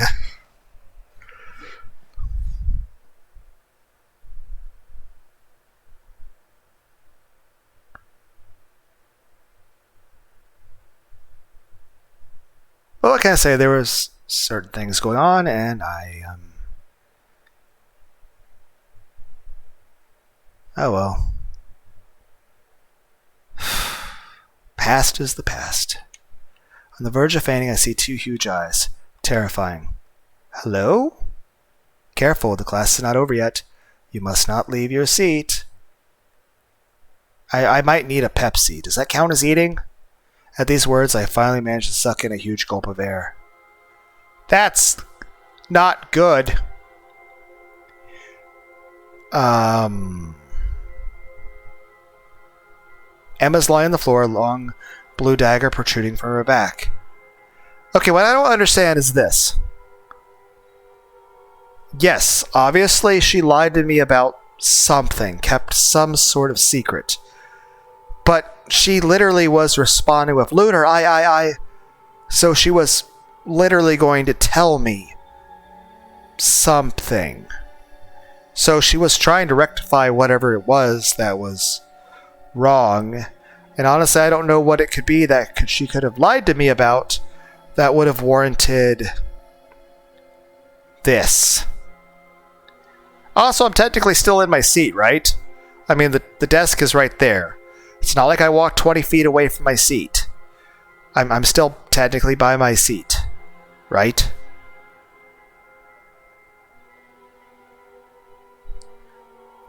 By the way, just so we're clear, this is very unsettling to look at. Breathless, I struggle to scream. I mean, technically she's still alive, her hands in the air. I mean...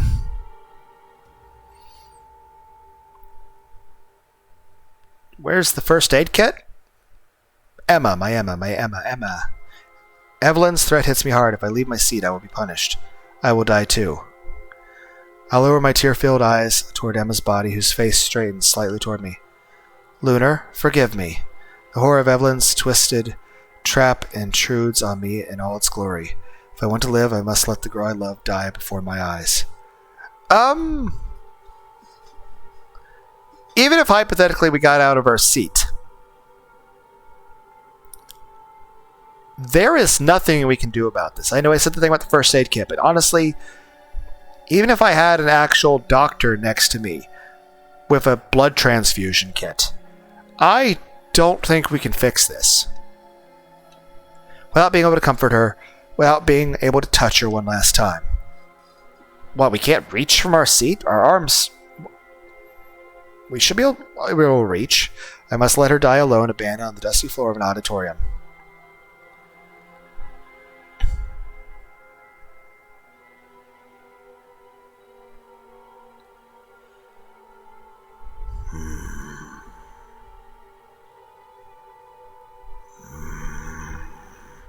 The only way they could have made this worse is if there was a fucking timer up there. Or maybe there is a timer and I just don't... They're not letting me know. I don't even remember the... She stopped pulsing. Okay, I thought we ran out of our imaginary timer.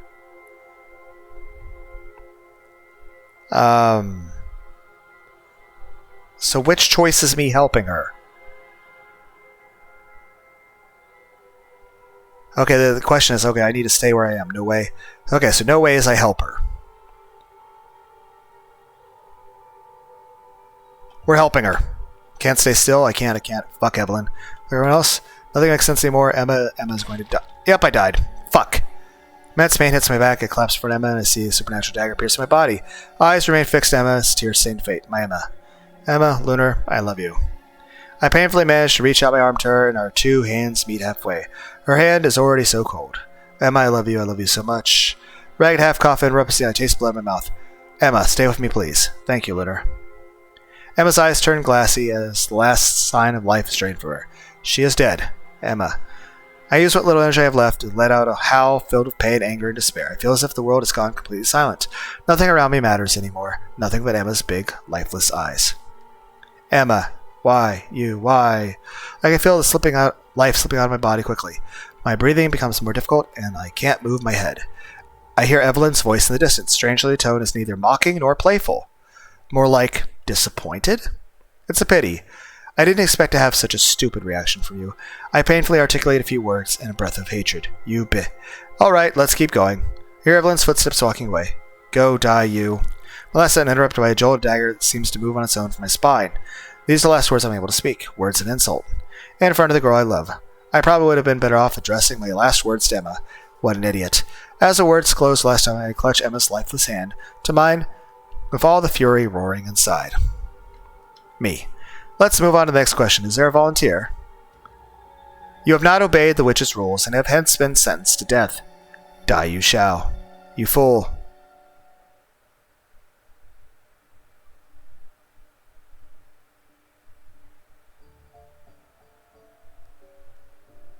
Is there any... There are no autosaves. Okay, start.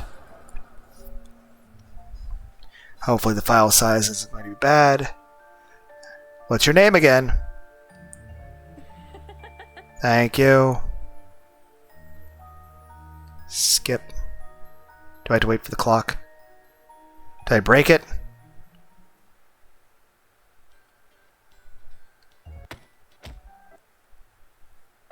Now for visual novel epilepsy. Just in case.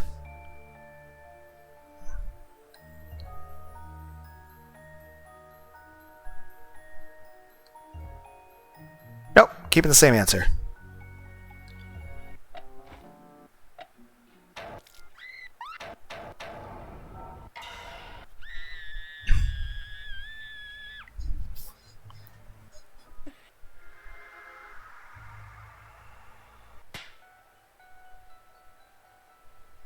Alright, I had a choice here too.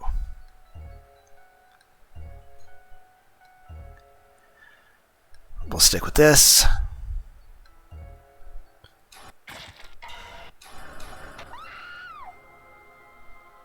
Speedrun! I don't have a choice. Emma's going to die. And I have to watch her die, totally powerless. Emma, My eyes still on Emma's shaking body, I turned to Evelyn in a pleading voice. Please, spare her, please. Despite the distance between us, Evelyn's mocky voice seems to whisper in my ear. If you keep disrupting class, I'll have to punish you. Emma's glaze becomes pleading. Please, don't. Her voice is weak, but still managed to convey her message forcefully, tears streaming down my cheeks. Even to the end, she is still concerned about me, about my survival. Emma, I'm sorry. Sorry. The girl I love is dying in front of me. I'm not doing anything to help her, and I'm sorry. Lunar, do something. My voice turns into a hoarse whisper. I love you. Emma pretends to smile, despite coughing fit that causes a new spray of blood to appear along her mouth. Lunar, I love you. Her last sentence interrupted by a jolt from a dagger that seems to move on its own along her spine. As the life completely abandons Emma and her big blue eyes turn to gray, I feel as if I'm drained of all emotion. I no longer feel anger or terror. I just feel a deep despair that almost completely numbs my pain. Emma couldn't even finish her sentence.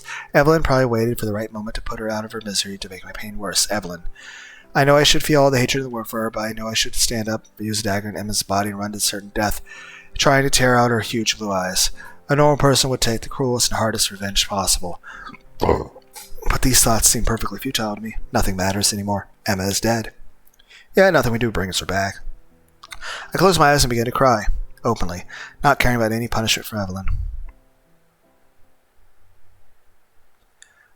Lunar, I'm so sorry. When I open my eyes again, I see Dan, who has moved right next to me in front of the back row. I guess Evelyn has resumed her class, and the quiet movement whispering is loud again. I look at him blankly, a little further down. The twins are on the verge of fainting, their faces ravaged by numerous dried tear tracks. We're gonna get even. We're gonna kill her, I swear. I remain silent. Out of the corner of my eye, I see Jessica watching me intently from the row behind me. I look at concentration on her face. We won't stay passive. We're going to make it. As if my heart turned into some kind of black hole that has completely wiped out any form of emotion in me. I continue to stare at him without saying a word. Lunar, say something. Dan shakes his shoulder despite the risks involved in his illness. Come on, there's no point crying now forever. We have to get even now. The ocean of pain that's completely overwhelmed me slowly turns into raging anger. Shut up. What? I don't care anymore. She killed Emma. That's why we need to react. Emma, she was perfect, and yet she still killed her, slaughtered her like a lamb. Looking contrite, Dan puts his hand on his shoulder, what he hopes is a comforting gesture. It is not. My theory was completely wrong. She kills anyone. If Emma was targeted, then we're all going to die. Emma was perfect. Tears well up in my eyes again. I should have stayed with her. Evelyn would have killed me too, and I would have died with Emma. We would have stayed together, and she wouldn't have to die alone. Like my voice breaks into sobs. Anger again gives way to sadness and despair. Dan watches me with clenched jaws, looking visibly moved. Come up with a plan if it amuses you. There are no rules, no logic. She's going to kill us all with her invincible magical powers. And we're going to die totally helpless. There has to be rules. You said so. Emma is dead. There are no rules. Leave me alone and enjoy your last moments. Dan widened his eyes, shocked by my fatalism. This isn't like you, giving up like this. Leave me alone. I just want to. Just what? Stay with Emma? So what am I waiting for? To get up from my seat and have Evelyn kill me? Am I just a coward? My thinking is interrupted by Evelyn's voice again. Well, let's get back to the questions. Is there a volunteer? An unexpected commotion fills the room. After Emma's death, everyone seems to understand that anyone can be Evelyn's target. She's going to kill us all. Help! Run away! The screams act as a signal. 3 students rush to the door, and while a handful try their luck at the glass windows, despite the thorny vine wall, remaining students remain paralyzed in their seats, aware that it is already too late to get moving. I pity the participants in this futile escape attempt. Poor fools. There is no escape. She has planned everything. We can't get out. Evelyn observes the sudden rush with an amused look. She barely needs to move an arm for magic spears to come out from nowhere to pin the 3 runaways near the door to the ground with a sickening crack. Whatever is happening there, it's too fast for me to see. Her smile widens, the blue glow dancing around her eyes shines brighter than ever, as does the glow in her medallion. As for those who try to get past the thorny white wall, their screams tell me the extent of their failure. You know, you guys watching this at home, you could probably just pause, just slow the... And heck, you might have trouble pausing at the right time, so just slow the video to quarter speed, and then just try to pause it over and over until you get I refuse to turn around to contemplate this new part of the morbid work imagined by Evelyn, that filthy witch who deprived me of Emma. She seems to enjoy the last moans of the dying students. When a dead silence reigns again in the room, her voice raises again. You guys are pretty agitated. I think we can conclude the questions for now. Alright, let's get back to class. Perhaps we should start the chapter about justice? Evelyn claps both hands, delighted by her own idea. Yes, justice sounds perfect. She turns back to the board and erases it with a snap of her fingers before returning to writing. The surviving students are all morbidly pale. Even Dan seems particularly downcast. After all, Evelyn has just killed again. 5 people without any hesitation. The list of the next potential victims is shrinking by the minute, and everyone knows they could be next. And please don't forget to take notes. The best students will be rewarded. Rewarded? She's blatantly messing with us! The survivors' fingers unconvincingly resume their dance on the computer keyboards. Everyone seems to be in shock. The massacre that just occurred. The door and the adjoining wall are now covered in blood, and a strong smell of corpses fill the atmosphere. I guess we've gotten used to such a stench, because no one is vomiting anymore despite the carnage. Or maybe we don't have anything left to vomit. Evelyn, not bothered by the foul smell in the air, now recites the rest of the lesson by writing the important concepts on the board. Lunar, we don't have a choice now. We have to come up with a plan. We're all going to die otherwise.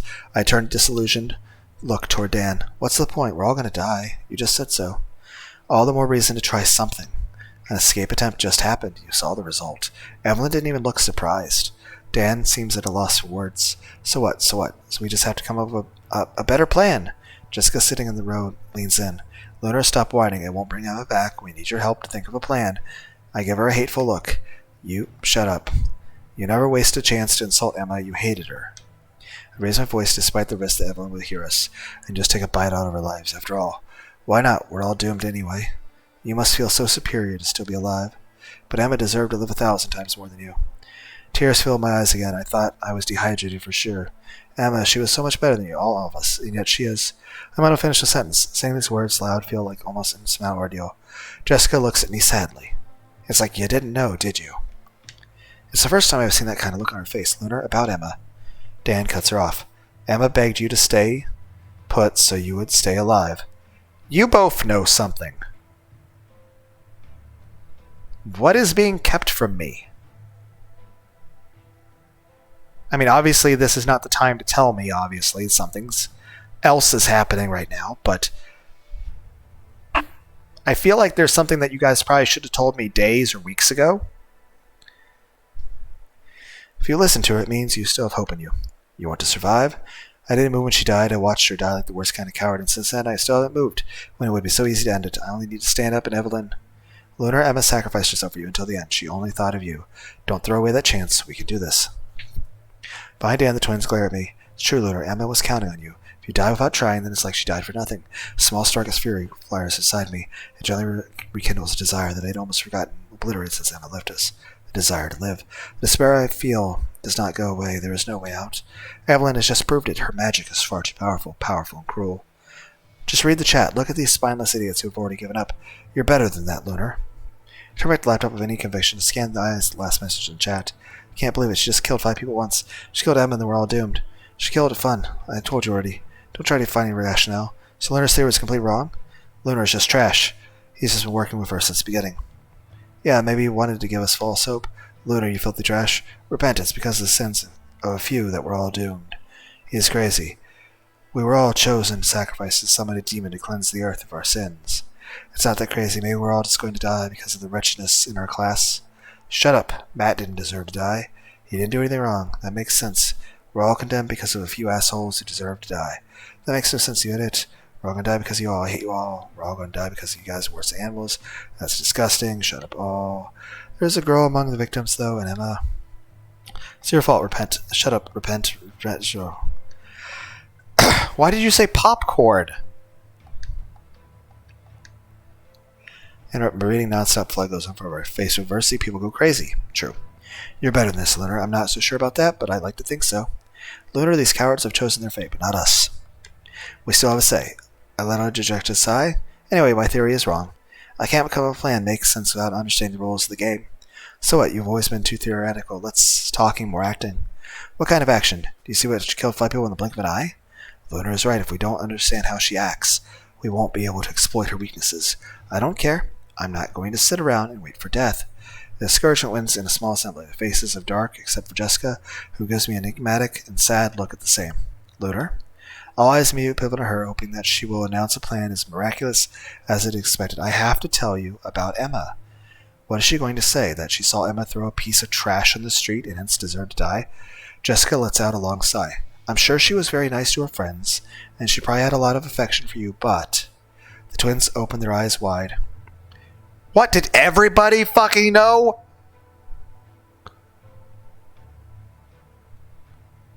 What could be so bad?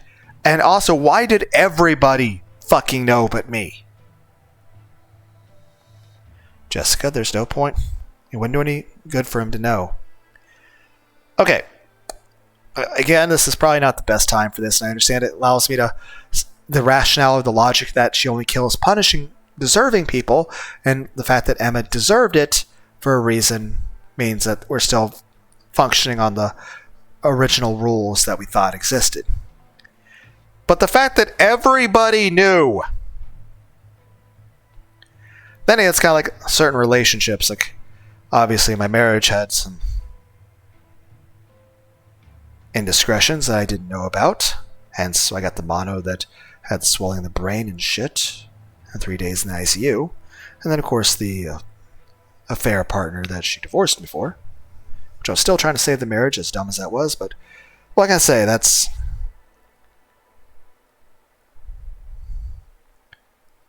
One, didn't want to lose my son, and two, I was supposed to try to do everything possible to try to save marriage, and three, I was just in a very unhealthy, abusive relationship, and a long history of that stuff, so it's just sort of what I was used to. Main point is I still try to save and fix everything. That being said, after the divorce, I had like 50 fucking people all telling me that my ex was messaging them and trying to solicit them as well. So yeah. Then again, how would I have responded if they had tried to tell me that stuff during the marriage?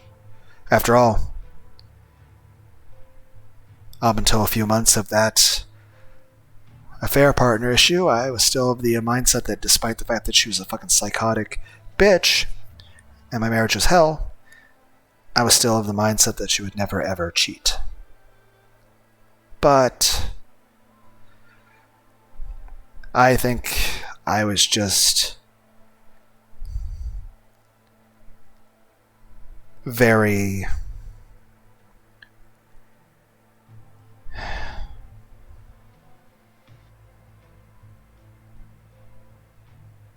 I had a lot of other stuff going on. I had the issues with my mom. I had the issues with... She had 3 strokes of aneurysm. I had me going to the hospital for swelling in the brain. I had my son not only having to not want to lose him and want to take care of him and be there for him, but also the fact that he needed, tubes in his ears and his adenoids removed for doctor's surgery. And I was really terrified and worried over that. Plus, I was working a lot, and I was having to basically sleep only like 1 or 2 hours a day. And I was still trying to make a marriage work. And my life was basically just wake up, take care of my child, go to work, come home, take care of my child, try to make my marriage work, and then basically try not to die of sleep deprivation. It was really an issue about managing collateral damage and just survival. That being said, a lot of people knew things, and nobody fucking told me.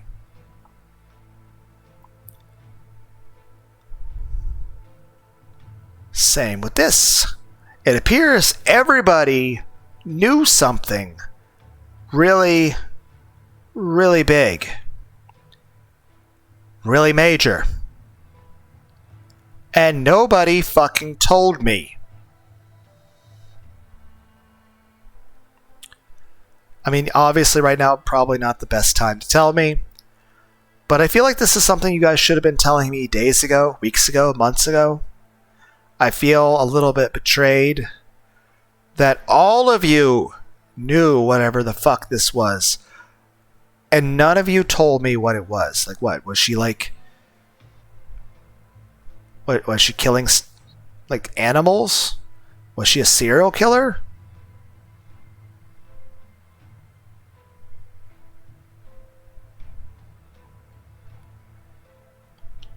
Wait, what?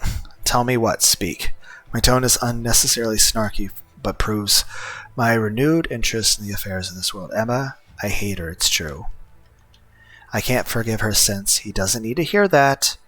I glare at Chloe, she immediately looks down. Shut it, I need this more than ever. What? Since what, Jessica?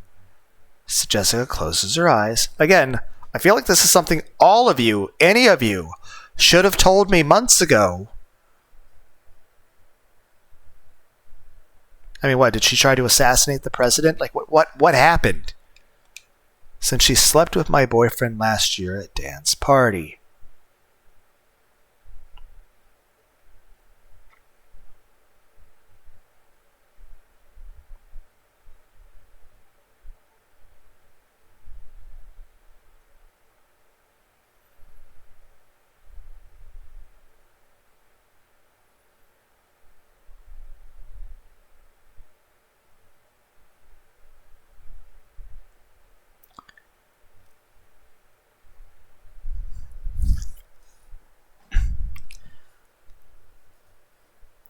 Well, that sucks. What, Emma with David? Is that why you dumped him right afterwards? Wait, what? Zoe looks at me with pleading eyes. She was upset about her cat who died, and David kept hitting on her. It's not her fault if... That is not an excuse. And I'll say this. I have never tried, with the exception of my marriage, to try to make a relationship work after a cheating thing occurred. The only reason I did so in regard to my marriage was we were in the process of going through a divorce, pretty much because of that. And I had to be mindful of my son and the legal circumstances that all of that puts me in.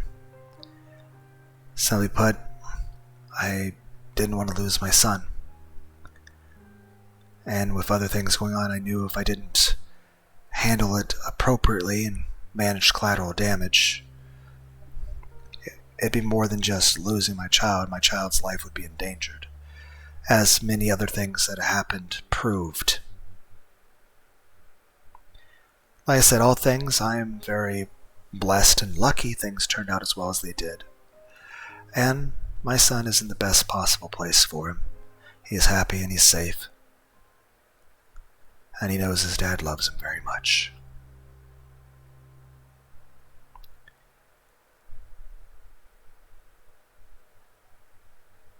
He's happy, safe, healthy. He's in the happiest place in the world for him. He's in the best place in the world for him. But yeah, her cat fucking dying is not an excuse to cheat on me. That is. Jessica's eyes regained their ice-cold glare. I caught them in the act of the party. I don't care what the reasons were for doing it. It takes two to cheat. Both of them deserve all my contempt. So yes, I dumped that cheating button. Yes, that's when I started hitting Emma.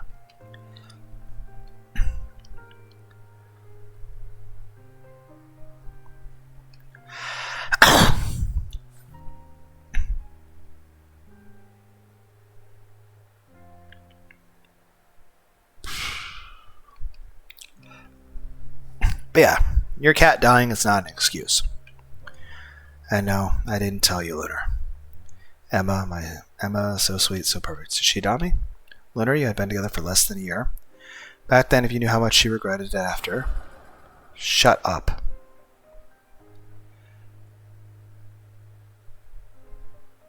I would have preferred everyone told me the truth. I did not appreciate, even if it came from a position of, like, oh, you're just trying to spare my feelings. I would have preferred you told me as soon as possible.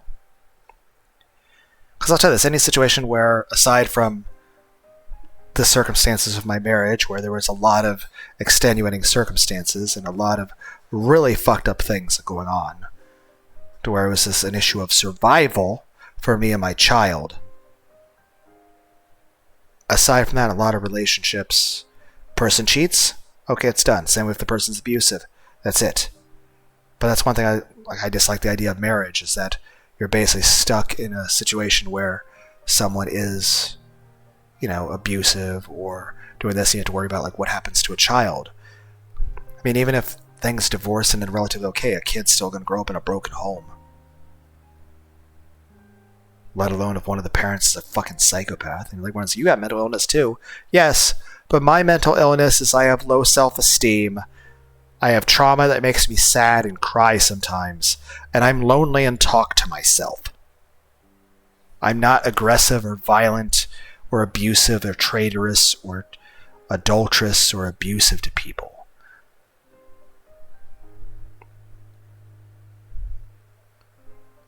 So unless me just being a lonely person who talks to stuffed animals and has low self-esteem is bad as a person, I'm fine. Man, if we're going to list, like, what are my sins? My sins are, I talk to myself, I have very poor self-esteem, I fail at everything I try to do, my health is declining,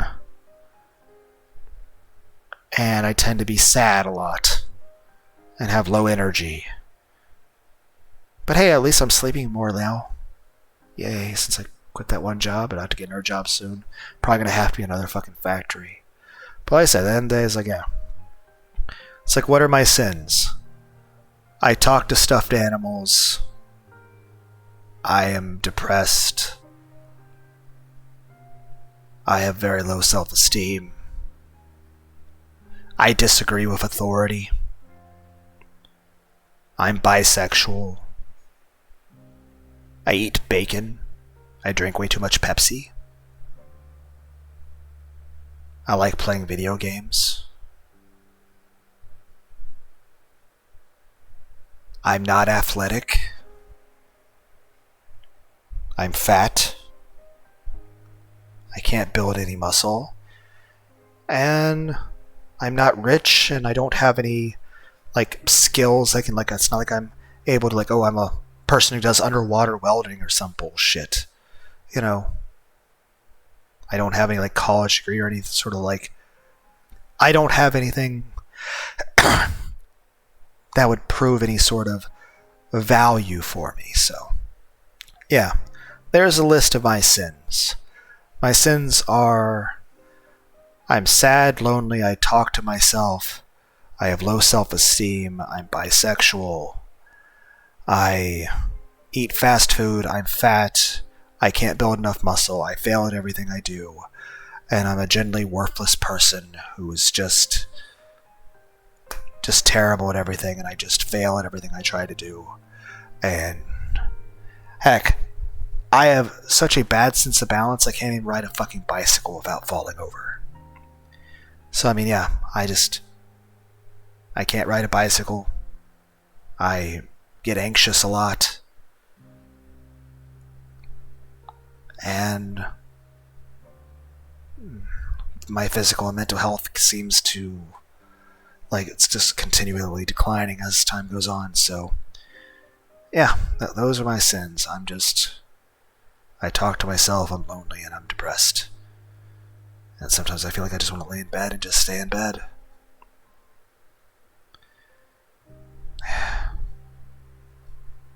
And I disagree with authority when it comes to certain things, including the Bible. Because even if it comes from someone of authority, even if it comes from people that made their entire lives revolve around being preachers and shit, it's not coming from a place of disrespect or malice on my part. It's coming from a point of that what they espouse, what they declare, I can't accept it. It's wrong. And heck, I've seen a lot of preachers who are more obsessed with how much money they could make, or they had dreams of becoming televangelists. All they cared about was vanity. They cared about how they looked. They didn't care about people. They either cared about making money, or about how they looked in front of others, or about, if I do this much with the church and this, I can earn my way into heaven. They didn't care about doing the right thing. All they cared about was saving themselves, or looking good, or getting all more money and shit. They didn't care about the reasoning of it. They just accepted whatever blank fucking statement of what was considered right and wrong by the preachers before them, without questioning a fucking thing. Simply going along with what they were told was right or wrong for the sake of getting a fucking, ticket into heaven. As much as people say that, it's arrogance, that, you want to think that your way of thinking is better. It's not arrogance.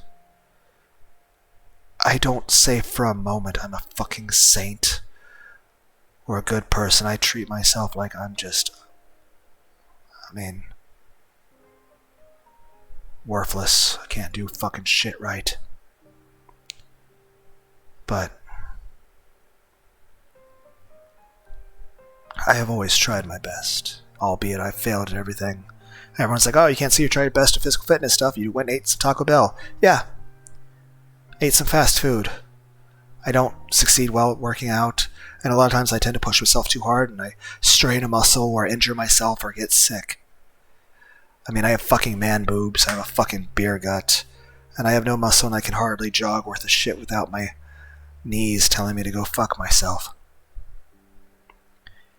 And I'm worried about whether or not I can be able to pay rent in the future. I'm worried and stressed about a lot of things, but at the end of the day, I'm pissed at a lot of preachers because they only care about making money. They only care about what people think of them. They only care about getting to heaven.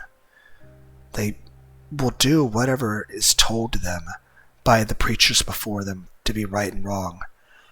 Because at the end of the day, they don't want to try to question anything. They just want to follow what they're told is right with the promise of salvation. That's it. It's just do this, agree with that, and you're saved.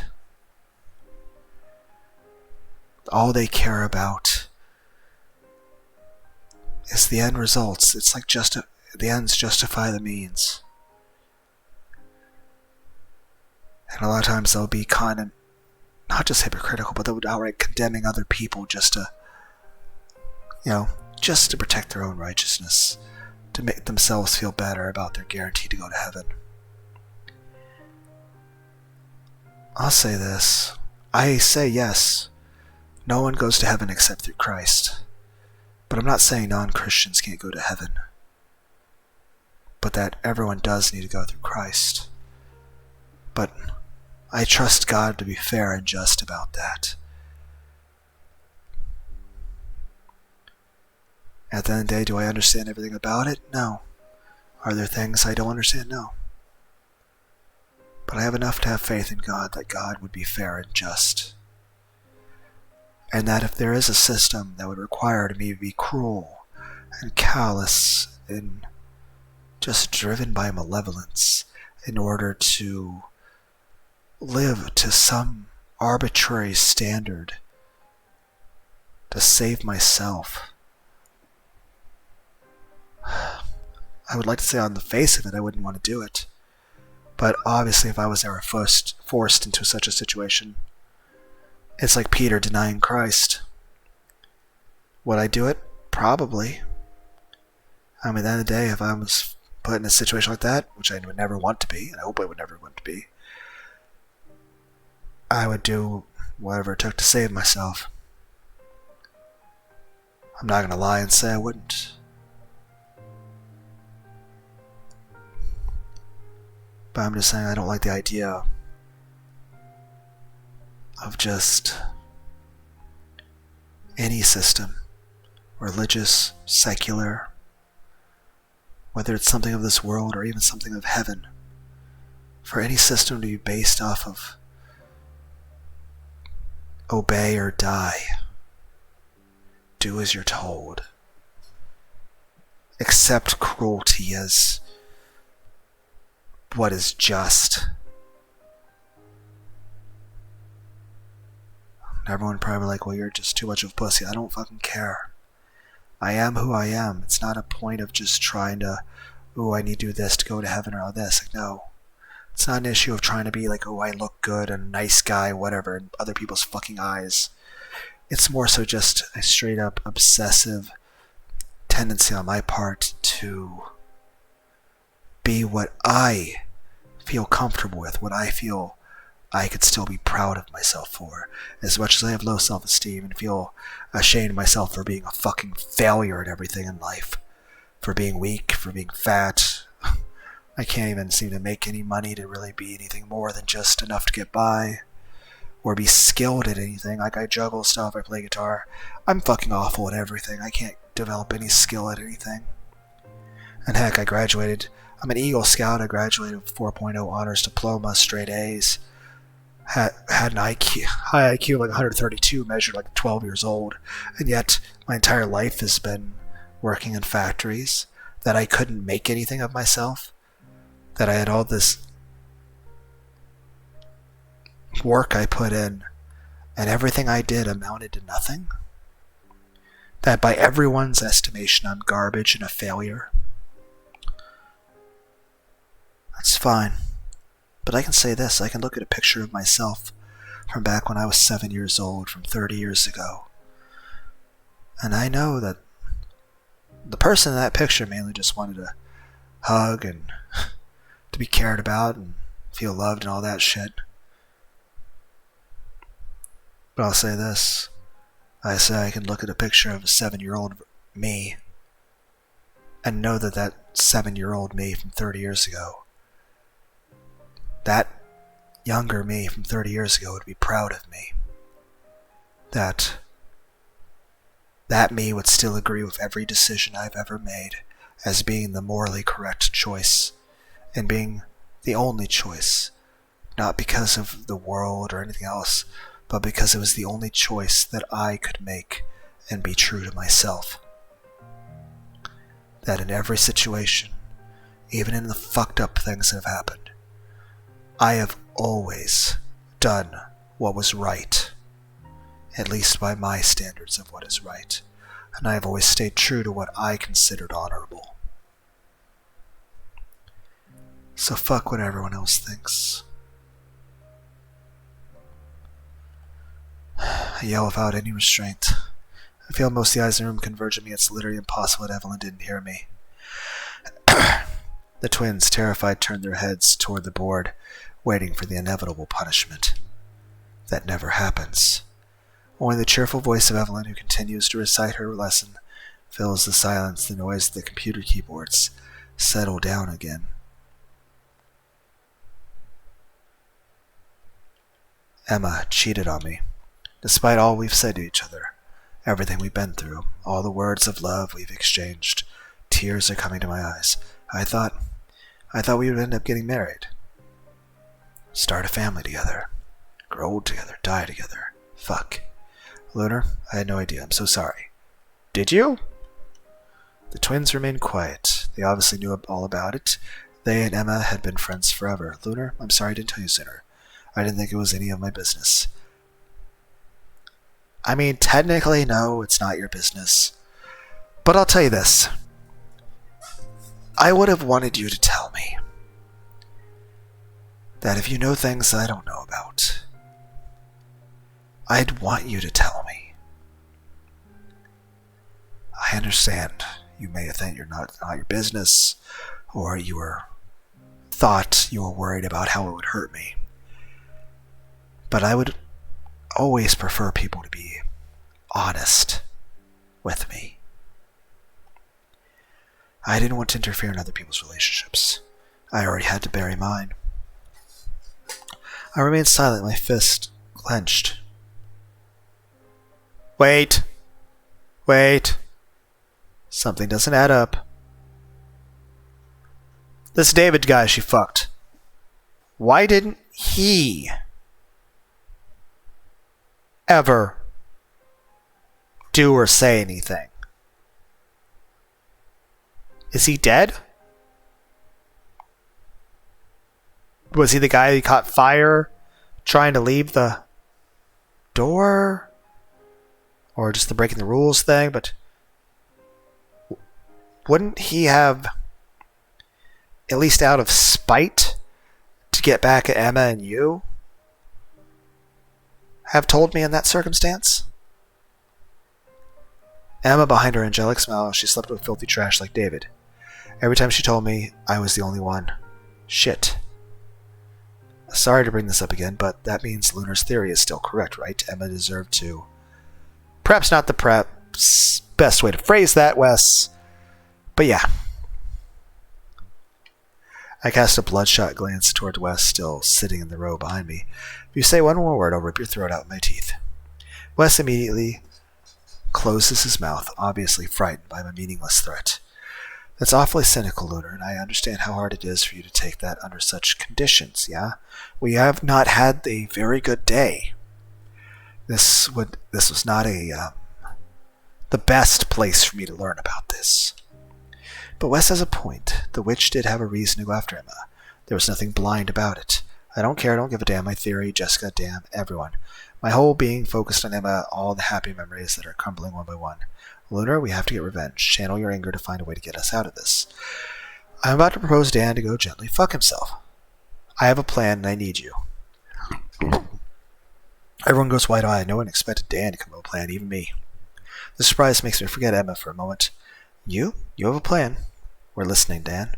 Dan sits up straight in his seat, delighted by the general attention. Listen. I close my eyes for a moment and push Emma out of my thoughts and focus on Dan's plan. As Jessica said, we're now pretty sure people who designate answer questions have all done something bad. According to the witch's completely fucked up standards, of course. The only people who might have... I feel like you put that addendum in there just for my sake. But okay, fine, that's... Only people who might have been offended by that. The dead are no longer around to voice their concern. And it seems she wants to kill people in a certain order. That's why she designates her victims one by one. So that the survivors have plenty of time to torture themselves by thinking about their own potentially reprehensible acts. But his morbid little game has a flaw. We are now hanging on Dan every single word who makes theoretical pause, as if he's forgotten the situation we're currently in. Out with it? Well, for every question she already had a target in mind, so we just need to volunteer. Well, fuck. Dismay fills most of the nearby faces except for Wes, who looks at Dan intensely. I knew I shouldn't have raised my hopes up. It's Dan we're talking about. We shouldn't have had any expectations. Jessica slaps on the back of the head. That's your brilliant plan? You think she's going to break down on her own genius of your unexpected reaction? Wait, I'm not done. The idea is just to divert her attention with something she won't anticipate. I stare at Dan with a puzzled look. His plan makes absolutely no sense. But I like the idea of trying to confuse Evelyn. Taking her out of her comfort zone. Then what? If I get her attention, then one of you can stab her from behind? Stab her with what? You walk around with a knife in your bag? Dan turns her head toward Emma, the dead body, pierced by a long blue dagger, whose hilt seems to glint slightly with this thing. Dan turns back. Sorry, he shakes his head. Sorry, Lunar. This is the only weapon we have on hand. I'm pretty sure she telekinetically controls this stuff. It'd be like trying to stab someone with their own hand.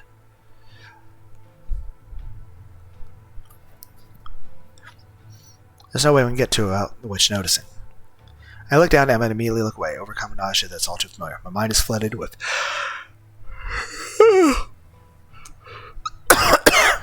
conflicting feelings between despair at having lost Emma and anger at knowing that our relationship... Emma didn't deserve to die. Nobody deserves to die for this. Not for breaking my heart, not for something so trivial. But if it's really something so trivial, how come I feel so much pain inside? I bury my head in my hands and banish memory of Alma. I have to stay focused, Evelyn. Evelyn, the source of all evil, the source of all this horror. I speak in an incredibly weary tone. Let's say we do manage to use this dagger. How do you plan to? You really plan to stab her in case you've been sleeping all the morning? She's a witch. Physical weapons are powerless against her. Oh yeah, how did you figure that out? It's in all the movies. Are you dumb? That's just a movie. This is the real world. We're talking about our lives. So what? This is the only frame of reference we have. A frame of reference invented by people who have never done magic in their lives. You think there's some kind of magic school to learn how this works? Of course, movie writers have never done magic in their lives. Stop trying to confuse me. Who gives a shit about this? The witch breathes like we do. If she's stabbed in the throat, maybe she'll stop breathing. It's that simple. The twins sigh heartily. They and Dan never had a particularly cordial relationship. Alright, you have a better idea? Anyone would have a better idea than that. Go ahead, I'm listening. Stop targeting her. It's for you to justify your lousy plan. I roll my eyes so much inefficiency. It seems like they're only more interested in discrediting each other to have a plan that works for everyone. They should go into politics. Dan, I don't understand your plan. Can you sum it up clearly? Dan puts both his hands on the table, a very peculiar look on his face, his tense features, fixed gaze, frowning eyebrows. It's very simple. Next question session, I'll go back to the row behind us and volunteer. Since she doesn't expect to have a volunteer, it's a safe bet that she'll stay focused on me, looking for a suitable question to kill me. And as soon as she gets to me, one of you will take the weird blue dagger and attack her from behind. You realize that you are very likely to die, you and the other idiot who tries to stab her. Dan gives me a bright smile that reflects both his courage and his stupidity. So what? I told you, if I was going to go to Slaughterhouse, you might as well do everything you can to stand a chance. I won't just sit back and wait for my death to get me. All eyes converge on Jessica's silent for a moment. Jessica, what do you think? It might work? I think it's a plan that should be buried under 40 feet of shit. Probably. But as painful as for me to admit, I don't have anything else to offer. I agree with all of you that the witch wields magic, which pretty much negates any conventional plan one can think of to kill a normal human. As I burp into the microphone. On the other hand, there is every indication that she's going to keep on killing us one by one. So what do we even have to do to lose? At this little game, maybe she'll actually be surprised at the fact that an idiot like Dan is volunteering to answer a question. And that it will open a window of opportunity for us to attack her. The twins look at Jessica. Yeah, but that sounds very risky. That's why I'm volunteering. What if we can't hurt her with a knife? Then we all die, which will happen anyway. But we're all really doomed? You all witness Evelyn's behavior. Even though their questions target the final moment of horror of death, she also uses absurd routes to kill innocent people. In other words, those who don't disrupt the course. Let's not be naive about her intentions. I think it's now clear that she plans to kill us all. I don't know, she only targets the unclean and those who are stupid enough to not follow the rules. I don't think she wants to kill us all. Jessica looks at him with a disgusted expression. Even if your theory is true, do you really consider yourself as pure? Wes, you idiot. Are you with us or against us? Wes looks down, clearly sensing the vindictiveness. I'm with you, of course. I just think maybe we're not all doomed. Lunar, what do you think? Wes glares at Dan, but don't dare to finish the sentence. Lunar, can we count on you? All eyes pivot to me. I assume I get to make a choice. Count on me, huh? Does this success? So you plan really to come down to this?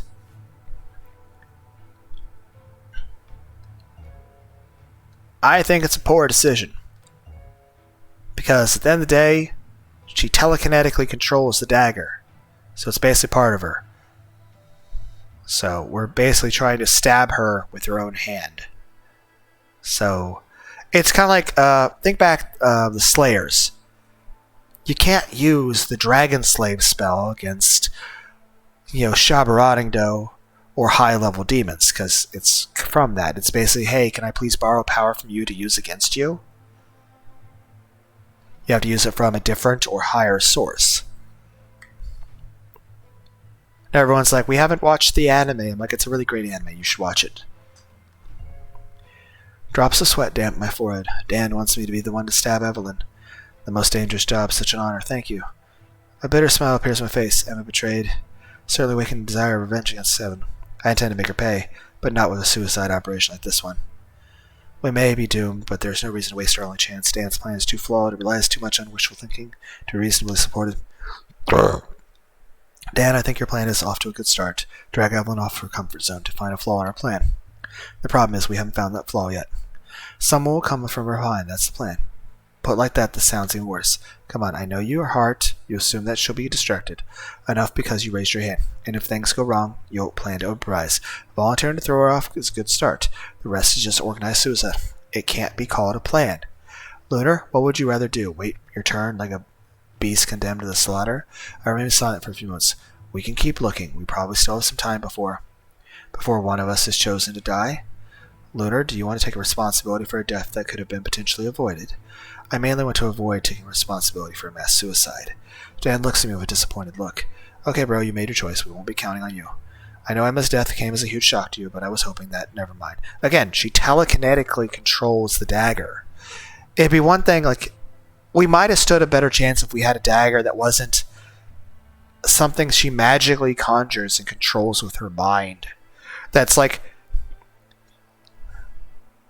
I mean... For all intents and purposes, she probably can actually feel the dagger itself, as if it's an extension of her own body.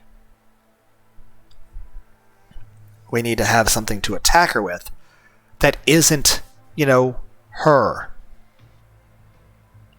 Do we have any other weapons that isn't something that's magically produced out of her body as part of her soul? Dan, I'm on your side. Let's think again till the next death. Whatever happens if next death could be one of us. Do you understand that? If she decided to kill him this early, this means we're all screwed. A disillusioned sneer from on my lips. Depends. Have you ever cheated in cold blood on someone you've been with 2 years? Are you asking me if I ever lied to girls to get laid? Of course I'm doing. Well, I mean, that's still not cheating. What is it? What are you lying about? I mean,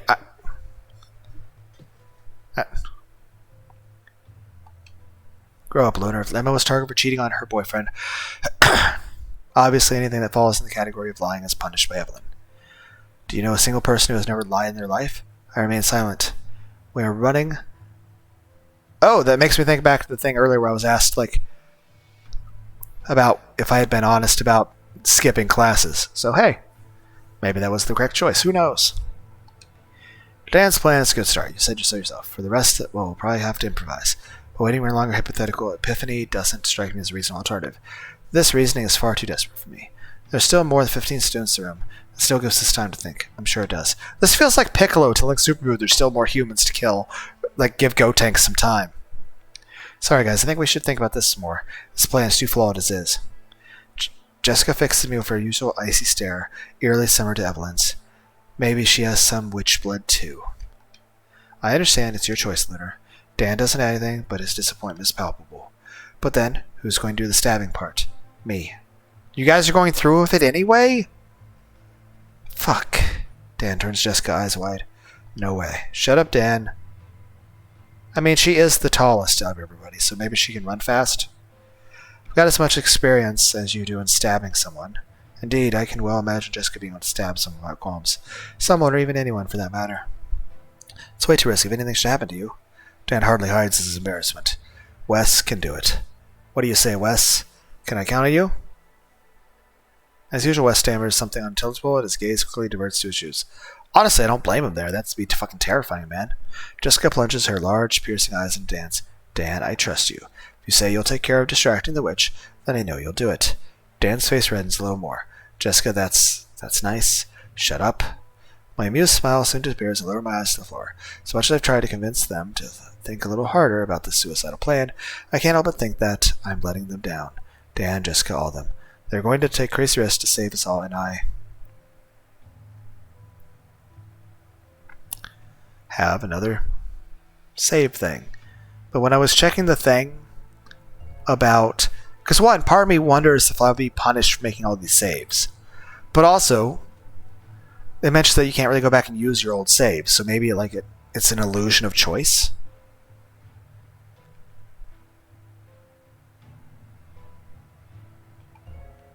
I weakly shake my head. My mind is made up. I need to come up with a better plan. A better solution. If I see an opportunity, while Stout plans unfolding, I can intervene, right? I sigh in naivety. If I could miraculously come up with a great idea in the middle of the action. Dan, you're a hero. Dan, we trust you. The twins seem more concerned with the heroic nature of the plan than its effectiveness. Might as well not count on them too much either. As for Wes, he looks away every time I look at him. He is probably delighted to escape any responsibility for the execution of this plan, and doesn't want to be noticed too much. Okay, I think we're all set. Dan's gaze travels along a little circle. When he finally lands on me, I feel like I'm shrinking in my chair. Underneath the cover of being a great strategist concerned with everyone's safety, I'm just a coward. Dan, I'm sorry. Dan ignores my whisper, and a big toothy grin lights up his face. Well, I mean, he's not blaming us. I'm just saying this. We need a better weapon. Let's make that witch pay. But then again, she did react to that one day when the dude said taking her weapons from her. So, but again, it wouldn't make sense that weapons that she's able to telekinetically control, if she could be stabbed with something she controls with her mind that she summons from her soul. Evelyn finally turns away from the board in a large movement. Dan is positioned right next to the stairs, in his row west to his left. In front of them, Jessica's deceptively serene look of a raptor about to swoop down on the prey. She is a natural predator. The blue dagger is at her feet, out of sight. It would be too risky for her to keep it in her hands. Evelyn would notice it immediately as she walks up the stairs. As for me, I'm still sitting on one row down, well out of sight, separated by the stairs of the twins. The shame I feel does not prevent me from shaking like a leaf. The moment of truth approaches. As if to prove me right, Evelyn's sweet voice rises from the board. All right, it's question time. I can almost hear Dan's deafening heartbeat, unless it's my own. On second thought, it's definitely mine. I sigh silently. I'm not even part of the plan, yet I'm on the verge of a panic attack. I'm really pathetic. I would be too, honestly. I would be too. I would definitely be fucking freaking out. We just finished chapter on justice, which is perfect because I have some questions for... Evelyn pauses her gaze fixed on Dan. Or to be precise, on the shaking arm he painfully manages to hold up. You? What's your name? Dan's shaky but loud voice reached my ear. Dan. Well, Dan, do you have a question? I volunteer. Evelyn looks at him with a very surprised look. Dan was right. She was definitely not expecting this. Well, that changed pretty fucking quick. Her surprise quickly gives way to a cruel smile that blossoms on her cold face. She slowly walks up the stairs in his direction. Well, this is concerning. Very slowly. A terrifying slowness, really. I don't know how Dan manages not to faint. I probably would. I would probably faint. Dan lowers his arm as Evelyn finally reaches him. Do you volunteer to answer the question? Dan painfully nods his head. Evelyn's proximity seems overwhelming even to me, who is not the target of her attention. Could this be another effective or terrifying magic? Dan, I really appreciate your enthusiasm, but it wouldn't do me any good to question an idiot like you. Question mark? Dan turns totally livid. What the hell is this? Is she planning to kill him without even asking a question? I can only imagine the tension that must be invading Jessica's every muscle. Should she rush in now? Wait a little longer? Shit, nothing is going as planned. Given the average level of this class, it's better to give the floor to students who are more worthy. A dead silence sets in. Evelyn turns away from Dan and pivots toward my row. Hello? Right. I'm starting to have a heart attack again. Gotcha. My heart is racing. Has my time come? Evelyn slowly walks back down a few steps, smiling through her teeth. Chloe? Okay. Chloe begins to shake with her whole body for a few endless seconds. Evelyn, silent, openly relishes this appalling psychological torture. A question for you in which... Hello? Chloe suddenly bursts into tears, her face buried in her hands. Honestly, I don't blame you. I probably would be too. I probably would be crying because this would be downright fucking terrifying. We have had our share of reactions to Evelyn's cruelties, but this is the first time we witness such distress. Chloe's loud sobs echo through the room, and everyone seems to be on the verge of a nervous breakdown. Everyone except Evelyn, whose fake compassionate smile barely masks the cruel joy she feels at seeing us, giving in one by one. Come on, Chloe, the question isn't that difficult. A totally unexpected voice calls out before Evelyn can finish her sentence. Hello? Evelyn, watch out. What? What? You fucking asshole! Are you? What? Evelyn, watch out. Dan and Lunar are going to try to kill you. You fucking piece of shit.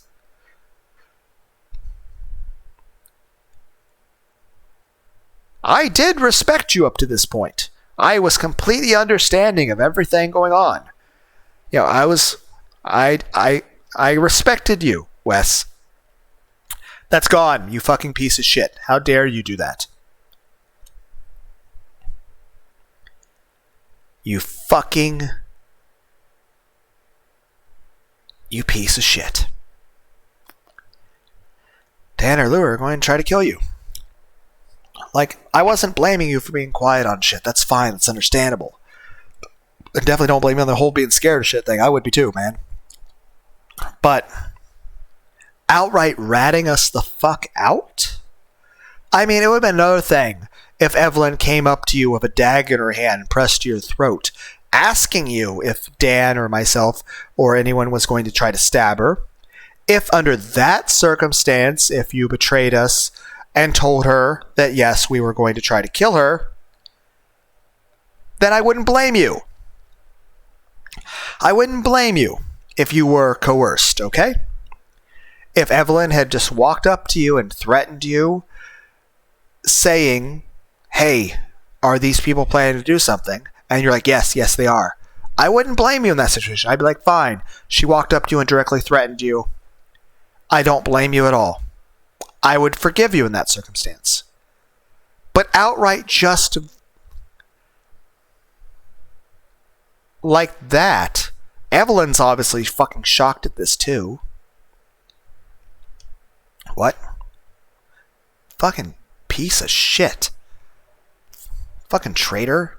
And again, like I said, if Evelyn had, like I said, it would have been a different thing. If Evelyn had walked up to him and directly fucking threatened him and said, hey, do you know something about this? Do you know if they're going to try to kill me or try to do something? Then I'd forgive him in that situation because he's being put on the spot. But you weren't being put on the spot, man. But again, I understand it's a panic situation, but you piece of shit. Did he really just say what he just said? I slowly turned my head toward Wes, who was staring at Evelyn with a strange look. But here's the thing, he didn't say this until Chloe. Are you and Chloe dating? Did you try to sacrifice me and Dan in order to save Chloe's life? So it's not an issue of trying to save your own life. Is that because you didn't interact until Chloe was being questioned. So were you acting out of desperation to try to save her life? I mean, I guess I can kind of understand you're at least trying to save somebody that isn't you. But I still feel upset with you, man. But okay, I can understand. I slowly turned my head toward Wes, who was staring at Evelyn with a strange look. Okay, what is that look called? Maybe he has a plan? I managed to get my brain back in gear. Of course he has a plan. Wes realized that the original plan had totally failed, and he is trying a new one improvised on the spot. Okay, I understand. Okay, that's fine. I mean, on the one hand, kudos to you for some amount of initiative, but I feel like there probably could have been a better way of doing this. Impressive, unexpected, even from someone like Wes. The only downside is we don't know what his plan B is. Are we supposed to trust him blindly?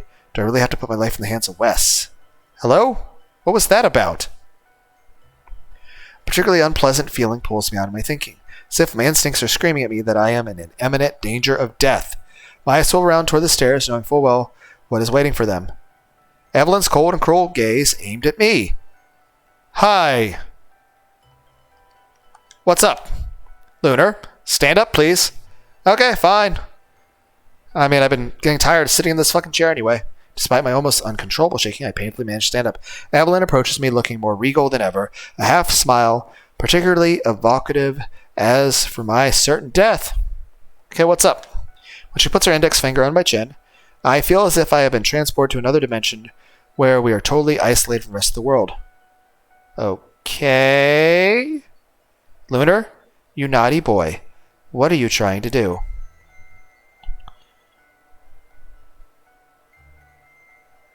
Are you, like, using telepathy? Are you, like, Goku putting hand on Krillin after the training in the 6 days in the gravity spaceship? Are you reading my mind? Do you have telepathy? Sweat drips down my forehead. It's as if her eyes are able to read me like an open book. I didn't. Lunar, you know I can't stand stuttering. I am unable to answer anything. Evelyn runs her sharp tongue over her lips, looking especially delighted at my distress. Okay. Is it because I took care of your little sweetheart? The tremor in my jaw betrayed my emotions. What a hopeless romantic you are. This is so moving. Okay. Emma as well was such a lucky... Am I dying? Don't talk about her, but what was the blood part about? Did you stab me? What is happening? Each word inflicts a jolt of pain in my temples, but somehow I managed to respond intelligibly. Was she, like, electrocuting me? Evelyn's gaze became falsely sympathetic. Oh, Lunar, did you know she was cheating on you?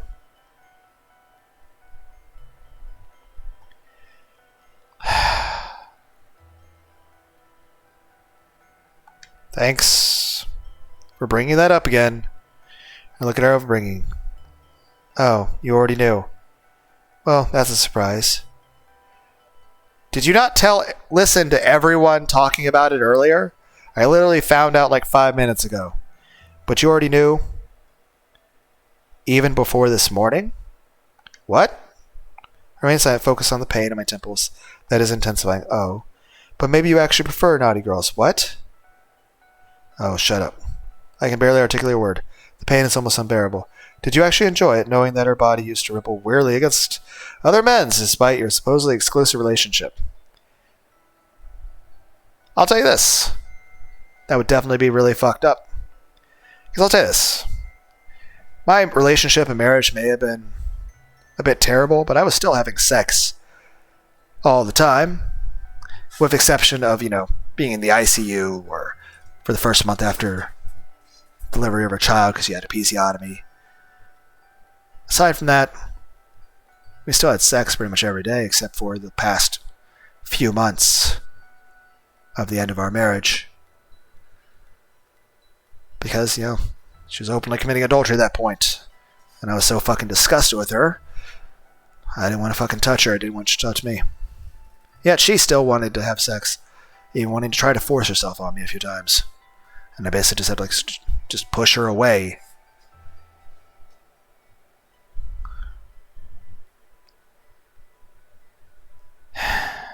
But that's the thing. It's like, I'll tell you this. Anybody who is okay with their partner cheating on them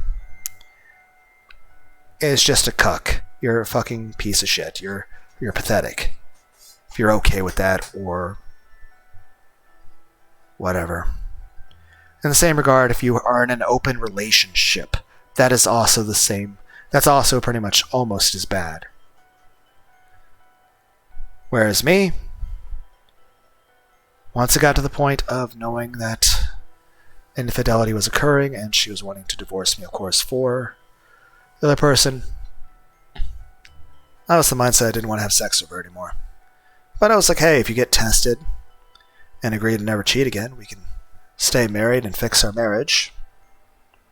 I was still wanting to try to save my marriage, still try to fix things, despite the fact that she was an abusive, psychotic bitch who was cheating. I just refused to sleep with her unless she got tested.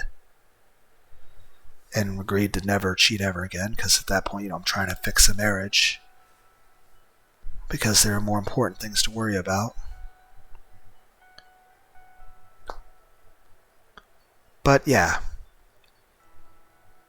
If the question is, would I be okay with a partner that is cheating on me? The answer is fuck no. In general, I would strongly say to anyone out there, yeah, if you're ever in a relationship with anyone cheating on you or being abusive to you, end that relationship immediately. But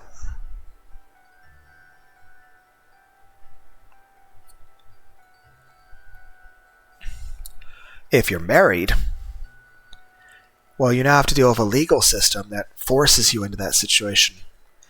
And at that point, you really don't have a choice because you have a legal court document contract to where even if the other person's in the wrong, it doesn't help you. In most situations, it would still result, in the end, my son would have died. There were a few times where I've talked about in community posts where certain things did occur where I thought he was going to die. It's a miracle he is away from his fucking psychotic mother.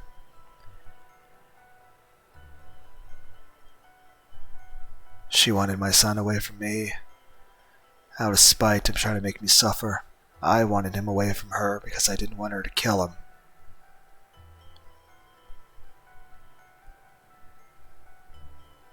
But that's the way the laws are right now in this society.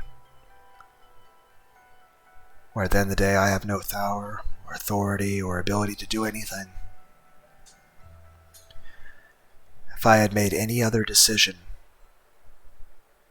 me and my son would be dead. I did what was necessary to keep my child alive. My son lives with his maternal grandparents. I pay the support to them. He's happy and safe where he is. They love him very much. They love him as if he is their own son. They take very good care of him, and he is in the best place in the whole world for him. He knows his dad loves him and is proud of him. And people say, if shit was so bad, why'd you marry your ex-wife? And the answer is, 1, because I loved her, I trusted her. I thought she was somebody who would never cheat on me, somebody who would never be violent toward me, and someone who I thought would be a good mother, who would never neglect a child. I also was of the mindset that as long as a man never is an alcoholic or beats his wife or cheats, that you don't get divorced. Because I had seen plenty of people get divorced in the past, but it was always because the man was cheating or being abusive or an alcoholic, or took people for granted, or walked out, and I did none of those things, and at the end of the day it meant nothing. Beyond that, I can also say this with absolute certainty. When she initially did confess her love to me, I had literally just been hit by a fucking truck and was Unvicodin and had a dozen staples left side of my skull, couldn't move my left arm, and all my ribs were bruised, my legs were covered in black and purple bruises. I also had spent most of my life alone. All my relationships had gone to shit. Every relationship pretty much involved getting cheated on.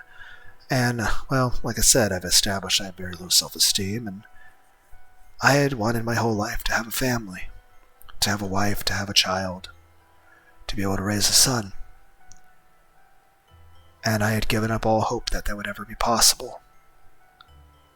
And then as I'm laying in bed with staples in my skull, someone tells me they love me and care about me, and they're glad I didn't die, and that they want to marry me. Heck, I remember months after we'd been living together in the future, when I proposed, she basically tackled me screaming yes. She tackled me so hard I got knocked to the ground.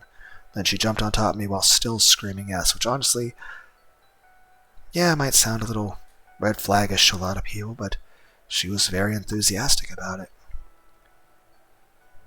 And heck, a week after we were officially divorced, we signed our son over into her parents' custody because of how fucking horrible she was in that first week alone in regard to his health. A week later, the guy she left me for ditched her. And a week after that, she literally begged and groveled and begged me to take her back. She begged me to remarry her, specifically saying, literally word for word, to remarry her. And I told her no. And then as she continued to try to beg me, she did not once say that she felt bad for how she treated me, or cared about me, or missed me. She went on and on about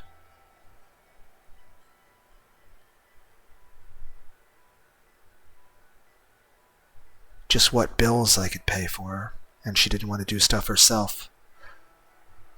And about consequences, about how she had mistreated other people, and how normally I'd be the person who'd be there to help her, but at that point she had burned that bridge. Because the whole reason I had cared about her so much is because she had cared about me, or at least she told me she did. But even if everything she said to me was a lie, I thought it was true. My feelings were real. I can say certainly, though, is this: I did everything in my power to try to make that marriage work. And I never did a damn thing wrong. And I did everything I could to be the best husband, best father I could be, given the fucking shitty circumstances. And most of all, I can say this: I had no other choice. And as much as people say there's always a choice, no, I didn't. I can say with absolute certainty, had I not married her, I would have never had a wife. I would have never had a family. I would have never had a child. I would have never had a son. And I still say this day, the day my son was born, is the happiest day of my life. I remember when he first moved out, I spent hours every single day sitting in his bedroom talking to his stuffed animals. But I guess it's not so bad when, in context, I'm somebody who's been talking to stuffed animals my whole life. Like I said, I can acknowledge I have mental health issues, but my mental health issues is just severe low self-esteem and depression and loneliness and talking to myself.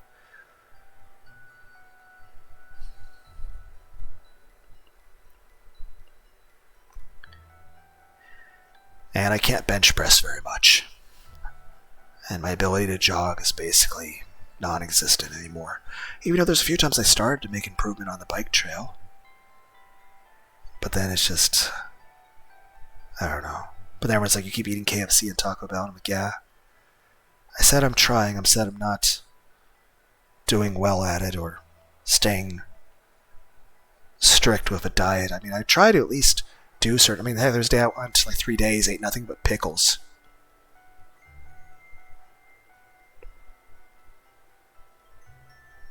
So, I tried a few things in terms of trying different diet things, and I'll keep working at some things. I think what I'm going to do is, I'm going to take, I bought some low sodium V8. What I'm going to do is, I have this thing of these green veggies powder, super greens. I'm going to put some of that, as well as some beet powder, into some V8 with some hot sauce. I think maybe that'll be helpful. But I'm also, on the one hand, I'm concerned, like, okay, maybe I can use a lot of beet powder. It could really help my cardio and maybe stop being such a fucking fat ass. But at the same time, because, I'm fucking fat. I'll fucking I'll cosplay Testament, the 2003 Testament, if I ever have a six-pack. So basically never. I'm just saying, maybe a lot of beet powder would help, but also at the same time, I'm worried that could possibly cause a heart attack, because I know that would affect the way blood pressure and stuff is.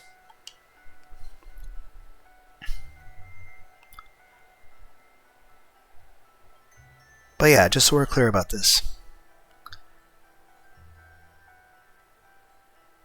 Yeah. I was extremely angry at every time anyone ever cheated on me. I was never okay with it. And I was extremely angry. And in most relationships, well, either the other person's already leaving you and breaking up, or you're breaking up with them. At that point, there's nothing to save. In a marriage, I mean, you have to deal with legal contracts. You have to deal with what happens to your child.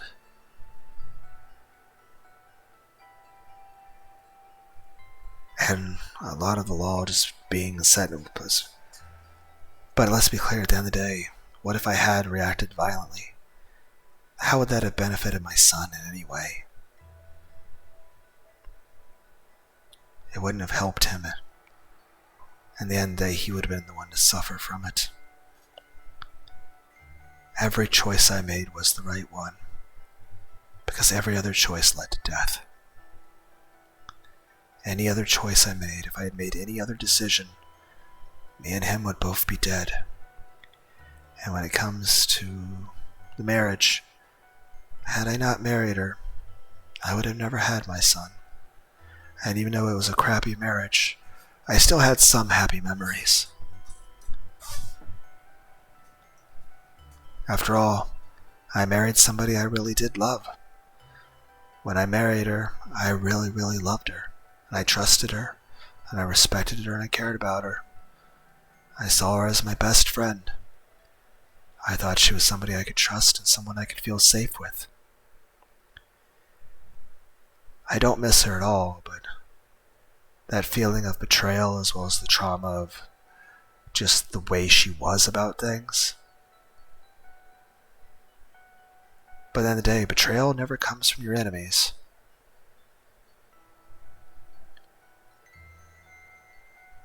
So,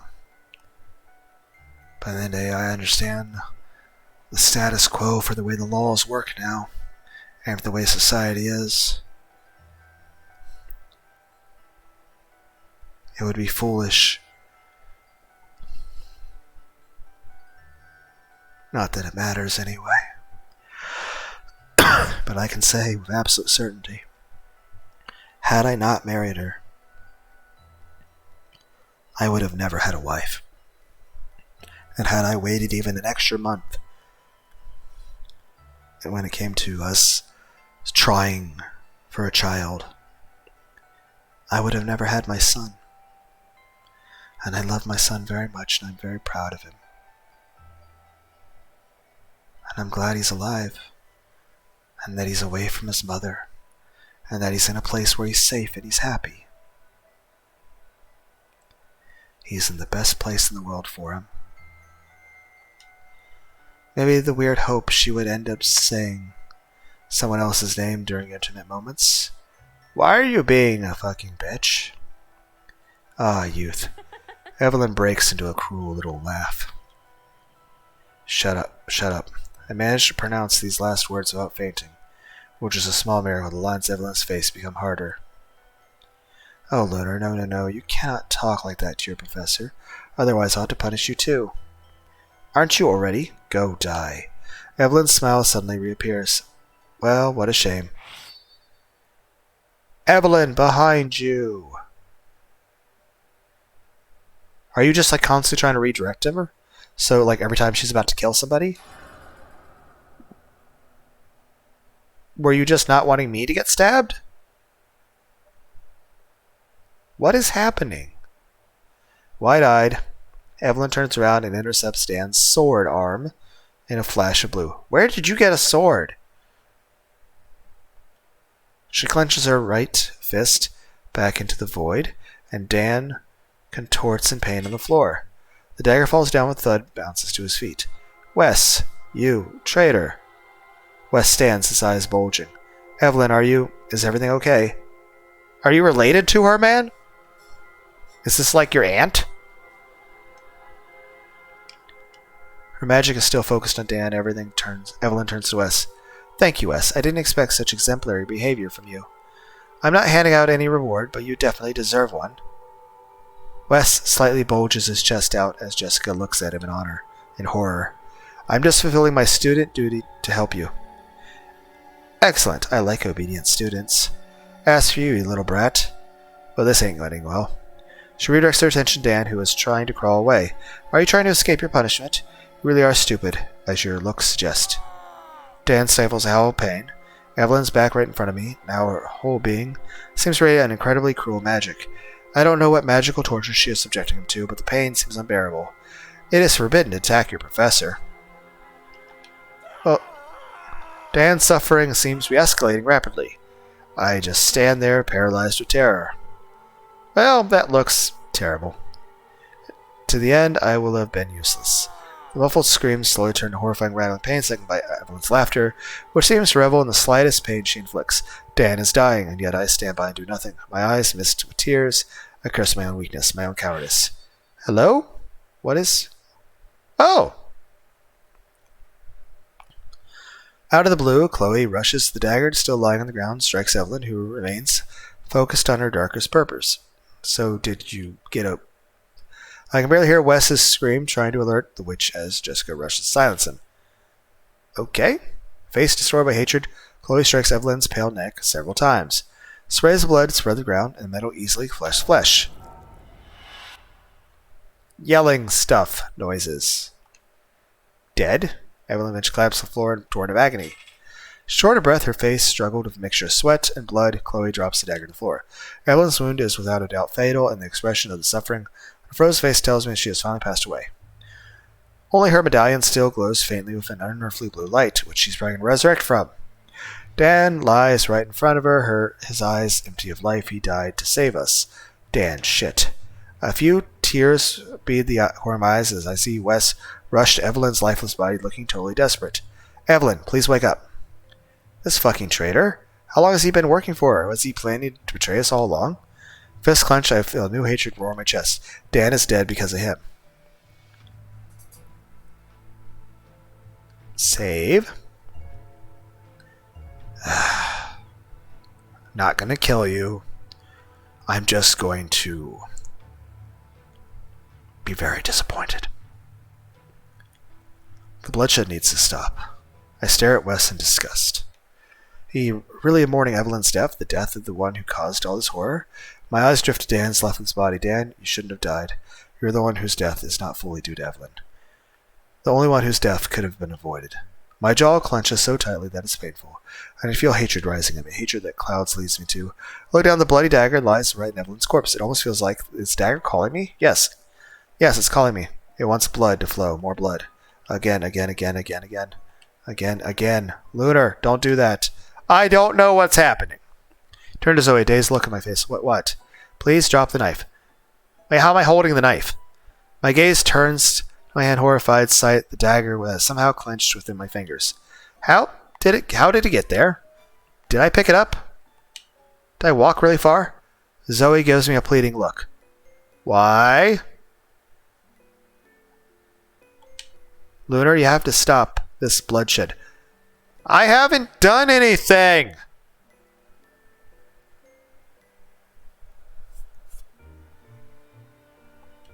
I can hear the wisdom in her words, and yet a little voice in my head is screaming at me to kill Wes, to make him bleed, to slit his throat with a perfectly sharp blade and watch him bleed to death. Slowly, painfully. In spite of the pain in my temples, I manage to focus on the situation. I don't want to. Kill him. To become a mere slave. Kill him? No. Kill him? No. Stop. Kill him.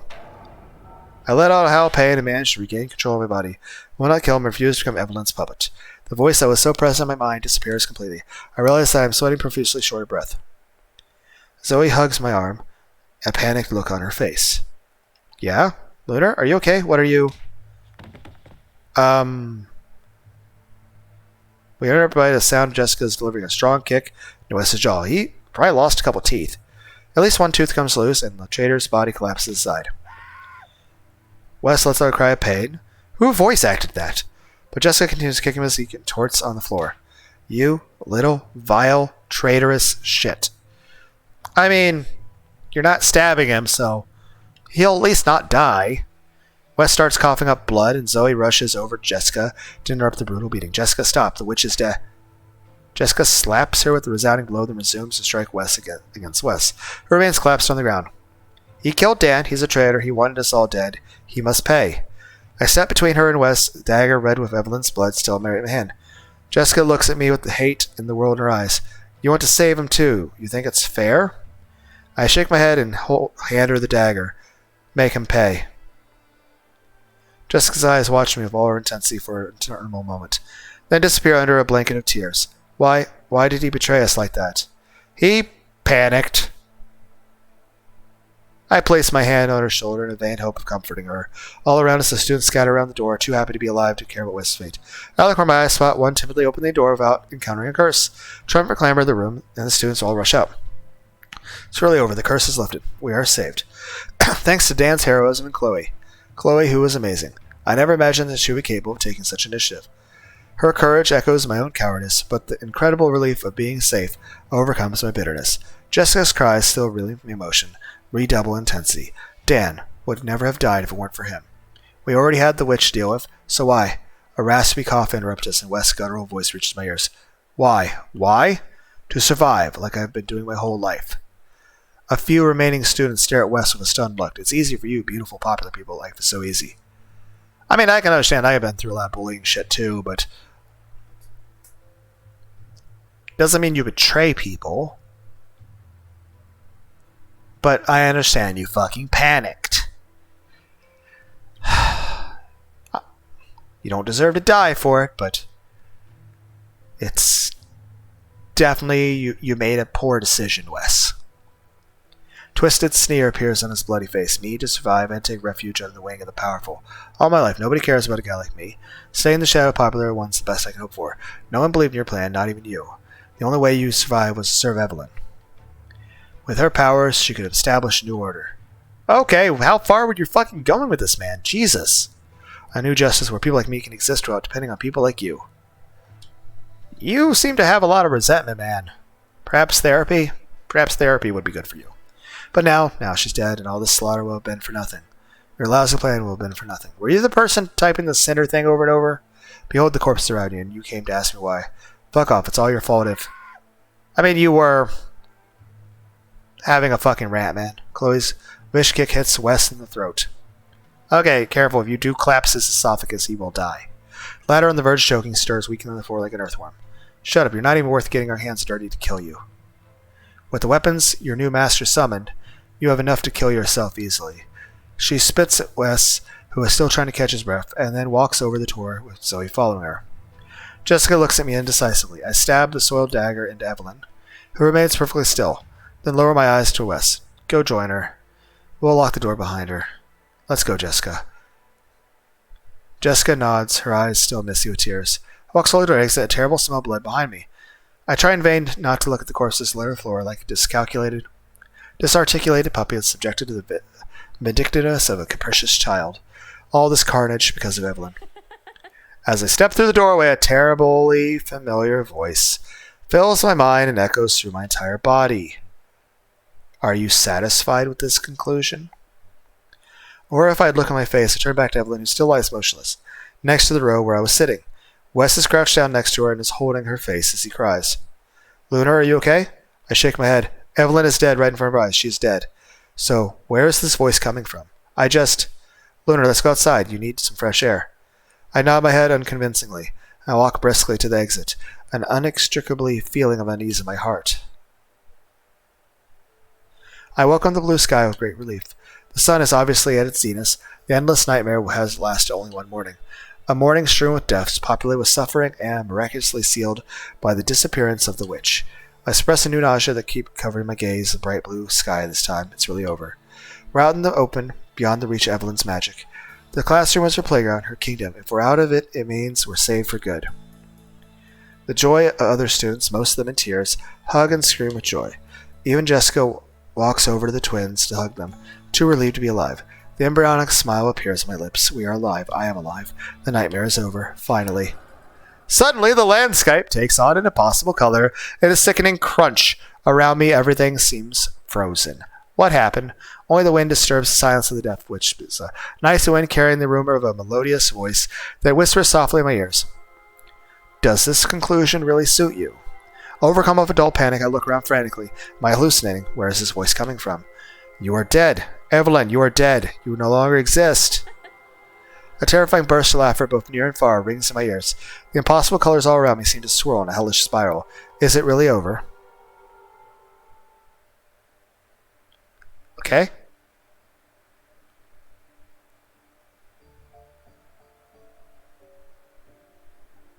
Why are you glowing?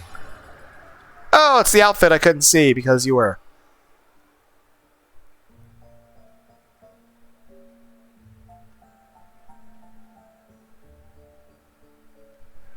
Oh, I am really concerned about the file size, as we are at 4.5 hours.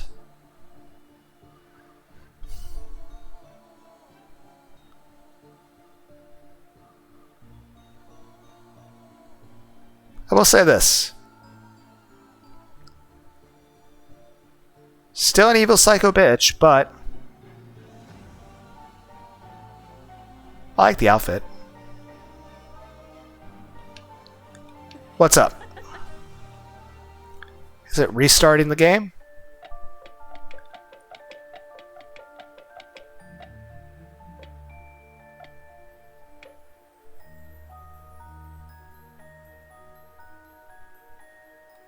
Huh? My neurons are... A moment ago, everything was frozen. Evelyn. Look around frantically. I'm standing right in front of the entrance. The Mambulan universe in my back, warmed by the morning sun. Yo, Lunar, what's wrong?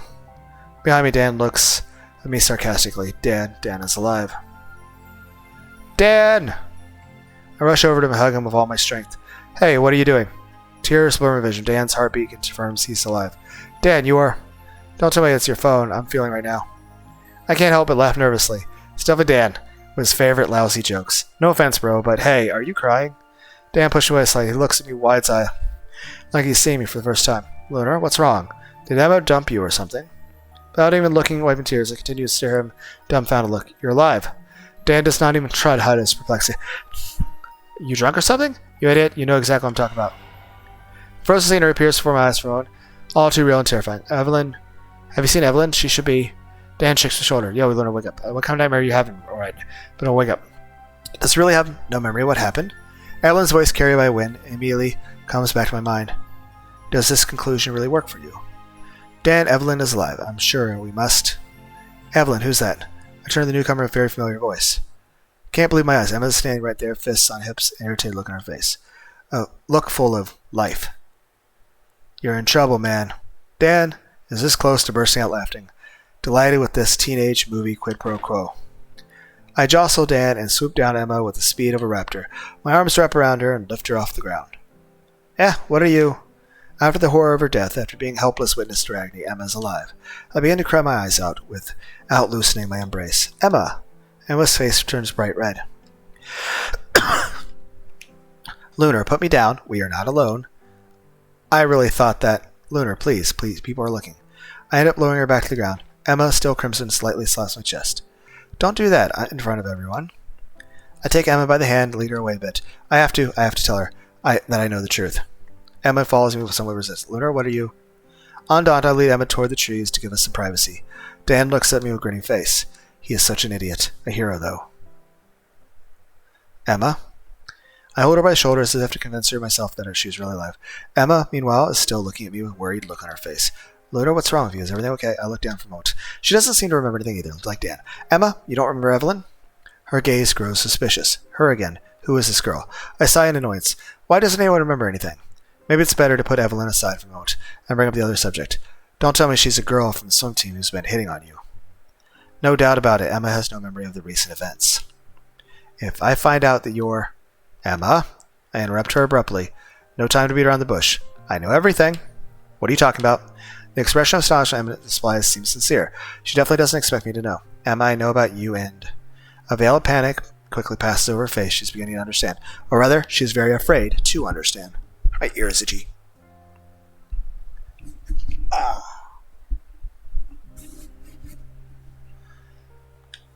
I stop talking cryptic messages, Lunar. Her annoyed tone betrays a panic that is beginning to overwhelm her. I can't pretend not to know. Emma, I know about you and David. Emma's shell finally cracks, her lips begin to tremble, and after a few seconds, futile resistance, she bursts into tears. Lunar, I'm so sorry. Forgive me, I still make no sound. It was last year, we had been dating for a few months, and we just had a fight about Anna. I remember it well, our first real couples quarrel. That's still not a reason. She suspected I was cheating on her with Anna. One of the many girls on the swim team, the infamous swim team, a simple friend. I feel a twinge of guilt, it's true. No, you shouldn't. It's still not your fault, man. I was hanging out with Anna a bit at the time. Nothing ever happened between us, of course, but I knew Emma didn't like the closeness between Anna and me. You're not allowed to have friends? You refused to cut ties with her, and I really thought you were cheating on me. That doesn't excuse it, though. Emma's sobs punctuate her speech, and I feel the resolve shift. Anna, she was just a friend, but still, I should probably have. And David kept trying to convince me. Again, fucked up on his part, but still. Takes two to make that decision. He kept refusing his advances, but when you went to the movies with Anna and left me all alone at the party... Okay, that's a bit odd. Painful memories come back to me. I did refuse to cancel a date with Anna, even though Emma wanted me to go to the party with her. I didn't see the problem at the time. Anna was just a friend, and we had planned to go to the movie for a long time. But I still shouldn't have. Emma asked me not to. At what point did I really consider Emma my top priority? This change probably happened gradually over time, when I began to care more about Emma's happiness than my own. I look away in shame, feeling it's been a long time, when it was just last year. I realized how much of our relationship had matured in just 1 year. I realized how naive and selfish I was at first. David just kept trying. He promised that he had broken up with Jessica, that me and him would be so different. I had been drinking, and I was so mad at you, and we did at that party. Probably why you shouldn't be, people shouldn't drink alcohol. But, yeah, you are drinking, then I guess drink responsibly. When Jessica walked in on us, I never felt so disgusted with myself of what I had done, of what I had done to you. I lowered my tear-streaked face. Emma takes my hand, also in tears. Lunar, you have to believe me, I regret it more than anything. If I could go back in time, that's the only thing I would want to change. I'm so sorry. Her pleading look painfully revives the memory of her death, when she stared at me with those same huge eyes filled with sadness and tears, when she thought only of my survival, even though she knew she was doomed. Until then, she wanted to protect me. Everything we built together, since it's so wonderful, I made the worst mistake of my life. Forgive me, for heaven's sake. I can't imagine my life without you. My voice becomes cavernous, lamed with grief and anger. Everything we built was based on a lie because of... My throat constricts from the tears, blood in my eyes. Why did you do this to me? Emma rushed to me and kissed me with the force of desperation. I am overwhelmed with emotion, unable to untangle the conflicting feelings that overwhelm me. Her face remains streaked with tears. Her distress feels like a dagger on my chest. I don't know what to think or how I'm supposed to react.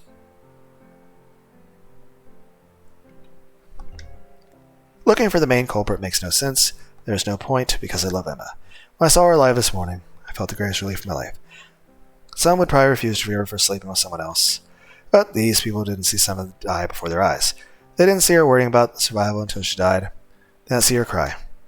Emma, I don't want you to cry. Emma remains silent, her head against my chest. I don't want you to lose you. She shyly lifts her head toward me. Lunar, I definitely don't want to lose you, but I would understand if you decided to.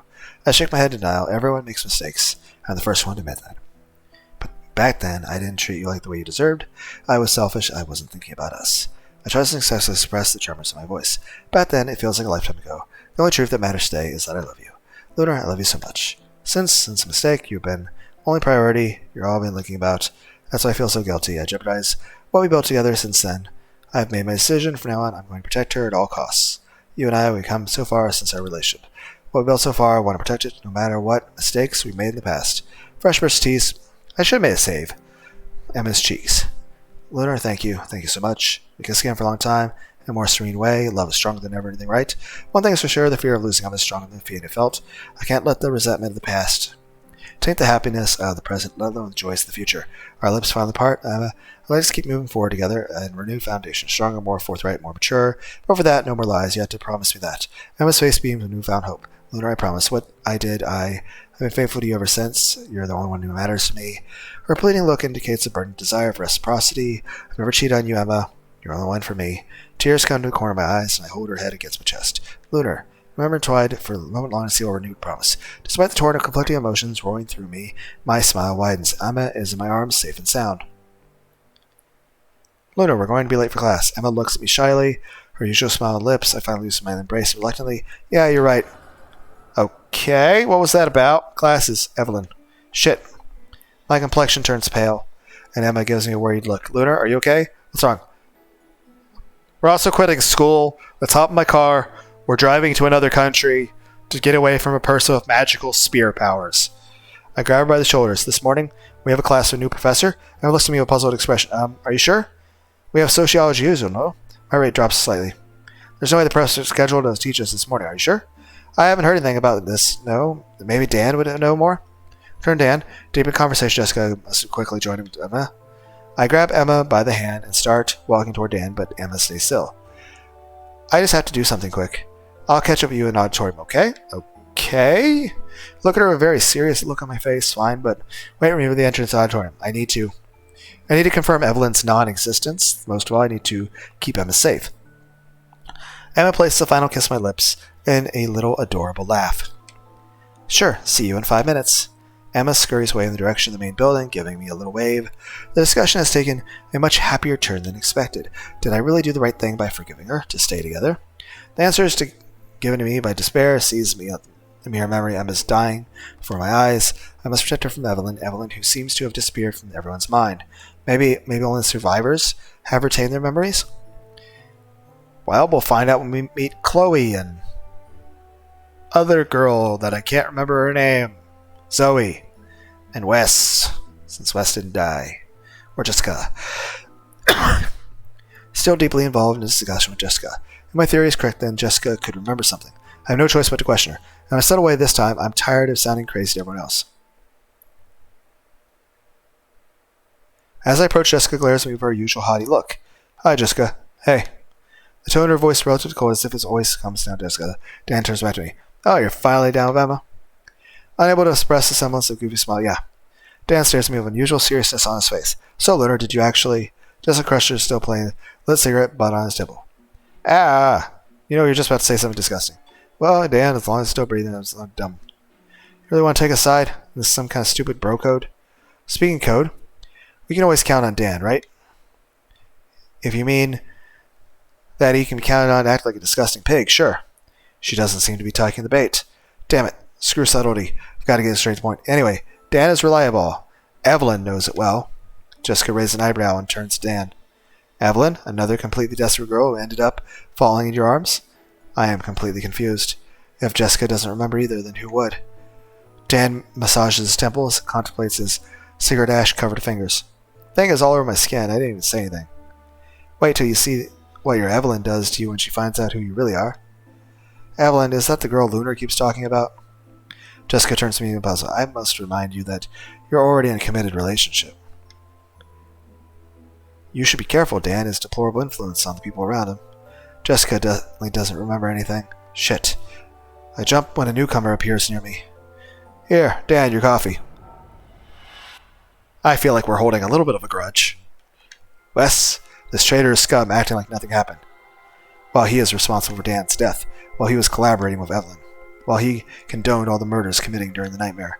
My eyes turn red and I barely manage to contain my hatred. Dan's surprised look alternates between Wes and me. What's up with you, man? Did something happen between Wes and you? I shudder as I think back to the filthy betrayal. The screams of horror, the smell of blood, the death rattle, everything still is vivid in my head. Was it really just a dream? Am I going crazy? Breathless, I massage my temples and hope of waking up from this nightmare for good. I don't know, Dan. I feel like I had a nightmare, a terrible nightmare. Dan takes me by the shoulder for comfort. Hey, it's okay. We all get a little crazy once in a while. I look up at Jessica, who's staring at me with an indescribable look. Does she really not remember anything, or is she just lying to me? Am I the one being manipulated by the rest of the world? I shake my head, becoming like this paranoid conspiracy theorists who lock themselves in persecution delusion. Maybe I have luck she lost my mind after all? All because of Evelyn? Evelyn is the key, her very existence is the key. If she doesn't exist, then none of this was real. I need to find Evelyn. Sorry, Dan, it's very clear in my head I need to rest for a while. You bet, don't worry, let's catch up in the auditorium. You feel better? Want some of my coffee? Dan? Did you hear about a new assistant professor? A girl, almost our age? Look, I don't see how I could have missed such a crucial piece of information, but I interrupt Dan. What about you, Jessica? Have you heard anything about a new sociology professor? Is this your famous Evelyn? My heart leaps in my chest. How do you know? You've been repeating this name over and over for an hour. Like we're all supposed to know her. I don't hide my disappointment unless it's relief and sigh heavily. No, I haven't heard anything about that. If I tell the story now, I almost certainly end up in some asylum by the end of the day. No one seems to remember anything. No one among the students. I have to ask the professor directly. But the fact that we know something that we normally would not have known proves that it happened.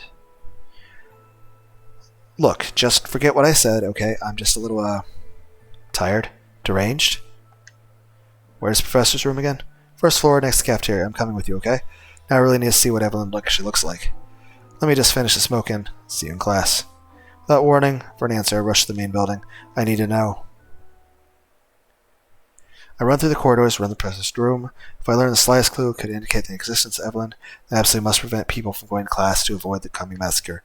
Right as if anyone would listen to me, people would just think I'm crazy like this morning. Lost my thoughts, I bump into someone coming in the opposite direction. Shit, sorry. Wait, Lunar? Are you crazy? Professor. Sir. Why are you running like this? And in the wrong direction at that. Do I need to remind you that we have class in exactly 5 minutes? Exactly the person I need. Sir. I tried to catch my breath. Damn, I quit smoking last year, though. Did you hire a new assistant professor? The professor raises an inquisitive eyebrow. Why? Do you wish to offer to assist me? No, not to be offensive, but your academic level doesn't really destine.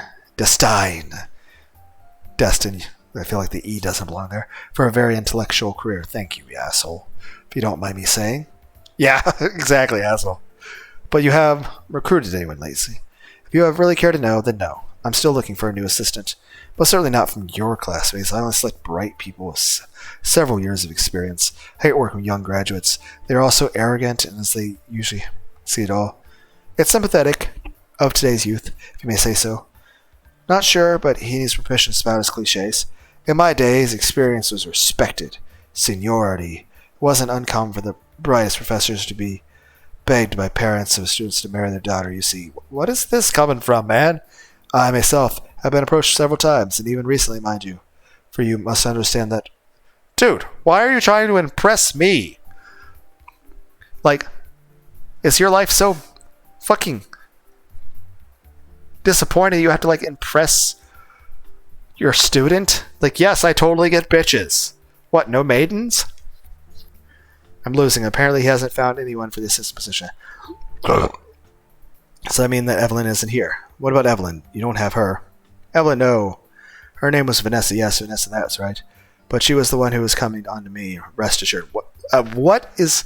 I feel like I'm missing context. I would never have allowed myself to transgress the prevailing rules among the faculty, you see? Did you fuck a teacher? What is happening? Her parents begged me, though? What is happening? Okay, so a student? They wanted so much for their daughter to marry an academic? In my days, intellectuals were respected, unlike your debauched generation who values appearance over... I have to go to the bathroom, sorry. Yeah, he's definitely getting carried away. And that's something coming from me. I quickly walk away towards the stairs, leaving the teacher alone with his reminiscence of the good old days. I guess every generation eventually convinces itself that it was the best one. I shake my head to focus on Evelyn. No one absolutely knows any better. As if she doesn't actually exist. Doesn't mean we actually were saved. I finally entered the auditorium, barely expressed a shiver. The last one's here. The walls were covered in blood, and the floor was littered with corpses. Certain knowledge had told me the evocation of these morbid memories. I contemplate the noisy room, only to be populated by carefree students, ready to face a new day of incoming class. No terror, no suffering, no death. Just cheerful laughter and snatches of distressful, banal discussion. I slowly make way to the room where Emma is sitting, not much further than where we were sitting during Nightmare. But not quite the same. No one has heard of Evelyn. People are quite sitting in the same place. The discussions seem very different. Or not, I don't know. I know as certain as I'm not the only one who remembers Evelyn. So that would mean she doesn't exist. It's only a rational explanation. Does it terrify realizing a nightmare? Despite the pain I felt, it was only a fake of my imagination. The alternative was not reassuring that it would be gone completely crazy. Let's hope I'm still sane. Lunar, here. Emma looks at me with a big smile. Behind her, Dan is completely slouching in his seat. As you, I sit down next to Emma, her taking her hand. Hey, tonight, if it's okay with you, can I come over to your place? I look at her puzzled and then nod for a while. Despite our discussion this morning, she still wants to. She's right. There's no need to torture ourselves about something we've agreed on. It's time to move on and do what we did before. Get back to the simplicity of our exchanges. That includes getting back together like we used to. I catch glimpses of the corner of my eye of a double tornado of hair. Emma! Emma! Girls! An uncontrollable shiver runs through it. It was like this during the nightmare too. Could have been the twins remember anything.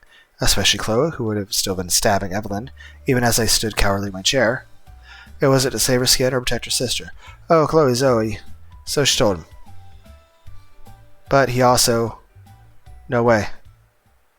What? What's happening? Did she die? What has happened? I'm so confused. Do you know who's going to lecture us now? The regular professor? No? No doubt she doesn't remember anything. Yeah, thanks. Is Lunar okay? He looks very pale. Only this morning, though. Yeah, he's tired. I turn my laptop, diverting the attention from the heated discussion between Emma and the twins. I breathe a sigh of relief. There's a plenty of similarities in my nightmare, but they all seem commonalities with my usual daily life. The door to the hall suddenly opens. My eyes are riveted to the entrance. I can barely breathe. A familiar figure crushes to the floor, some figure with a stern look and gray hair. It's just the usual professor. No one in front of him, no one behind him. He just enters the room, closes the door, and walks slowly toward the board. Please, class has started. Noise barely subsides. Without the presence of Evelyn, the students have no reason to interrupt. I am close to crying with joy, no trace of Evelyn. Does this mean that I really escaped this nightmare? I turn my gaze from the radiant Emma, still deep in thought with discussion of tens. Gently stroke her shoulders. She's alive. She's alive. My lips stretch in a particularly goofy smile. Emma is alive, and that means Evelyn doesn't exist. That means life is great. The next one who speaks, I'm pulling him out of class. Get out. Damn, 3 hours of him. I knew I should have gotten out this morning. Be careful, the next one who speaks up. Who's the old dude talking? That's Professor Udit. Doesn't he have the black hair? 10 years ago, maybe. Wait, how do you long have been in college exactly? For an ordinary day, no doubt. Okay.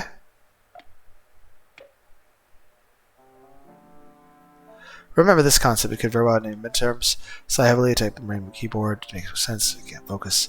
No internet. That's really unlucky. I was chatting on the palm. Chat room again. Instant look. As long as I pretend to focus laptop into mind. I found horoscope on the internet. I think I looked at trade 20 years ago. So it was $20. Shut up. Yeah, link to horoscope, internet. Links. Really nothing else. Internet, games. What else do you expect? Counter-Strike, something, up something.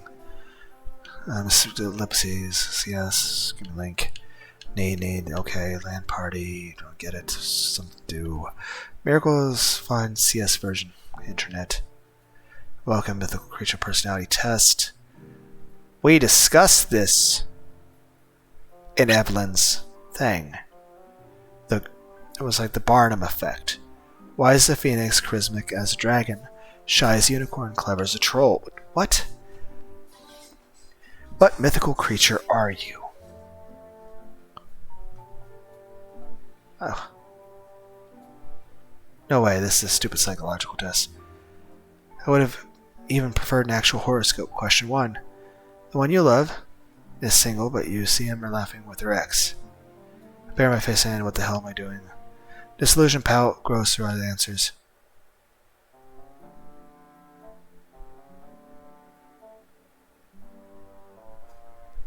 Ha.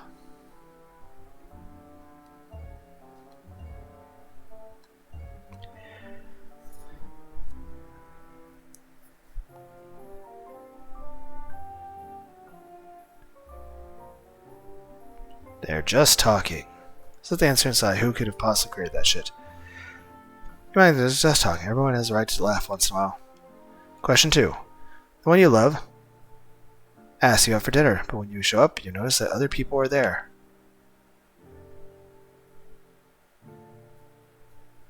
I mean, we get alone time later.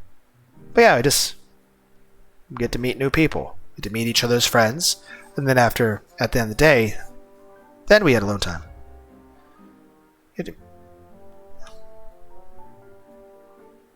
Seize the day. Live life. Restaurant tells you that he has his feelings for the one you love, too. You don't choose who you love. May the best win. You explain to your friend that your friendship probably won't survive this. First game you curse fate, then you get a beer with your friend.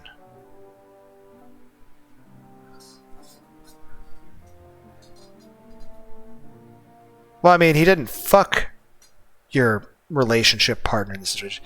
He just said, hey, I like this person too, but...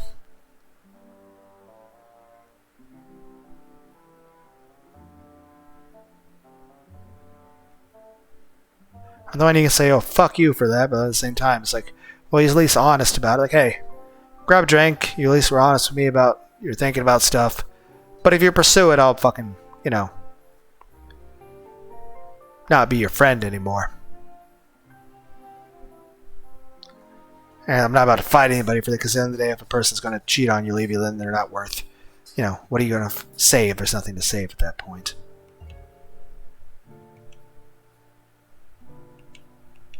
Question 4. You are finally in a romantic relationship with the one you love, but you end up finding out that we're cheating on you.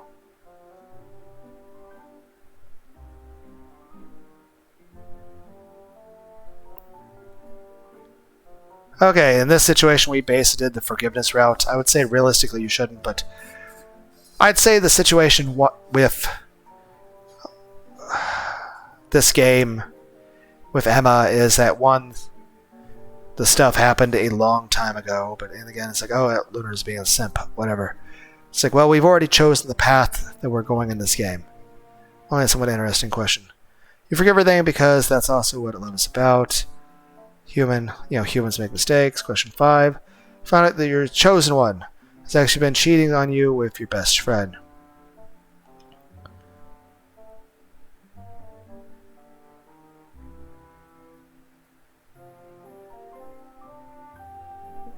You live in rock together since they belong to each other. Well, I mean, you definitely break up at that point. It's just one thing, like, basically if Emma were to cheat now, yeah, you definitely break up. But I mean, that was... I think these are special circumstances.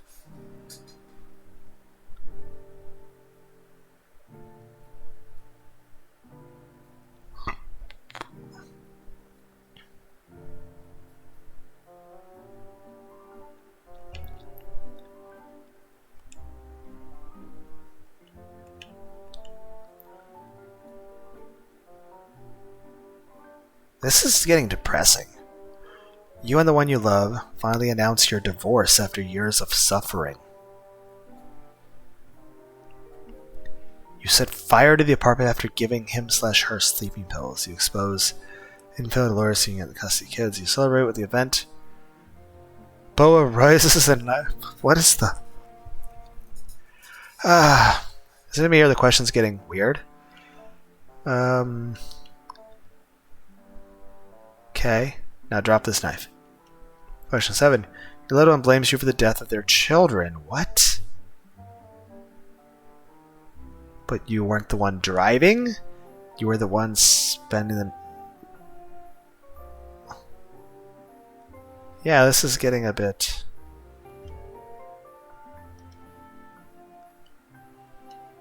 Okay. Funeral. A speech? You don't hide anything, neither the wounds, the potatoes, and scars. You praise your qualities. You never speak ill of the dead. I mean, we're just gonna be honest.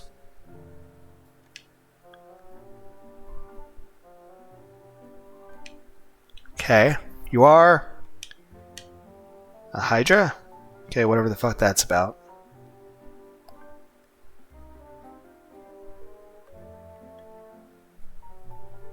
Cunning, ruthless, aggressive, inferior. Really? Sort of that version of Phoenix, basically. And it seems your blood poisons, so be careful, you can't cut yourself. Alright, stop slacking off, do some work. See you soon. Is Rainbow Unicorn actually Evelyn? That was weird. Something particularly cheesy, pointless, some pretty messed up. Care about your actual result, not to mention the condescending remarks in Latin. What the fuck was this? Some horoscope, actually.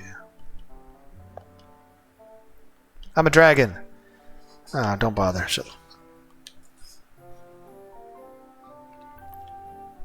Hydra.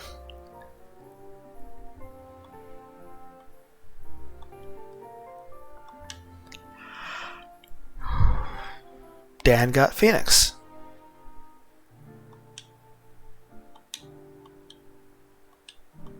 Okay. Emma turns around and exasperated looked at me. Lunar, take notes. But we're still at the introduction. It's almost been an hour since class started. Look up the teacher's continuous about lecture in a monotone voice. I was taking notes, but Dan sent me something important in. Are you kidding me? My smile immediately disappears. No, ma'am. If you don't take notes, then tonight. Don't give in to blackmail, Lunar, are you? Surprisingly, Dan raised his left arm to intercept a charge. Wire that Jessica wields like a whip. I knew you tried to hit me, so I anticipated that Jessica chunked. Tried to check her crotch, something that obviously hadn't anticipated. I'm going to take notes, I promise. I'll be checking at the end of class. I'm going to have this teacher in place court routines. I get it. Today we'll remain focused on the screen. Turn back the screen with a sigh, open the document with his metered regrets. Social the learner develops grasp modal cross interaction. A system is complex of. Dear God! The brain is already frying. What exactly am I supposed to be taking notes about? I absolutely need to get Emma's notes at the end of class. Say, Lunar. I turned to Emma. I have an excuse not to. Do I still have any of the stuff in my place? And take notes. Gaze over the board, calculate words. There should be Emma. Show toothbrush, yes, and give her some notes. What about skin creams? She's kidding. I have a whole shelf full of her creams. Sure, I got plenty of them. Does that really mean anything? Holistic Paradigm. Do you have my night cream too? That depends. Which one is it? My psychology professor told us there's where it exists. The one's night cream, obviously. Obviously, somewhere out of the next 12 creams on the shelf. That doesn't pick up the irony. Do you have any brightening scrub left? What the fuck? She's becoming a tad annoying with her makeup products. I'm already having a hard time focusing on the class. Wait, Apache? Is that some kind of animal? Careful, I changed the brand. The one who was giving me red patches to my fakey. Fuck. I freeze in my seat. Emma was. I turned my head toward Emma, jerkily like a robot. Hey, Emma? I think maybe your makeup was, running? Why are you looking at me like that? I apparently have PTSD. So I assume Dan and a few other people I'm going to suddenly start seeing in a certain way very shortly. No. Lunar, are you okay? You look completely pale. Speaking of pale, I turn my eyes down and let out a cry of horror.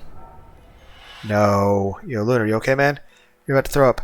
Damn people died during the nightmare. They're all I'm this close to throwing up at Emma and Dan's decomposed faces. Okay, you guys see that at the left side of the screen? I'm pretty sure I saw a person underneath the fucking desk over there.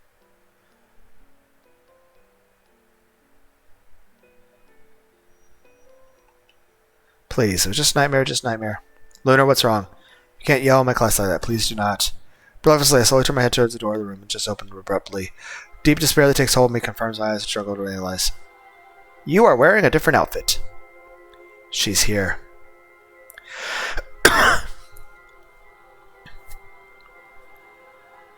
Okay, well.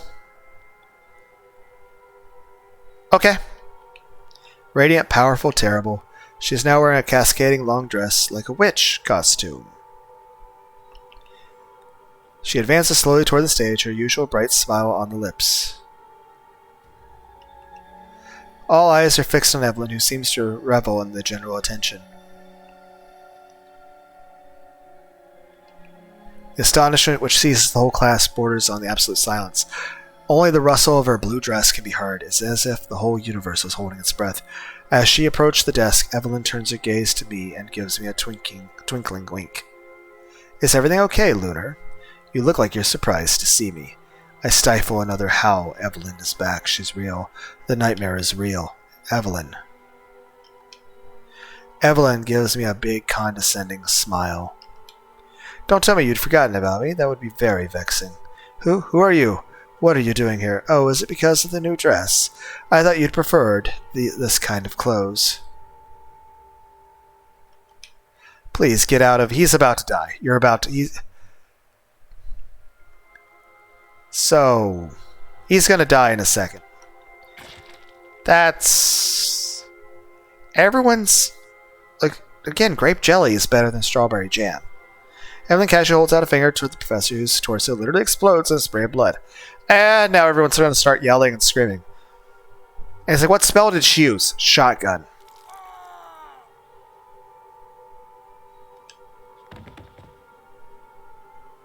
Evelyn, I feel like I've heard that sound effect somewhere before. Is that Altered Beast from Sega Genesis? Evelyn spins around as if her new victim doesn't even exist. Look! A long witch's dress. Just like in the video games. Doesn't take long for the screams to erupt around me. Most of the students rush to the door, while the others dive under the tables, just like in my nightmare. My nightmare wasn't actually a nightmare. Evelyn slowly walks up the stairs toward my row, while a shapeless mass of students is clumped against the door that remains stubbornly closed. What is happening? Open the door. It's jammed. Open the door, please. What the hell's happening? Open it, damn it. Get the fuck out of here. Get out. My eyes remain focused on Evelyn. She approached me, completely unperturbed by the screams going through the room. Don't act so surprised. Did you really expect something else? The smile grows crueler and crueler. Everyone was alive again. Emma. Oh, Lunar, it's not my fault you refused to face reality. I feel a stream of warm liquid running down my right side. My eyes fill with tears. I turn to Emma knowing full well what to expect. Did I just have a fucking psychotic break? Let me guess. We didn't successfully manage to stab her and I imagine everything. Because, you know... Emma lies on the ground in a pool of blood, a long blue dagger stabbed in her back, motionless dead. Why? Her extinguished gaze stares in the void. Emma was full of life just a moment ago. Emma was torn from me again. Oh, Lunar, she's long dead. I close my eyes and collapse in the seat, ready to vomit, little stomach holds. An unknown force somehow straightens me and reduces my nausea as well. I feel a slight pressure on my right shoulder, as if... What should we do now, Lunar? Where are we sitting? This doesn't look like a... Oh, right, it's sloped.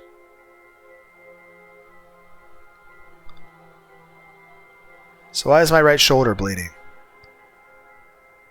So I have blood loss. Do you know healing spells?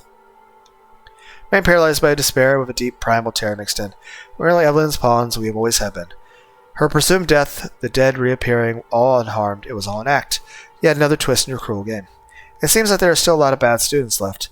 What do you think we should do with them? Please. I know. We could do a speed dating workshop. Seduction is one of the pillars of modern sociology, you know. Stop, please. Or everyone writes down a piece of paper that person they would like to see dead, and we make a ranking. Evelyn, I beg you, please, stop this massacre. Tears roll down my cheeks uncontrollably. She is crazy, completely crazy, crazy and sadistic. All she seeks is pain, death, desperation. You bastard, how did you kill the professor? Dan, are you actually dead or alive? Dan's decomposed carcass appears before my eyes. He totally seems oblivious to his putrefied appearance. Dan, run away. Even better, everyone writes down the person they love and the person they want to see dead. And we pick the names out of a hat. Evelyn snaps her finger, Dan collapses to himself in a pool of blood as if his body had remembered that he had died. What do you think? Wouldn't this be an icebreaker for you and your classmates? Dan, no. We could do that for like 15 minutes before we resume this lecture. Time is flying by. Jessica disbelieved bent over Dad's lifeless body. How? Don't you think they're being too loud? The screams redouble intensity. Previously dead students collapse in turn. Sif, it was the only one to see the rotting skin. The other students looked alive. Open up, please. He's dead. What did I do last time again? Oh, shit, the door. I start screaming at the door. The lungs crowd impending danger. Get away from the door. All right.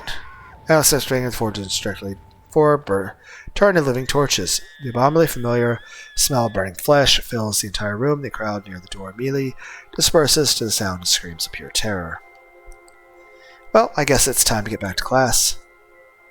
Evelyn straightens up and nervously steps over Emma's half-decomposed body. I'm counting on you to participate, Lunar. I'm bleeding. With my heart slowly crumpling, I painfully manage to look at the situation around me. Wes, the twins, a few others, sheltered under the tables with Jessica still hunched over Dan. Evelyn snaps her fingers again and changes the lights, telling me the deadly forms once again invade the large windows back of the auditorium. She quickly walks back down the stairs, cheerful air, then turns back to our audience. Listen to me. You have 10 seconds to return to your seat. If you don't obey, I'll have to punish you. Stunned eyes and Evelyn, a particularly bold, stupid student, rushes at her in desperate rush. You bet. For her outstretched hand in front of her, Evelyn conjures up famous spears, then helpless to the ground, while his grunt agony repeatedly. Just as I said, back to your seats. Take advantage of the very momentary silence, start yelling. Back to your seats, everyone, quick. Rush over to Jessica, still in said Dan, grab her by the arm. Jessica, move. We'll die if we stay here. Looks at me, totally distraught, her tears in her eyes. Lunar, what the? Move. Jessica relents, and I manage to drag her back to the original spot Dan was sitting in. No matter what happens, don't move in your seat. Well, I'm afraid I have to start punishing. I jump over the table and settle as best I can in my seat. Could you please tell me why you're not sitting down? Evelyn Target's the only student still standing with her piercing eyes. Everyone else has managed to sit down, or at least hide under a table. I didn't even let him fucking give an answer. Man, dance out nowhere, pierced his throat with a cinder stem. Condemned student helplessly brings hands to his blood-drenched throat, on the ground, and sickling gurgles. I don't see anyone on the tables either. Class is about to resume. I lean over the twins, who, perfectly terrified, sit down at your table, or she'll kill you. Hurry up. They reluctantly straighten up and manage to sit down despite their compulsive shaking. Around me, I notice relief that everyone is following the lead. All right, it's so much nicer to teach serious students. And don't forget to take notes. The best students will be rewarded. Evelyn's cruel smile leaves no doubt that what's coming next. There's going to be more blood. We're definitely irrevocably doomed.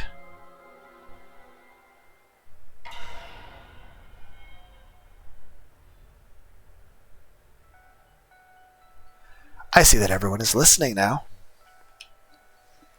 Who said that today's youth don't know how to behave? Heavy silence reigns over the room.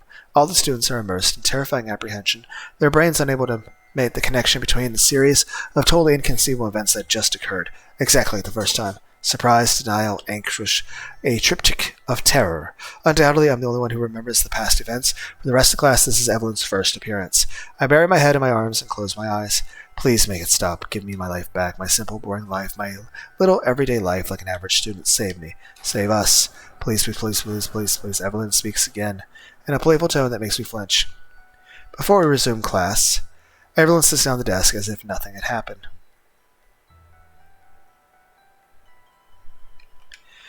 As if the loop of her very first appearance had never stopped, even though the students have no memory of the first loop except me, as if she was teaching for me. I need to ask you some questions to assess your current level. She probes the room with her eyes, stopping here and there. A few students are nearly passing out. You in the back. You already tried to help me, so I'm going to ask you a very easy question. Pry at Wes. I turn to follow the trajectory of Evelyn's gaze. She is addressing Wes. I feel bad for you, all things considered. I mean, honestly, fuck you for betraying us, but you were panicking and you were just scared of death and you were resentful. I can understand that, man. I feel bad for what's about to happen to you. He has no memory of the first loop, only I know that Evelyn is referred to his betrayal, his filthy betrayal, and Evelyn wants to reward him by killing him? It doesn't make sense. Evelyn systematically kills the person she asks a question to.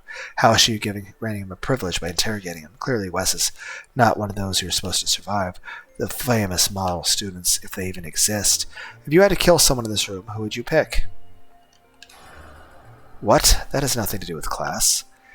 What the hell is this? This is nothing like the first loop. I want to live. Evelyn wiggles her delicate finger in front of her. No, you're not answering the question. There's no point trying to act smart. She wants blood. She will have blood. What if Wes decided to pick her? Would she submit to her own rules? No way. She'd try to kill the insane. Kill the insane by accusing him of cheating. What a filthy trash. What? You... What? What?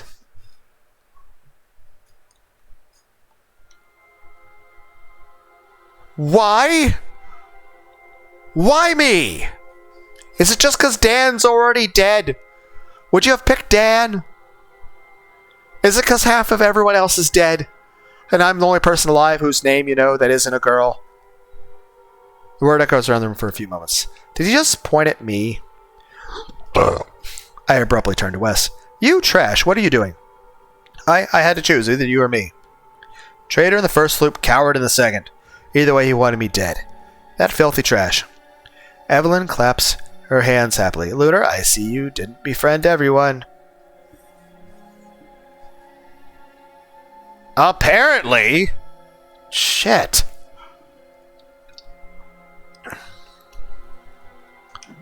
She holds out a long, slender finger in our direction, and two long daggers come out of somewhere, so the table between us. Am I fighting to the death?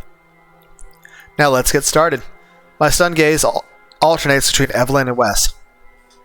Evelyn doesn't want to kill us herself anymore. She wants us to do it for her. Sadism taken to the extreme. Evelyn, fuck you. You jerk. I catch a glimpse out of the corner of my eye, Wes scrambling for the daggers, but he only managed to pull one off the table. You piece of shit. You don't know the term solidarity, do you, fucking asshole? I roar as I try to land a blow on his head. He managed to dodge. Off balance, I topple forward and nearly cut my right side with the edge of the blade, still stuck in the table. Wes gazed at me with an evil look. Convinced of his easy victory, he raises his weapon high. You're a jerk. Sorry, nothing personal. It seems pretty fucking personal. You called out my name. It seems pretty fucking personal. I am in a surprising survival reflex buried somewhere deep inside me. I managed to roll off the table just in time to dodge the blade, which comes down hard and hits the wooden desk with a... That bastard, he's really trying to kill me. Grab the handle of the dagger, aimed at me, and swing it back all my weight and dodge another deadly blow from Wes. I managed to pull the dagger off the table, but by doing so, throwing myself off my already precarious balance. I clumsily try to restore the center of gravity by staggering backwards, but I end up stumbling on one of the steps. The world slips away as my body rolls down the steps to the central stage. When the world finally comes to a stop around, I express stabbing nausea, try to catch my breath. Small miracle that I didn't break my neck on the fall. Kind of sense it's just time to see Wes running down the stairs, a dagger in hand. A demanded look has taken over his face. I awkwardly straighten up and haphazardly raise my right hand, which was still miraculously holding the dagger to ward off Wes coming. I was sure I had dropped it when I fell. Wes's blade ricochets off mine, skids across forearm, leaving a long red gash. Arg! I dropped one knee, grounded on the force of impact. Aha, I won! I try to compress the pain without screaming, but it feels like my right arm has no strength left. Shit. A rush of adrenaline, I throw my dagger toward Wes's face. My rise trajectory is perfect. The blade goes with surgical precision to Wes's right eye. Instant death incoming. Shut up. I punctuate my renewed confidence with a bravado remark that I immediately regret. In a surprisingly agile move, Wes twists on himself. I manage to avoid the deadly projectile. Ha ha ha ha ha. Panic overtakes me. I'm completely unarmed, and as a result, helpless. What an idiot. You're pathetic, Lunar. Well, you're a dick. Wes stands before me, a demented grin on his face. I turn my head toward Evelyn in the vain and naive hope of finding some comfort. Her almond-shaped eyes ignore me completely and remain focused on Wes. With an enigmatic smile on her lips, she seems very amused by the situation. Everyone has always made fun of me. You first. Nobody cares about Wes. Wes, Dan's faithful minion. The one who crawls beside him in hopes of being exposed to light for a moment. Look at him, he's pathetic. I mean, I can understand you being resentful about shit, man. But it's kind of weird that you want to kill people. But again, we are in a very stressful situation, so you'll probably have like a little mini psychotic break, I guess. My brain is trying to think fast. I have to buy some time to get him talk, since he seems very eager to get it off his chest. It must hurt so much to lose someone like me, huh? If I can make him keep talking, maybe he'll let his guard down enough. You're the one looking up to me now, and I'm looking down at you. You have no idea what this means to me. My right arm is weakened by the injury, but all I had to do is run to him. With all my weight, it should knock him off the ground. You're the trash now. Me, I'm the one on the winning side. The main risk is that he doesn't drop his dagger in this fall. If he manages to stab me while I'm running at him, the game over for me. I am the winner and you're the loser, but we're both stuck in hell. Either way, I'm screwed, just like you. Wes throws an unexpected kick at me. I raise my left arm, last moment, keep my jaw from absorbing the damage. Crash on the desk with a thud and let out a grunt of pain. Shit, I fell on my right arm. Long gash stretch out in my forearm, wave of searing pain to the right side. Where's the justice in that, huh? You're going to die, and I'm going to die too, right? We're all doomed, right? The witch is going to kill us all, right? So what the fuck do I care about winning against a piece of shit like you? I'm going to die too. Another kick to this turn to the summit. I don't give a shit, you understand? I don't give a shit about winning if I'm going to die. Justice, revenge, I don't give a fuck. I just want to survive. I curl up my body in anticipation for another blow. I just want to survive. But we're in hell here, and no one comes back from hell. Wes throws a series of random kicks at me, more to vent his anger than to actually hurt me. I win, you lose, you die, I die. What's the difference? Tell me. My arms manage to absorb most of the blows, but the pain that runs through my body prevents me considering any counterattack. Answer me, what's the difference does it make to me? The kick finally stops, breathing hard, trying to focus on making biting. My right arm continues to hurt, but the wound doesn't bleed enough for me to real danger. As for me, the rest of the body, nothing seems to be broken. Really sore, but nothing broken. Right, Evelyn. What's the difference? Does it make after all? I catch a glimpse out of the corner of my eye, Evelyn, whose attention remains entirely on Wes. Her smile slowly widens, but she keeps complete silence. We're in hell after all, right? There's no way to escape from here. Evelyn gently runs her tongue over her lips, as if to better savor the surreal moment. And yet I have the dagger, and I hold the power now. Wes stares at the dagger for a moment, and then sets his crazy eyes on me. You think you have a chance of surviving, right? He then turns to Evelyn. You think I'm going to be your little puppet, right? That I'll slaughter Lunar, and then you can kill me. Evelyn lets out a little crystalline laugh, as if the remark were a pleasant joke at a cocktail party. You know, Lunar, people say there's nowhere to run in hell, but I know. Wes crouches down next to me, his dagger screwed into his right hand. I know how to do it. I know how to get out of it. That's at least not stabbing me, but I don't feel like that helped us, man. Wes plunges the dagger into his abdomen. The stunning shock takes my breath away as a few drops of blood splash on my face. I know how. I know. I mean, I'm at least glad you're not stabbing me, but thank you for that, I guess? But I feel like this isn't helping us.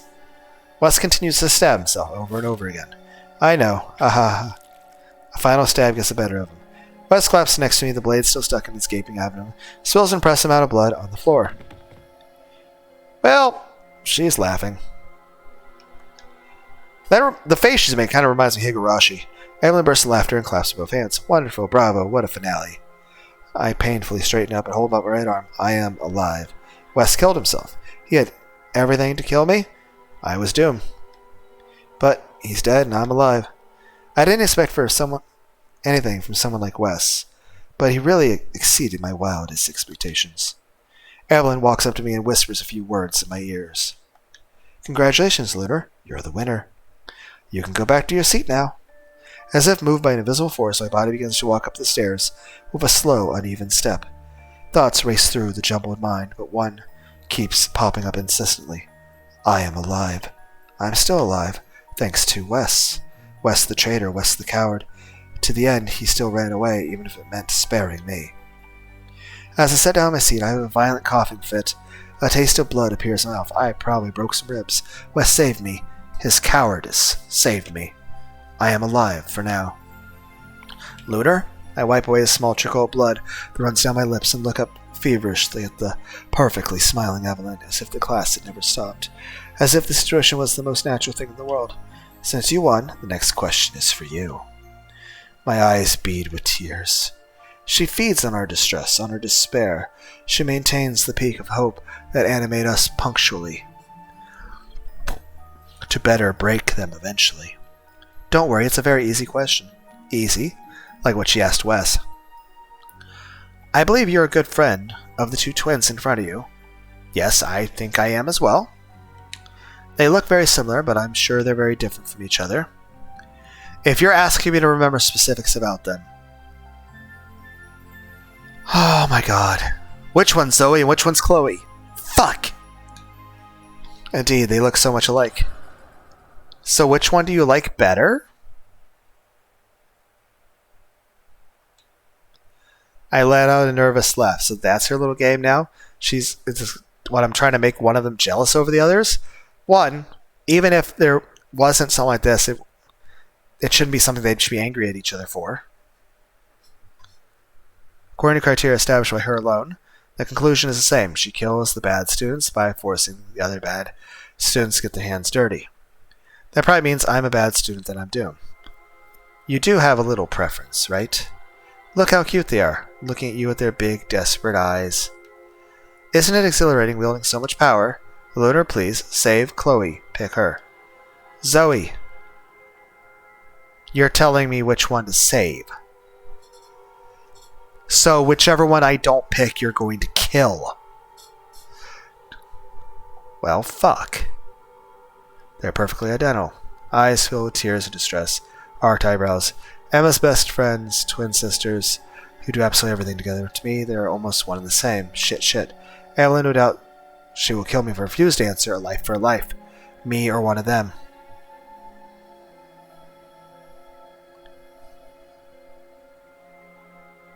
Save.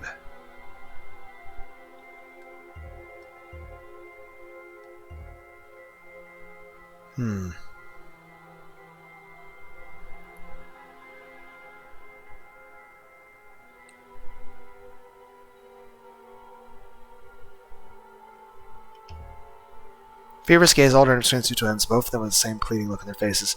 Zoe, she desperately asked me to sacrifice her for her sister. Like I moment thought of my survival very last second, like Emma. Prepared to pronounce my sentence in a cavernous was me, executioner on behalf of Evelyn. Shit. Evelyn slowly climbed the stairs in our direction, clearly fascinated by my mortal dilemma. I can save at least one of the twins in memory of Emma. I must save Zoe, she who was devoted to saving her sister. Zoe. Zoe stares at me with wide eyes. Wow, Chloe looks like she's about to faint. Lunar, please, no. Pick Chloe. She turns to Evelyn, who's standing just a few feet away. Please kill me. Save Chloe, please. Evelyn stares at Zoe with an enigmatic look. Are you sure about this, Zoe? Do you really want to die? Yes, please, save Chloe. In that case, if you wish to die. Despite a veil of sadness in her eyes, Zoe flashes a brief smile of relief. Chloe looks at her sister with wide eyes. Zoe, don't worry, Chloe, everything's good. And so if I had picked Chloe, it would reverse the other way around again. So no matter what, I don't get to actually have a choice in the matter. Just as Chloe's face looks like it's about to burst in tears, her features slowly morph into a cruel caricature of a demented laughter ring out in the room. Hello? What is happening? Zoe stares at her sister with a totally stunned look in her face. Chloe? Shut up. Chloe turns to Evelyn. Kill her now. She's made her decision. What? Zoe looks devastated, betrayed by her own sister just after choosing the ultimate sacrifice. As I am about to open my mouth, Evelyn winks at me and brings a finger to her mouth to instruct me to be silent. A searing pain invades every last cell of my body. Grah. The pain is much more than I'm able to scream. Only a drown out moan escapes my lips. Come on, kill little Miss Perfect. She spends all her time putting everyone down to make herself feel superior. She's been doing it all my whole life. What? Kill her. What? Zoe bursts in tears. Chloe, do you really mean what you just said? Shut up. You deserve everything that happened to you. Your abortion was all your fault? What? Zoe grasped. What? It was you, the rumor? What is happening? A mirthless laugh escapes Chloe. You spend your time feeling sorry for yourself every time you do something stupid, when you're always the only one responsible for your own misfortune. This time you finally have something real to complain about. Evelyn's cruel smile wise. Well, we're going to honor Zoe's last wishes. Evelyn waves her right hand nonchalantly, and Zoe suddenly collapsed to the ground. Struck full force, a new dagger out of nowhere. Force impact starts blood. Life's body probably died in the spot. Chloe gazed at her sister. Smile unbelievable cruelty on her lips. Thank you, thank you, thank you. Sarah Chloe's manic face in disgust. I think I don't think she really hated her sister. I think she just had a mental breakdown. And this proves my other concept. Hell isn't a place to hold demons. It's a place that creates them. Because here's the thing. Take Wes or, Chloe here.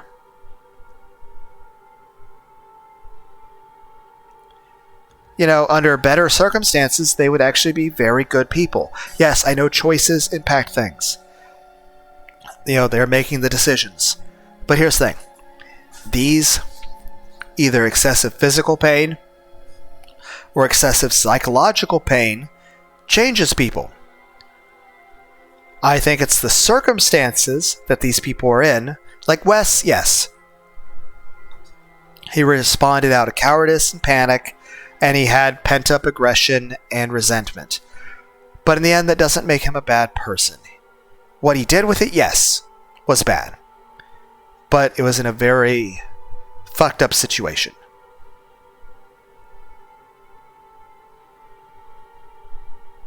Had circumstances been better for him and Chloe, they would not be doing what they're doing now. Does it make it right? No.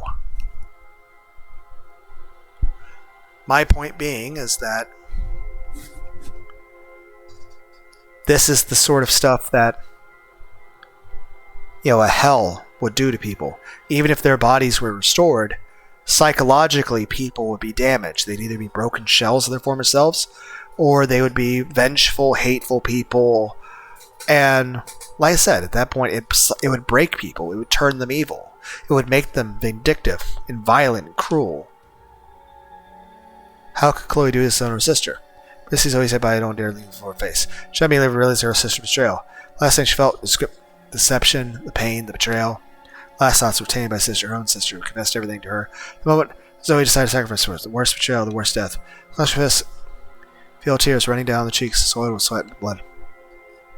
Again, I cursed my own weakness, inability to do anything. Or inability to do anything. Chloe, how could you do this? Chloe turns to me, her features still unhealthy joy. Everything I said, she deserved it. I scream out, and here's the thing. Does she really mean this? Obviously, yes. Chloe probably had some resentment and some issues toward her sister. I mean, heck, I'm pretty sure most people that are twins, regardless of gender, probably feel that way toward each other from time to time. But, I mean, I think it's just these circumstances that brought that out. Same with Wes. Yes, he obviously had some resentment and some very, very serious issues that perhaps needed therapy. But I think these circumstances caused the issue to occur. And that's the thing. Aside from the physical pain being too much, the psychological stuff, I think people going to a hell afterlife, it would just psychologically break them. It would turn them into vicious, hateful, violent people. It would tear, like everything that Jesus ever preached as being something good. The idea of putting someone into a hell would rip every one of those tenets out of a person. It creates demons. It turns people. And I'll say this. I wouldn't be an exception to that. If I was probably in a situation like this, I'd probably have a mental breakdown and go fucking out of my mind.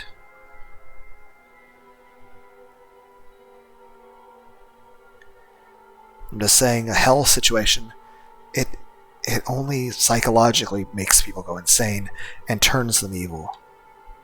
She sacrificed herself for you. Shut up, Lunar. You don't know what it's like growing up in the shadow of your twin.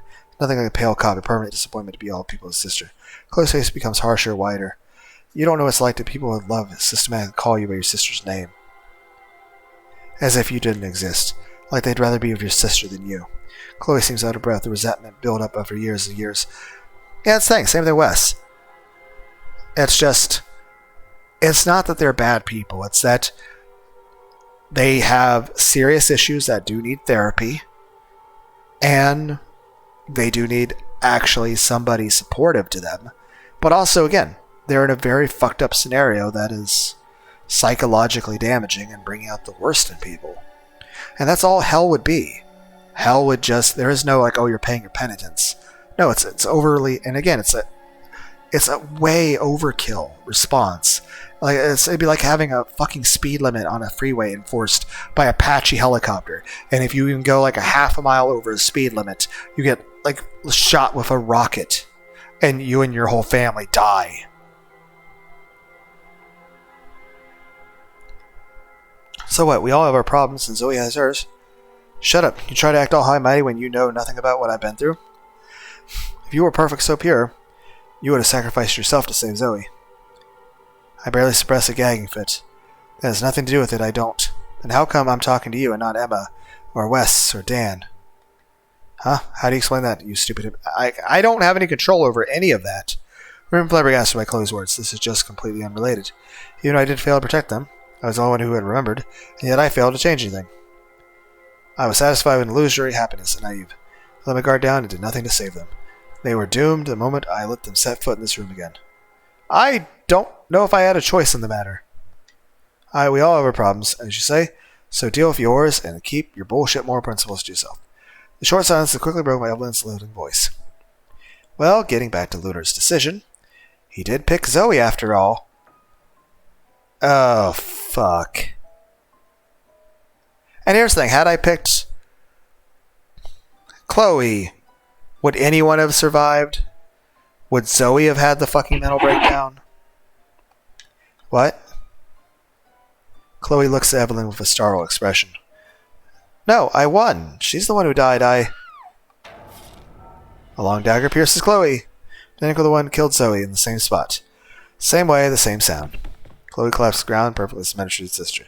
Two identical sisters' magical daggers stand proudly, deeply playing the flesh of the victims, like a morbid reminder of Evelyn's omnipotence.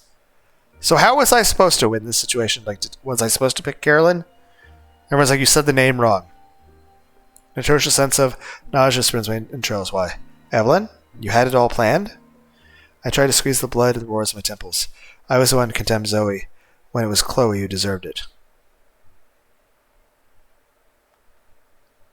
Did she deserve to die? Is it as simple as that? Evelyn's voice echoes in my skull, but her lips remain still. How does it feel to watch people you know die around you, totally helpless? Awful. An insidious feeling of unease washes over me. The voice in my head as if it's penetrating directly into my every single neuron I possess. Evelyn? Evelyn gazes down the two corpses, a satisfied look on her face, as if she gently strokes her collar. I believe this to my husky voice. Without a word, she walks back down the stairs toward the painting with a cheerful expression.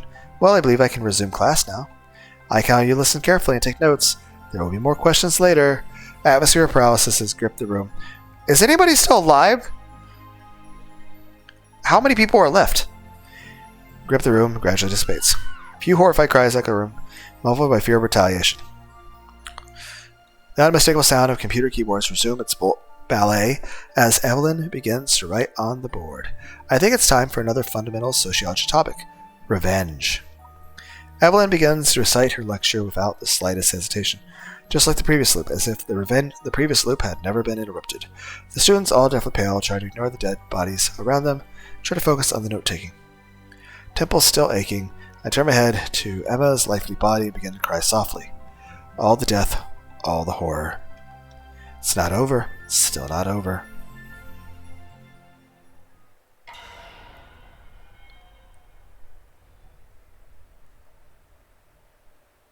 I remember a while ago.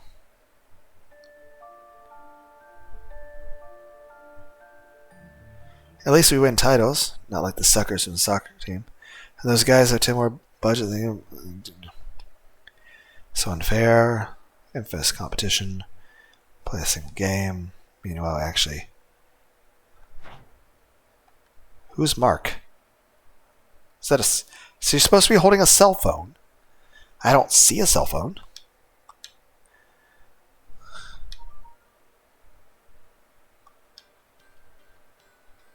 What is happening?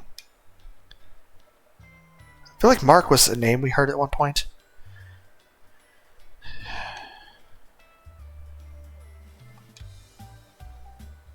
What is happening?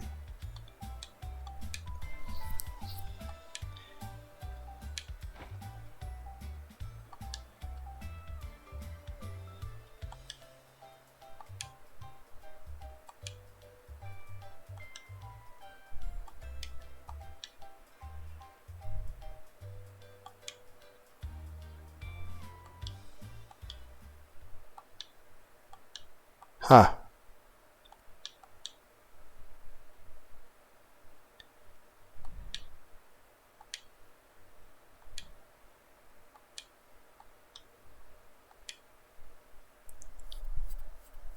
Okay.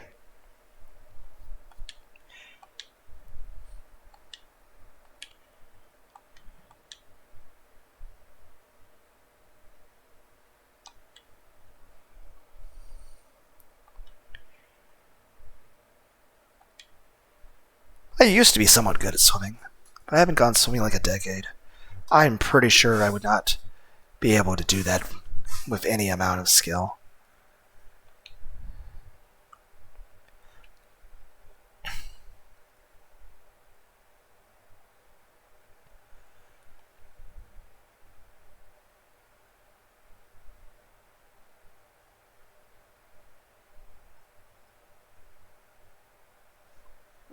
That's weird to say. This is... You're treating a person like scraps, and it also, that is kind of insulting to your sister. Like, oh, this person's not good, but you can do, like, it's...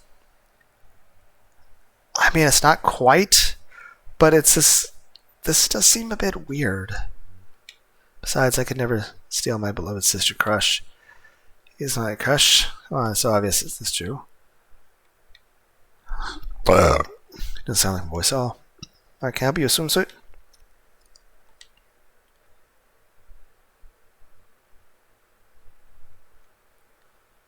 Okay.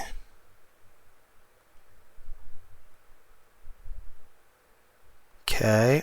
Part of being the best. Again, what if I had picked Chloe? Would they be alive? Okay.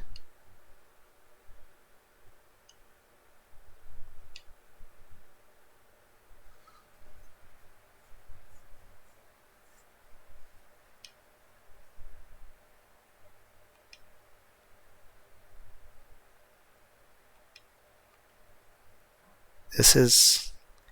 I'm not sure how to get a read on this.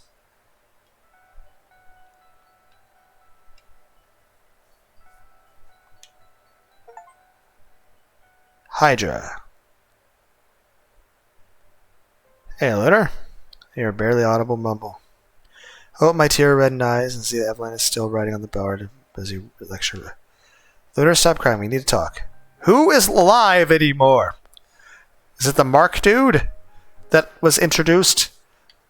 Nope. Oh, right. You're alive. I'm sorry. It's been an interesting day. Jessica stares at me with big amber eyes, her face hard. Leave me alone. Jessica sighs and her features soften. Look, you don't have to feel guilty. Her question was a false pretext. Your answer would have changed absolutely nothing. Elaine Horsworth, that's not true. I'm sure I could have stopped beating yourself up. You couldn't have changed anything. That witch, she did exactly what she intended to do. She just wanted to kill. She wanted to give you the illusion of choice to better traumatize you, but the conclusion was already along. I stared at Jessica blankly. It doesn't matter after all. Students die one by one. That's only what matters. We are on next on the list. Like animals in the slaughterhouse, we wait patiently for our turn, immersed in implacable collective anguish. Jessica shakes me. Lunar, focus. We need to find a way out of here. It feels like we had this discussion forever ago during the first loop. You seem to know more than anyone. You already knew who Evelyn was this morning as if you knew she was a witch. A few tears burned my vision. I knew her, and yet I couldn't do anything to protect Evelyn. Now everyone's trapped again. Jessica stares at me inquisitively. You already knew? You knew her? I look at Jessica with a total helpless. I didn't. I couldn't do anything. Jessica's gaze softened as she placed her hand on my shoulder. Lunar, please, you have to tell me everything you know. It may be the key to getting us out of here alive. With my throat now, I take Jessica's hand and squeeze it all night. I don't even know where to begin, but I need to share my burden with someone. It only took a few minutes for Jessica the first loop. The repetition of the discordant signals, the return to Evelyn, the return to the horror. Jessica listened patiently without interruption, only raising a surprised eyebrow here and there. I thought I would have a hard time listening to events without tears. Story just became pouring out naturally as if I'd been waiting forever to get all of my chest. I'm not gonna lie, your story sounds completely insane.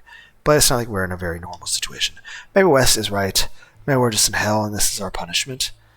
But yeah, let's just put aside the purgatory delusions for now. The only certainty is that we're trapped in a witch who's capable of killing anyone anytime. From what you told me, we've already managed to kill her once by taking her by surprise. Jessica shakes her head. You have no idea how disturbing it is to have no memory of actions you yourself are supposed to have performed. I smile weakly. Yeah, you're really unlucky not to remember the slaughter of half your class. Jessica slides. Oh, don't worry, we had to relive that again anyway. Sorry, that's not what I meant. Her eyes swivel to Evelyn, still busy. In any case, I find your theory quite coherent. She targets the bad students. The only problem is that we don't know if there are really any good students. In other words, we don't know if there are actually to be any survivors left. I don't know and intend to wait out. I look at her stunned face. How can you say that? Emma's dead, Dan, and even Zoe. Jessica puts her hands in front of her in a placating gesture.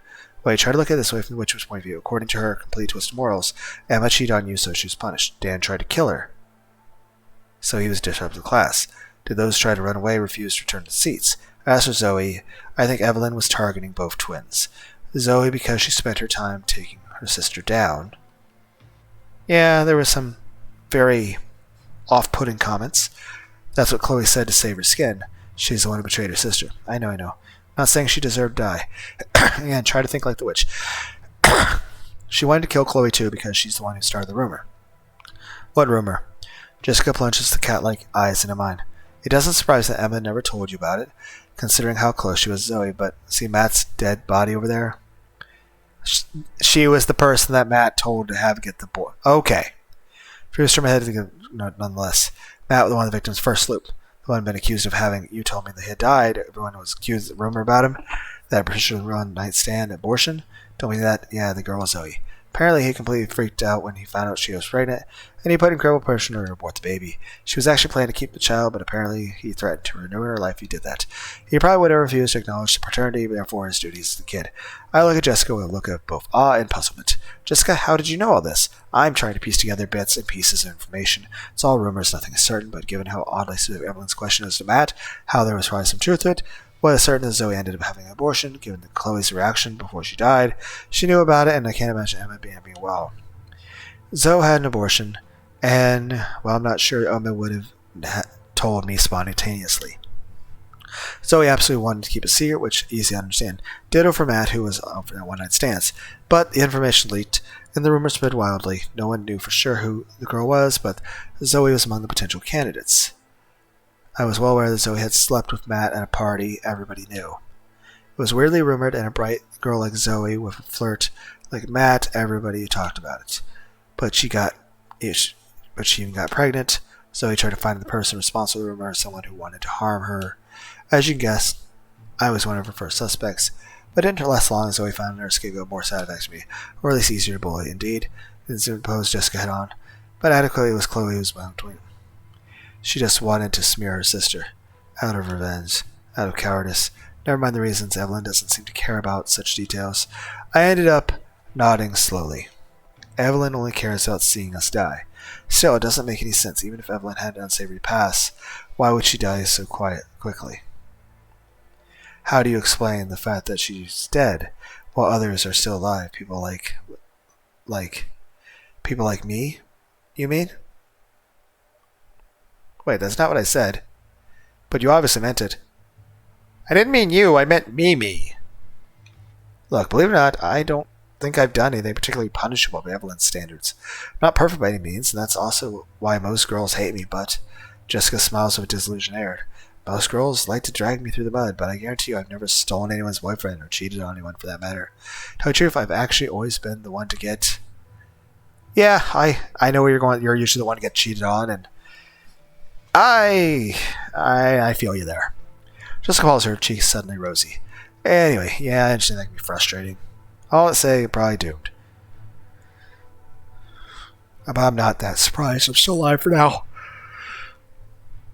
The problem is what you told me about Evelyn's changed in method from the first loop. She seems to want to give the students some semblance of choice in order to take the level of the stadiums up notches, with no concern for collateral damage. What do you mean? Look at the West. She let him choose who to fight to the death with, and it fell on you. Still, she didn't really want you dead, not right away at least, and you're still alive. Well, the twins are both dead. If she had wanted to target you and Wes, she would have found an excuse to have you both killed at the end of the duel no matter what. The new migraine was washed away. Why does everything have to be so complicated? As you figured out, I'm not exactly good terms with the other girls, far from it. So Evelyn decides to ask a girl to pick someone. Let's say my time is fast approaching. Yeah, if your theory is correct, then yes, I guess. Assuming your theory is indeed correct. But there's no clear evidence that my theory is correct. It's very possible Evelyn actually targets her victims randomly, depending on her mood at the moment. I mean, it could be a mix of both. Maybe there's no good students. Maybe we're all doomed. I shook my head in resignation. It's a certainty we are doomed. You, me, and the other ones, everyone. Could be, indeed. But all the more reason to try something. Jessica, I've had this discussion with you before and Dan during the first loop. It cost us Dan his life, and what did we get in return? Evelyn didn't die, and the day started over, and Dan... My voice begins to tremble slightly. Dan is dead for good, for nothing. Jessica is silent for a moment. Lunar, I understand how hard it must have been for you to go through all this the first time, but you really didn't get through your head that this is the first time for me. Jessica places her hands on my uninjured arm. You said it before. We're doomed. So we might as well try something to get out of this, even if the chances are slim. We can't just sit back and wait for Evelyn to come in and kill us one by one. You know that. Dan would have said the exact same thing. He did say the exact same thing. And you're forgetting a crucial asset you didn't have in the first loop. Common sense? Experience. I call it common sense. Think about it. Thanks to your memories, we know we can harm her. You've already done it. By sacrificing Dan. Maybe, but that still means she's vulnerable. That means really case, then I wouldn't be stuck here in the second loop. Yeah, I mean, she didn't... The death thing didn't exactly stick. So you could rest in your cozy little bed while we're dying in this loop? Damn it, Jessica, you know exactly what I meant. Right, sorry. Your most important memory is that medallion thing. I give her a slightly disillusioned look. You lost your favorite medallion? Jessica smacks the back of my head exactly as she would Dan. Evelyn's medallion, you told me it glows every night after she was dead. A few concerned looks at Jessica's abrupt explanation. I glanced back at the direction of the board. Evelyn continues to write, complete word for word, pausing ahead there to examine a technical term. Keep your voice down. Jessica seems upset, but she leans forward a little more toward me. We were talking about Evelyn's medallion. The medallion?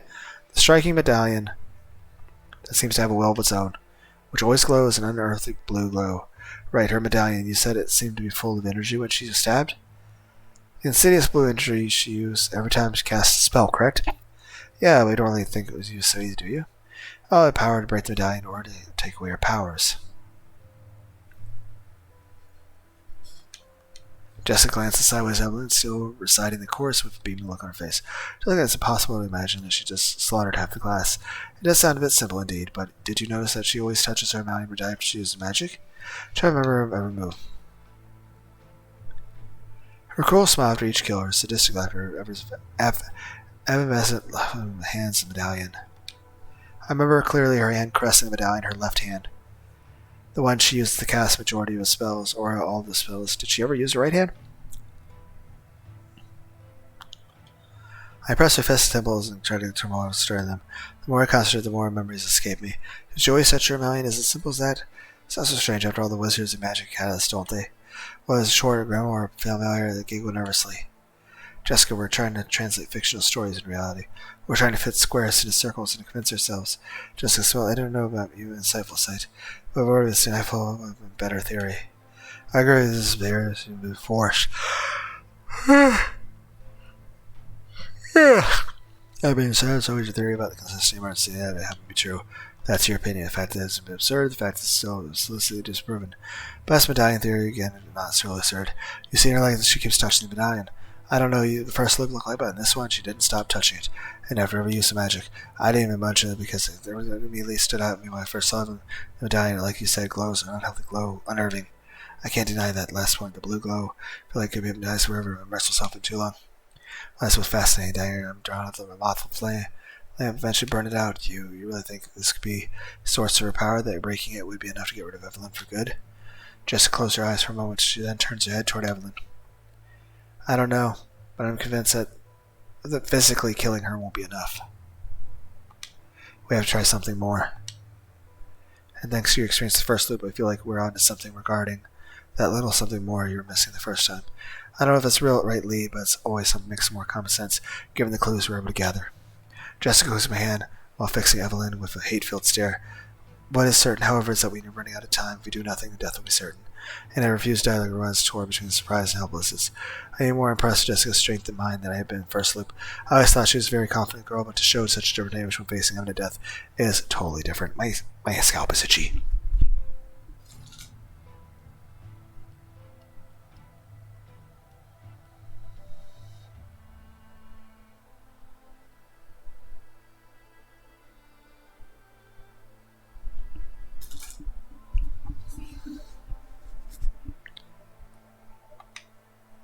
I'm with you, Jessica. I have very strong doubts about your theory, but I'll follow you.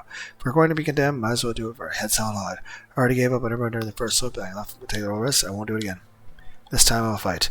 Jessica smiles softly at me. Her features soften completely. Thank you, Lunar. We can do this together. Galvanized by this renewed hope, I managed to calm the rush of blood in my temples. Now that we are agreed on theory, how to put it in practice. We have no choice but to do physically kill her before destroying my dying. Doing the opposite would be far too risky. Jessica nods. Right, and the other problem is that we can't use the same ruse we did in the first loop. Evelyn, too, has restrained her memories in the first loop, very logically. She won't fall for the same trap twice, even without Wes felt to warn her. We don't even have a weapon on hand. I paused to notice a glow near the knees, a metallic glow of a strange blue sheen. While you were fighting with Wes, I picked up the dagger that was stabbed in Emma's back. Just in case, a brilliant insight and cost my life. Are you sure Evelyn didn't? She was totally absorbed in your duel. I can't believe she the rest of the class. Except you, it seems. Don't try to guilt me with that monotonous tone. Opportunity decided to get a move. Unlike me, she knows that keeping it cool in a circumstance only notices. Think cruel, but you've been sacrificed yourself unnecessary to rescue. You know, very well would have struck me down on the spot if I'd come to 10 meters of you. You just came close to my shoulder. Lunar, you know I care about you. I just tried to do the best I could. Put it over my head. I promise you that I would have mourned your death just like I did for Dan. I read real pain in her eyes. She and Dan never dated, but they clearly had a bond more powerful than friendship, almost like brother and sister. Jessica, I miss Dan too a lot. We'll do our best to avenge him. To avenge him by taking down that witch. Jessica nods slowly, her eyes fixating on Evelyn. But for now, it does come with something to surprise her. She gives me hard luck. I don't know why, but it seems a special place for you. You're the only one to keep memories, and you're the only one who come out of the interaction with Evelyn alive, at least for now.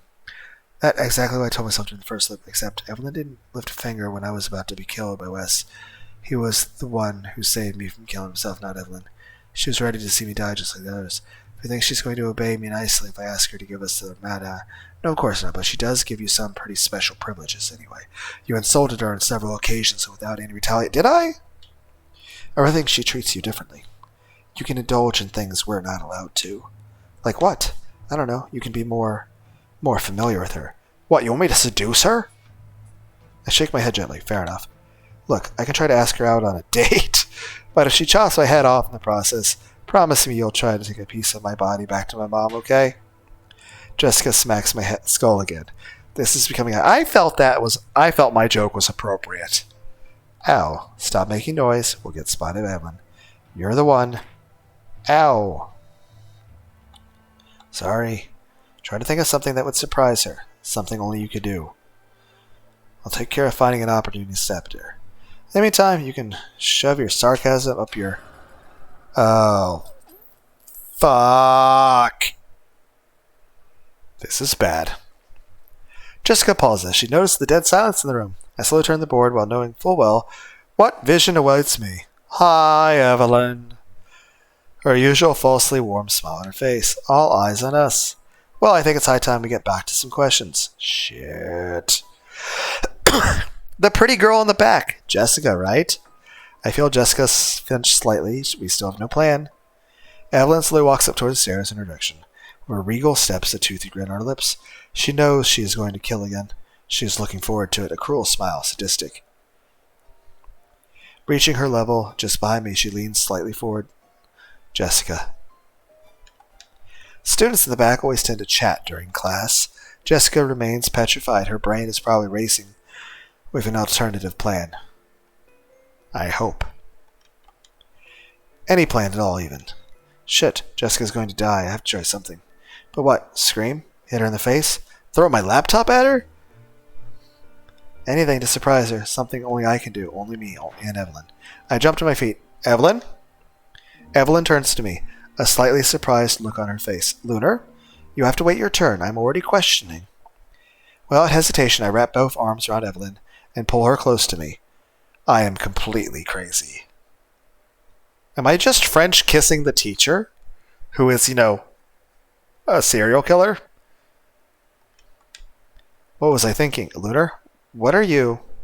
Against all odds, the mortal blow I was expecting never comes. Evelyn remains as if paralyzed by my gesture. Evelyn, I'm sorry. Evelyn weakly tightens both her arms against me. What the hell is this? She's supposed to kill me, right? So why am I seeing so much sadness in her eyes? This unimaginable behavior makes absolutely no sense to me. Unless... Jessica appears right behind Evelyn, dagger brandished in the air. Jessica, wait.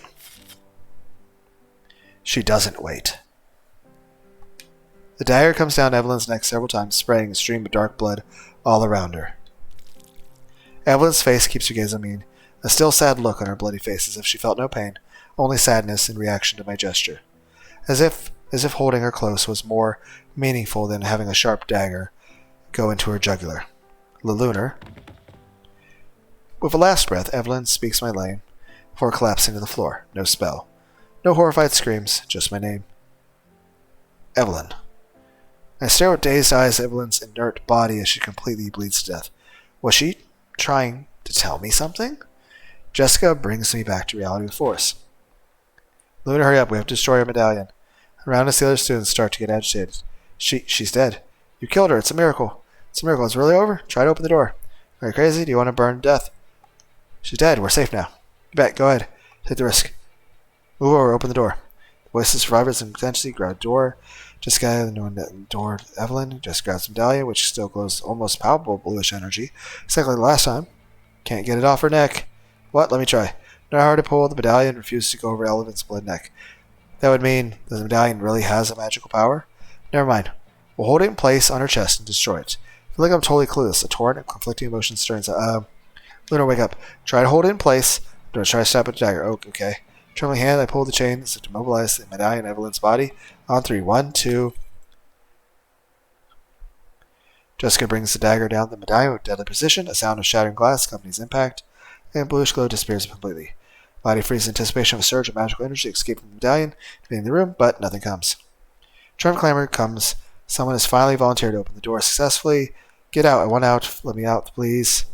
Jessica's the form of exhausted. Is it over? I nod my head, looked at Evelyn's blood-covered face. I don't see a blue glow anymore. With tears in her eyes, Jessica runs a hand through the air. We did it. Yeah, I sure feel like it. I straighten up and extend my hand toward Jessica to help her up. Come on, let's get out of here. There's no point in staying any longer. Jessica grabs my hand and follows me. Look back on Evelyn's lifeless body, not a trace of magic left this time. Nothing but dead flesh. Evelyn, Emma, Dan, the twins. I don't know if we can really say move on. We won, but we survived. Sure, but as far as one, look around, completely empty, silent room. All unpresent corpses and blood marks. Advent, the rain death, the only winner. Express another bout of nausea and clasp Jessica's hand in mine. Let's go. Jessica, her face still very pale, nods and follows me without a word. At the moment of crossing the threshold of the door, a shiver of anguish seizes me. It is here that Evelyn's voice would resound in my head at the end of the first loop. Are you satisfied with this conclusion? Lunar, are you okay? I pause and take a step forward, my body contracting. Nothing. No voice out of nowhere, no residual magic, no evil laughter. just the sweat oozing from my forehead and the dried blood on my right arm, and the smell of death flow in the royal room. This time it's over for good. Without any glance, I drag Jessica outside to freedom.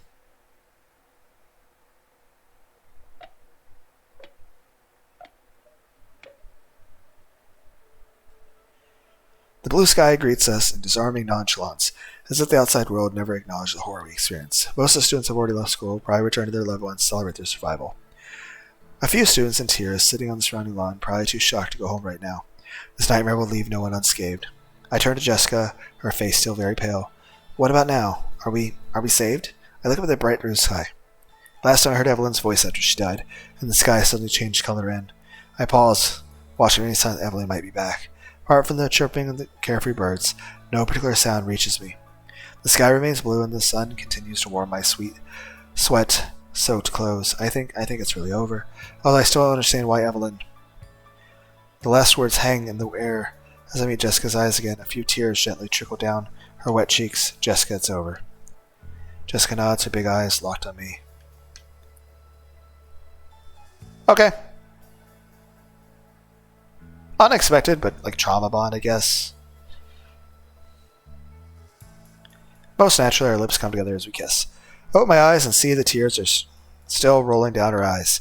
I don't know if we really love each other or just, really serious thing happened. We're simply overcome by a wave of irrepressible happiness, followed by immense relief at having survived. Our will to live is stronger than Evelyn, stronger than death.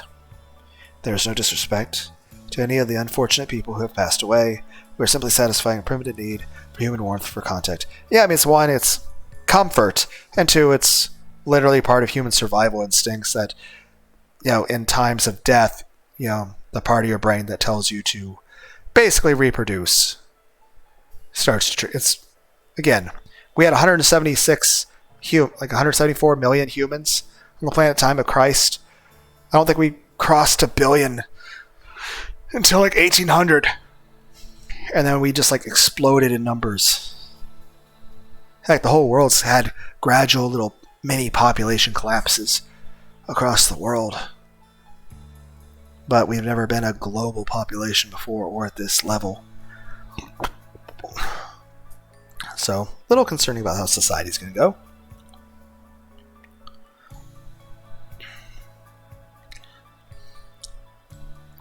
But whatever it is, I'm sure everything will be fine because everyone will be completely mature and no one will panic or anything, right?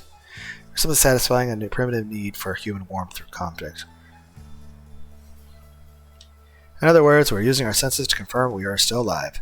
After a long embrace, I gently run my hands through Jessica's amber hair and pull away from her lips slightly. Jessica shakes her head. Thank you, Lunar. I needed this. Terribly needed it. I smile softly at her. Yes, so did I. I can't find the words to express the torrent of emotion that runs through me, and neither can Jessica, it seems.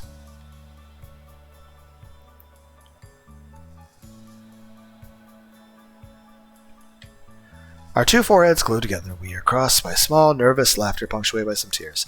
Joy, sadness move together with two levers like everything opposes. I kiss her again, then raise my eyes to the sky. A slight shiver comes across me. I hear the whisper of the wind reach my ears, but I don't hear a voice or cruel laughter. Nothing but the usual lament of the breeze that slightly softens the feeling of warmth from the sun. The sun slowly begins its daily decline, which will last until dusk. The clock is ticking again. This loop has ended. I feel Jessica's hands gently caress my face. Lunar, about all the dead. That's the janitor's fault. They can handle that. Emma, Dan, everyone. Lay down Jessica and hold her a little close to me. Jessica, I have absolutely no idea how to grieve. I grieve for all the people who died, for nothing. I'll probably be haunted by the memory of the nightmare for the rest of my life. It's a trauma that will probably never heal. But that doesn't mean it can't be appeased through time, through feelings, through the power of life. Jessica nods silently, that she is also doomed to live, carrying the weight of this terrifying memory. So the next few days, I'd like for us to stay together, if that's okay with you, to grieve, and to try to move on together. Jessica offers me a shy smile. Let's stay together, Lunar. I raise my gaze to the sky again. I don't know how long it will take to grieve. I don't even know if I'll be able to really move on. But Jessica, I'm less anxious about going entire nights without sleep. To have someone there for me during those inevitable night terrors that will afflict me. To be there for me to calm her own terrors. To simply be together. Thank you, Lunar. Jessica, I will take care of you, I promise. Jessica pulls herself up on her toes and kisses me again. I am concerned. I welcome the touch of her strangely raspy lips, as if... Okay, waiting for the other shoe to drop. I had got my hopes up. Everything was going to work out fine. We had our happy ending. Everything was fine. You know, lots of people died, but, you know, it worked out for okay. There were survivors. And this seemed like a happy ending. No. No, no, no. No! Kaya, what? Yes, it's a Team 4-star reference. Son of a bitch. Why are you dead? I immediately pushed Jessica's putrefied body away. No. Jessica looks at me anxiously. Lunar, it's me, Jessica. It's over. We're safe. I point a trembling finger in her direction. Jessica, no. Your body is no. I pound my temples with both fists as if to alter my perception of reality. Well, this is unfortunate. Or rather leave this nightmare and finally return to reality. No, we had made it. Jessica moves close to me and tries to gently take my arm. Lunar, don't worry. It's over, I promise. Well, either it's not, or I'm having a little mini psychotic break here. I push Jessica away, closer as if her putrefaction is contagious. No, please no. Jessica's inhumanely ravaged face bursts into tears. Lunar, please. Evelyn is dead. You should avoid that kind of preemptory statement. I turn my head to the melodious voice I know all too well. That playful, honeyed, and all at once cruel voice. Evelyn stands a few feet away from us, perfectly unharmed. Her body, her clothes, her face, there's no indication that she was stabbed to death just a few minutes before. I stared at her medallion untouched. You are dead. Dead. That's impossible. Evelyn waves her left hand in a nonchalant gesture, as if swatting away an unwelcome fly. Jessica's body immediately freezes, then collapses in on itself, just like Dan, as if nature had claimed its rights over the dead flesh for far too long. But when did she actually get stabbed? She should be fine. I stared distrauhtly at Jessica's disjointed body as it lies on the ground. Jessica, she was... Evelyn stares at me in amazement. What exactly did you expect? Of course she's dead. She never got stabbed. Stifling a tremendous urge to vomit, I straighten up in Evelyn's direction. How? We destroyed your medallion. No more magic glow emanates from the medallion, whose surface lace reflects sunlight as Evelyn moves. This old trinket? Oh no, you didn't think it was the source of my power, did you? Evelyn gives me a particularly condescending look. Damn it! I mean, Lunar, it was just a little charm, nothing more. Just like the color. No, please no. Start to cry frankly. I can't take it anymore. Is it too much for me? Way too much for my fragile psychological condition. Evelyn approaches me and puts a hand on my arm in a surprisingly gentle gesture. Lunar, when you held me, her face is showing the last expression I would expect from her. Was it just to divert my attention? Or did you also want to... Evelyn freezes as an inhuman scream comes out of my chest. I fall to my knees and hit my temples with both my fists. Stop. I can't take this out anymore. Lunar? Kill me. I want it to stop now. Evelyn is now looking at me with a sad look. For some odd reason that I can't understand. For a reason that I don't care about. I don't care anymore. I just want it to stop. I just want it to all stop. I just want to join Dan and the others. Join them and fall asleep next to them. Lunar, look at me. I wrap both hands around my skull and bare my face in my folded arms. My knees still on the ground. I want to die. I just want to die and join the others. Evelyn kneels beside me and gently places her hand on my shoulder. You really don't remember anything? I remember the dead, I remember the suffering, the terror. That's more than enough for me. You won. You won everything. We're in hell and you won, so kill me now. Lunar, do you? Kill me now, kill me. Evelyn flinches away as if I had bitten her. Her eyes become sadder. She even addresses me in a tone of sorrow. Do you wish to remember? I raise a feverish eyes to Evelyn. Remember what? The smell of the dead, your sadistic laughter, your face distorted by cruelty every time you slaughtered one of us. Let me guess, this has all been a fucking long psychological fucking breakdown, and in this situation my main character has gone on a fucking killing spree. And we have retreated back to a delusionary world sort of thing. That being said, if we had to pick something like that, could we pick something better? You know, why is there all this death? Why couldn't it just be like, and now there's pizza.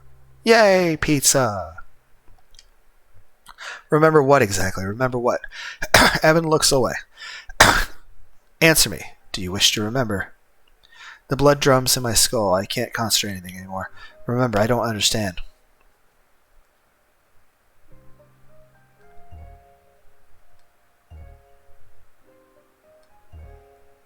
Okay, fine, I want to know. Evelyn, her behavior is totally different. So I took her in my arms. She is not the same at all, as if there was a reason for this whole nightmare. I want to know, I want to understand why. Why did you do all this, Evelyn? Evelyn stares at me silently, tears in her eyes. Tell me why. My voice breaks into sobs. Please, tell me why. Evelyn sighs heavily, then closed her eyes, placing her hand on my skull. Okay. A misty white veil invades my field of vision. I can no longer see anything but Evelyn. I can no longer feel anything but the warmth of her palm. All my other senses are completely numb. Fatigue, anger, pain. I feel as if I am wrapped in a thick white coat that brings me warmth and comfort. I need a stretch.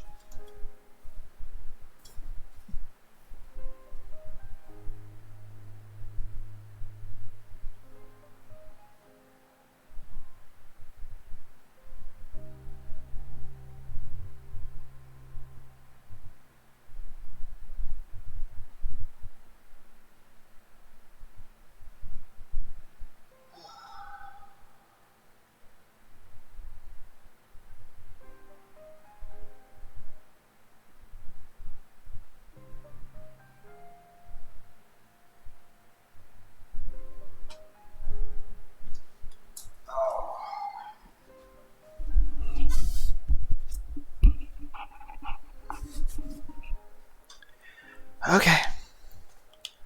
Evelyn's lips move gently, but I can't hear anything. Slowly, my eyes close. I feel incredibly tired. With my eyes closed, my mind begins to wander as I gradually lose consciousness. I think that... Okay. Hello? You...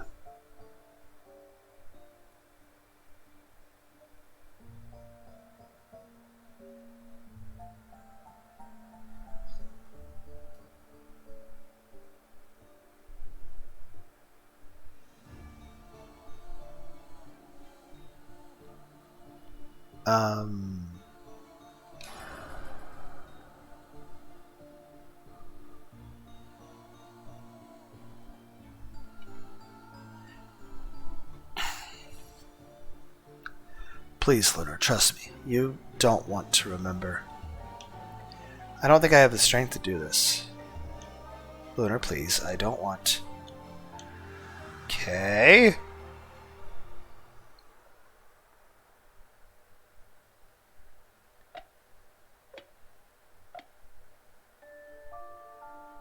Well, my eyes again, I am still on university campus. Despite the unusual silence, everything seems absolutely noise. The place is deserted except for a young girl sitting on one of the benches in front of the entrance. Lunar, you came finally. Okay, you do seem to be somebody else, but different clothing and shorter hair. That girl, she looks familiar. Who are you? I looked down my unharmed right arm without a trace of blood. Was she the one who treated me? And most importantly, where's Evelyn? Where's Evelyn? You are with her, aren't you? The girl flinches at my snarky and unnecessarily threatening tone. Lunar, it's me, Ava. Ava? Ava? What, Ava from the social studies class? Is that you? Ava nods, a sad smile frozen on her face. Okay. I'm so confused. Ava, just a student in the same class as me. I think we've actually in the class at high school. I've never actually talked to her. Nice girl, but very discreet, very shy. That's me, without my witch look. My fists clench at the mention of Evelyn. Don't tell me that you are Evelyn. Ava shakes her head gently. Evelyn doesn't exist. She's just one of my appearances, created from figments of imagination. I don't understand anymore. If Evelyn doesn't exist, then... Are you kidding me? Who killed Emma, then? And Dan, Jessica, and everybody, who is the murderer guilty of all the killing, then? Ava looks down, and a few tears appear in her big eyes. It's more complicated than that. It's you. It's you who did this. You look much like her, but... I can't believe I didn't realize it sooner. Let me guess. All my friends are just figments of my imagination, like Emma, Jessica, the twins. None of them are real. I imagined them all. Eva doesn't share a number of traits of Evelyn for sure. Younger, softer, more human. Like she's just Evelyn's little sister. I'm responsible for all Evelyn's actions, that's right. That trash, that filthy trash, that my jaw twitches painfully and angry. And now that you revealed your true identity, do you really think I won't try to slaughter you? What exactly do you expect? I'm about to pounce on her to hurt her badly, to avenge all those who died because of Evelyn, because of Ava. You wanted to know the truth, you wanted to remember. Then I'll tell you everything, and after that, to remember it's true that Evelyn gave me the choice. I want to understand why. Why all this horror, why? Ava lowers her eyes to the ground again. All third-year students always go on a trip organized by the university. Okay? What, did the school bus fly off a fucking cliff and all my friends died? And then I'm like, oh, I'm sad. I stayed home because I had a tummy ache. The school trip, it's coming back to me now. Our hours took very recently, just a few. Ouch. Once again, the sensation of seeing pain immediately disappears. For us social students, the plan was to go to visit a historical site in the mountains. We went off a fucking cliff, didn't we? The mountains.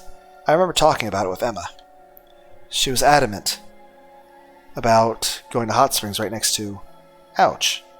The pain shoots through my skull again. I assume I took head damage. I mean, we kept massaging our temples over and over throughout this whole fucking game. So, am I in a coma?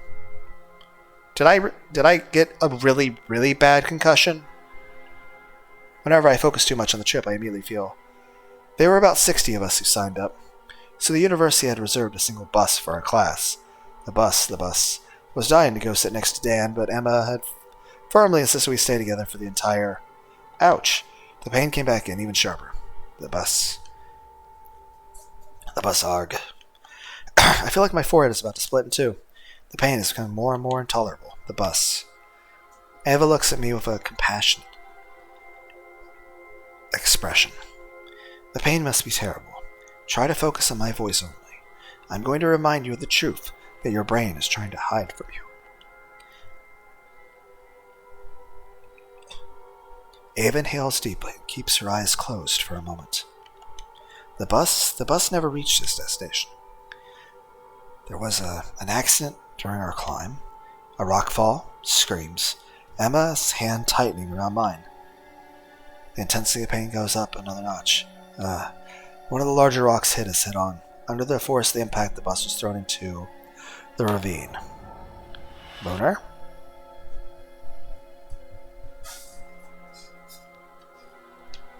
We all died on that fateful day. Wait, all of us? So you and I are also dead too? Are we all in hell? Why is hell a university? Why doesn't hell have nicer benches? A flash of pain appears in front of my eyes and almost makes me lose consciousness. We are dead? Dead? I'm dead? I continue to stare at Ava despite the terrible pain that forces me to take a knee. Ava's eyes, studded with crystal-like tears, reflect the sunlight like 1,000 sparkling diamonds. When I opened my eyes again, I had a shard of glass stuck in my chest. I could barely breathe. I couldn't hear any more sounds. I was the only survivor, and I was bleeding to death. I, too, was dying. Her voice began to tremble with emotion. I would have preferred to die on the spot like everyone else, but I was doomed to agonize slowly. I called your name, Lunar, I screamed. But I was surrounded by silence. Alone in the world, alone before death. Then I prayed with all my might. I prayed for a miracle. With trembling hands, Ava wipes away the tears that flood her face. A face that looked sweet, so innocent. How could she and Evelyn be the same? And, with pain in my head, it finally started to fade. I remember everything now. The fall, the horrified screams. The feeling of my heart failing on impact. Emma's terrified eyes pressed against me, her hand in mine. The sensations of falling forever. The nothingness. I died that day. We all died that day. A miracle happened. My pleading was heard.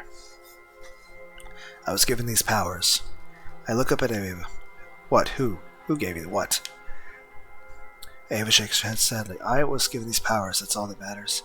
While I was dying, I was able to create this alternate reality, this eternal dream where we are all together again. Ava pauses again, agitated with new sobs.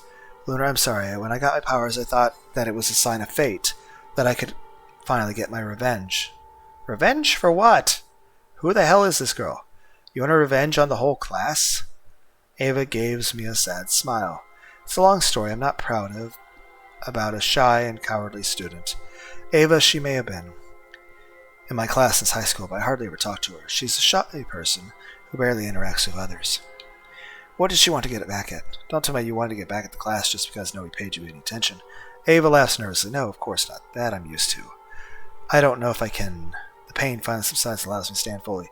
Back there earlier when you were Evelyn, you told me you would tell me everything, that I had a choice to know. And I made that choice. So I want to know. Ava looked away to the horizon. You're right. You have a right to know. But please, I have no right to ask you this, but try not to judge me too harshly. Tell me everything. Ava closes her eyes, as if recalling extremely distant events. I don't even know where to start. Ava reopens her wide eyes and stares at me with affection. I don't think you remember this, but I've been in your class since high school. We've been in the same path ever since, all the way through college. As for as long as I remember, I've always loved you. Ava loves me. Evelyn loves me. All of this was love. Everything you put me through, it was love? You think it was love? My fist clenching and a palpable hatred comes over my face. Love. She doesn't care about me. She's insane. All this pain, this torture. Ava raises her trembling hands in front of her as if to protect herself from my fury. I promised you I would tell everything, but you have to promise to listen to me all the way. Anger spreads through every fiber of my being. It would be so easy to grab her skull and slam it into the rock. Again, again, again. Lunar, please. Her pleading eyes remind me of Emma's, just before she died, in the auditorium of Evelyn, and in the bus. I manage to regain control of my emotions. The intense fury subsides. My breathing returns to a normal rhythm. I promise. Thank you, Lunar. Ava gives me a hesitant look. Do you want to sit next to me? I'm fine where I am. If I get too close, I'm not sure I can suppress my urge to strangle her. Ava gives me another sad smile. Well, of course, I understand. I feel nothing but hatred for her, so why am I afflicted with a twinge of sadness every time I meet her distress-filled side? Ava takes a deep breath, as if each new sentence makes her suffer. I love you, Lunar. I always loved you. We very rarely spoke, but I was completely under your charm. My charm? Is she kidding me? I was just an average high school student, nothing special. Not especially handsome, not popular, or smart. So what charm are you talking about? Ava allows herself a warmer smile, as if comfortably remembering a simpler time, more candid. You had very popular friends, but despite that, you were nice to everyone. Even with a nobody like me. Whenever we spoke, you didn't care what others thought of me. You were just nice. In my eyes, that made you exceptional. You'll always be special to me. I don't know if I was especially nice to anyone. I was just trying to be polite, that's all. You weren't trying to put yourself out there at all costs, like most other high schoolers. You just wanted people around you to be happy. I don't remember being that selfless. I was just trying not to hurt others for the sake of it, but anyone would do the same, right? I was just doing it to make people like me, that's all. If I had been really popular, I probably would have been worse than others. Ava looks at me with a particularly fond look on her face as she shakes her head. No, it's in your nature. You're a kind person. It's one of the most beautiful qualities in the world. Being kind is a quality. I feel like they say that about the naive and foolish. A quality I sorely lack. I am so much worse than you. It was this quality that attracted Emma. That's why she fell in love with you. Emma, no one expected a girl like her to end up with someone like me. No one, including me. It's true that I was surprised when she agreed to go out with me. When we started college, I was ecstatic to be in the same graduating class as you. I made the goal until your freshman year to give you courage, to dare you to spend more time with you. But you fit in very quickly, you made a new group of friends, and most importantly, you started a relationship with Emma. I was devastated when I saw the two of you together, but even so, I was happy for you. Emma seemed nice too, and I thought the two of you were probably meant for each other, and that fate was telling me to move on alone. So I decided to make a fresh start. I went on to start student parties, tried to talk to as many people as I could. I really tried to fit in to be a normal student. It didn't work out well, except for one person who was quick to give me attention. You know him, I think. His name was Lucas. Well, I feel like that's going in a bad direction.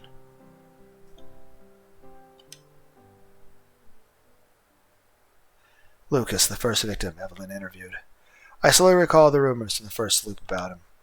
His technique, it was always the same. He targeted shy, isolated girls, too. Eva shudders and folds her arms around herself. I was a perfect victim, isolated, desperate. He invited me to his room. It was the middle of the day.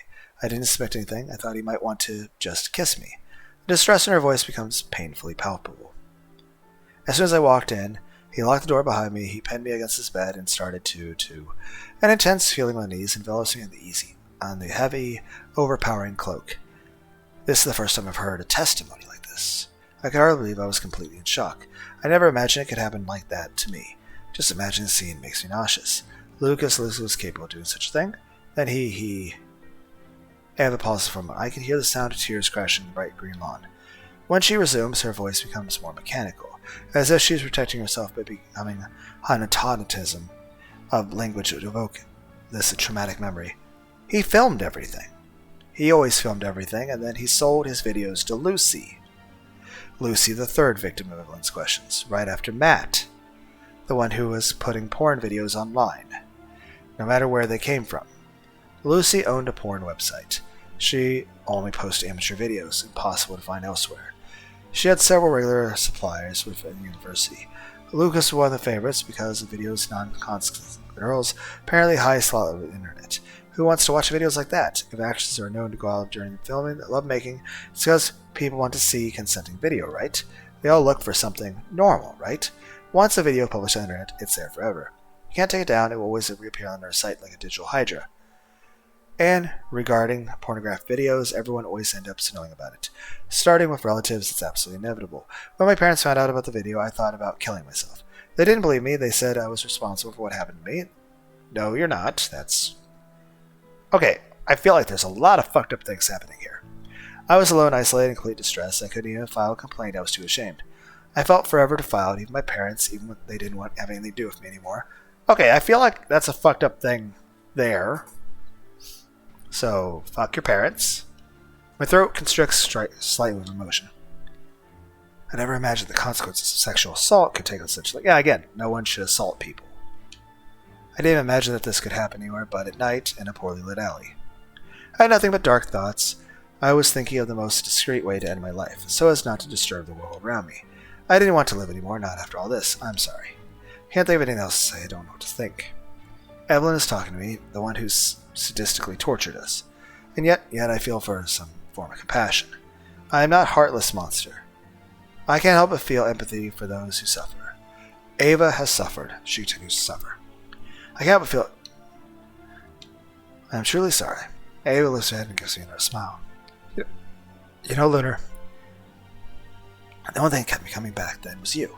Just knowing that I was going to see you again the next morning. That's what finally pushed my darkest thoughts away and kept going, despite the pain. Who would have guessed that there was so much pain so close to me? Who knows if Ava was just an isolated case? Who knows if there's other anonymous people out there suffering daily?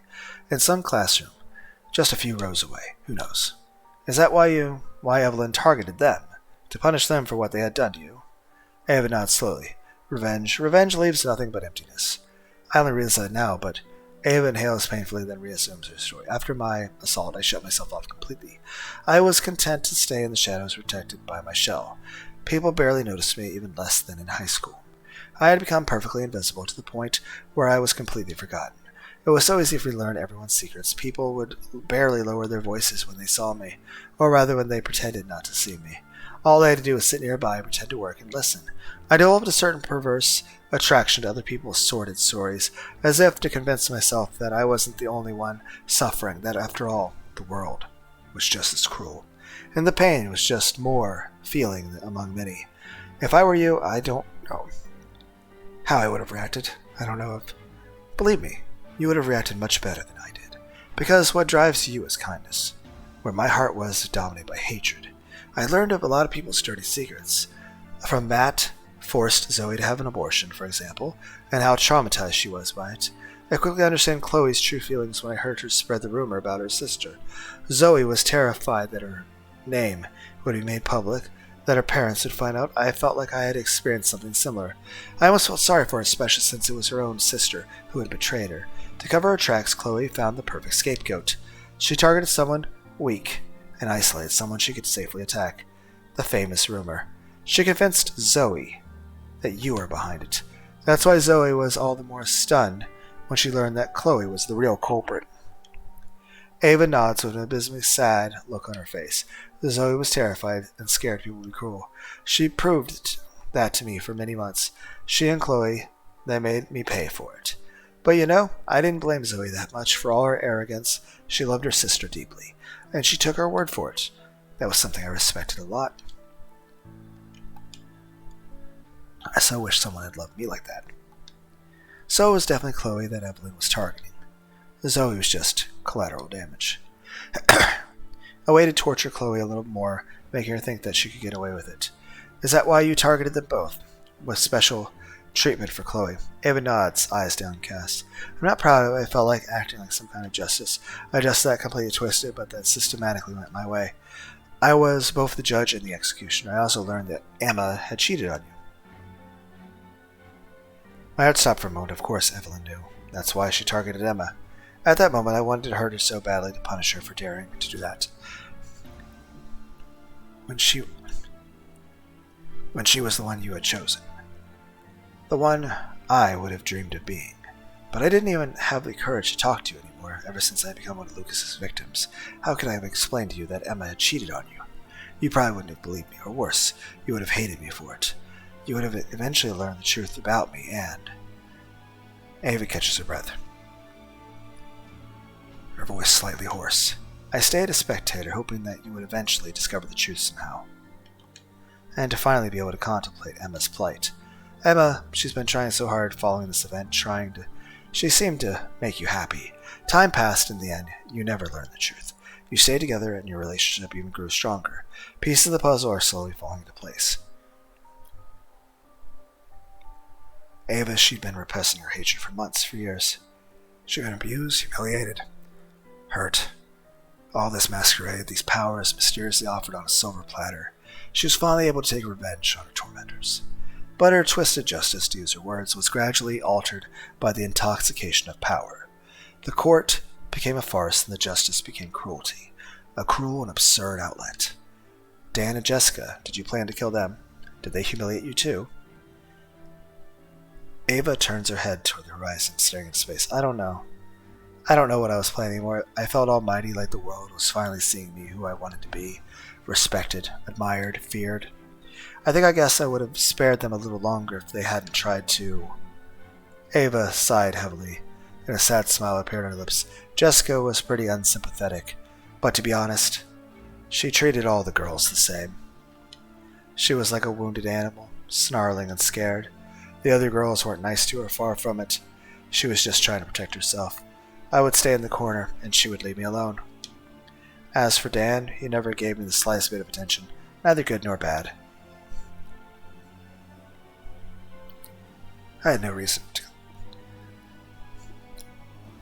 no particular reason to get back at him. If he had stayed in his place, that explains why Dan and Jessica survived so long.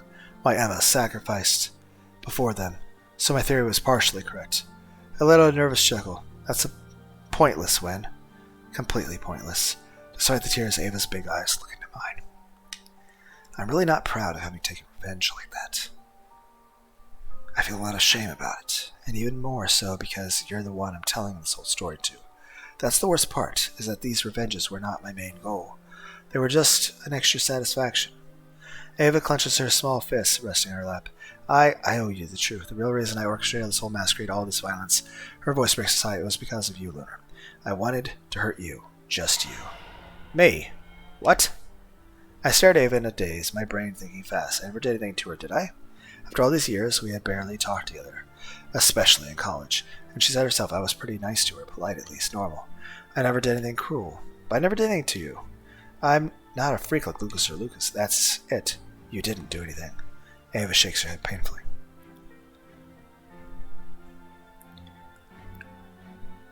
I know it's unfair to blame you for this, but after the assault, you had become my beacon in the night.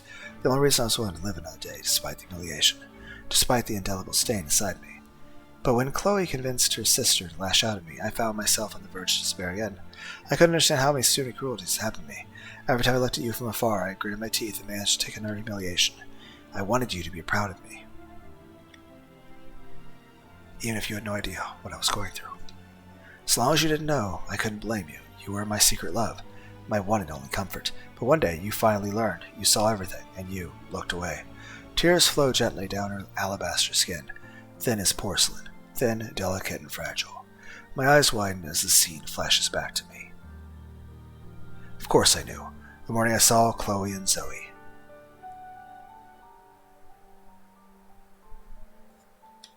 I saw them humiliating Ava in a secluded corner of the park.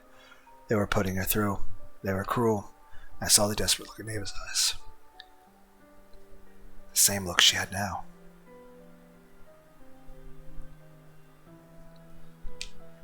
Lowered my eyes and walked away, as if I hadn't seen anything. I had just had a fight with Emma, our biggest fight ever. I was scared, terrified of losing her, desperately needed the twins' support to convince Emma to forgive me, to advocate for me. They were so close, the three of them. When I saw them hurting you, I didn't want to risk turning them against me. I chose to look the other way. I lowered my gaze and turned. I'm sorry, Ava. I like it when you say my name. With her face still studded in tears. Ava flashes a small, embarrassed smile. I can't find the words. I don't know what I'm supposed to say. I don't even know what to feel. Pity, compassion, hate? Is that enough to justify her actions? She made the whole class suffer, the whole class that was already dead before she even began her vengeful, power-drunk work. It was unfair of me to expect you to react in any other way. Anyone would have looked the other way. Everyone who knew before you looked away.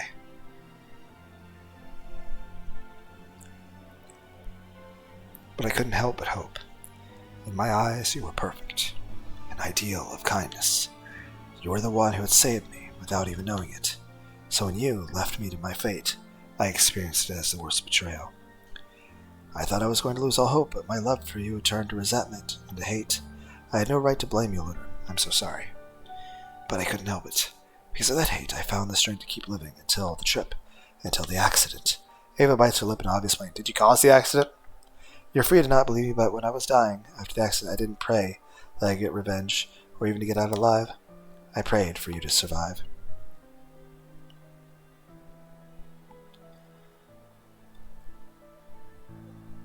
So let me guess. While all these people are technically sentient and they're alive, and we're technically in the afterlife, my body's still technically alive and I'm in a coma. And I'm going to wake up out of this, and everybody else is going to go off to the proper afterlife.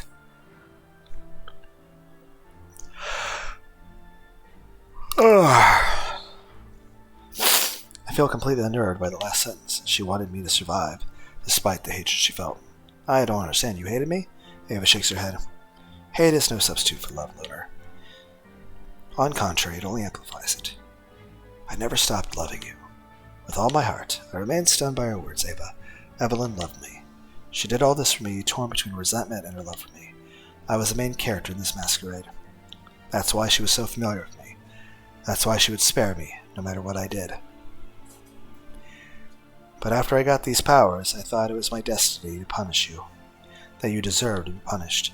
I wanted to punish you, to make you suffer by killing those you were close to, until you felt the despair that had become my daily life for years.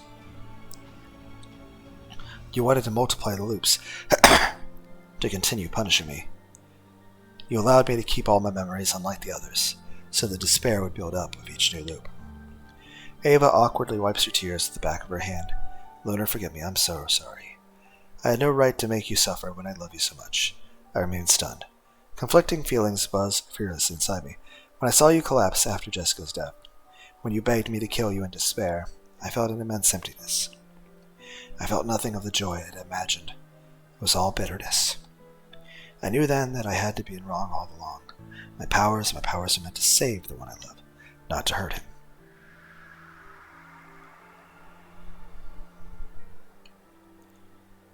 Around us, the horizon blurs slightly.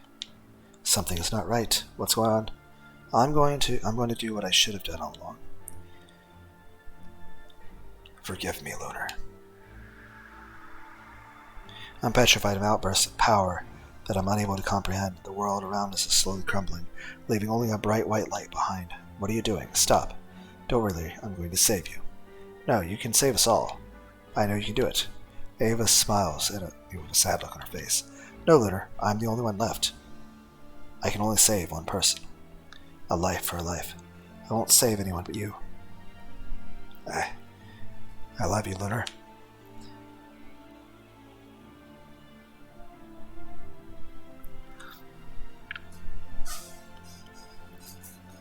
Gonna do a save.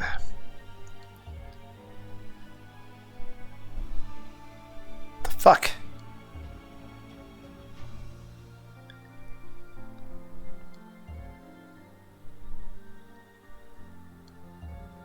Okay.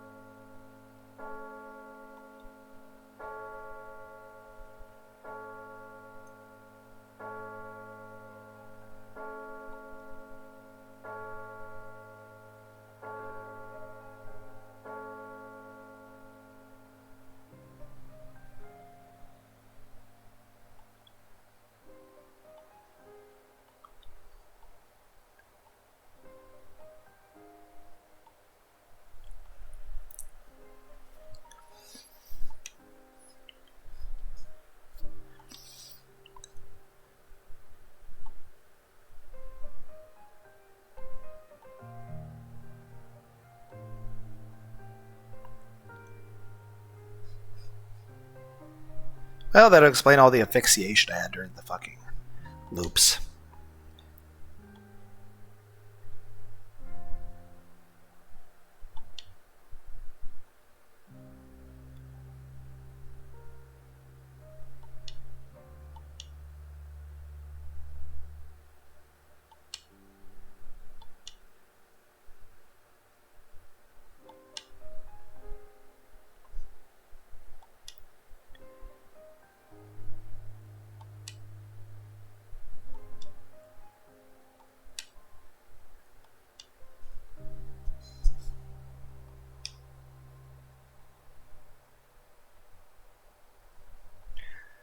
And I assume if I made the other choice, I would have gotten her lungs.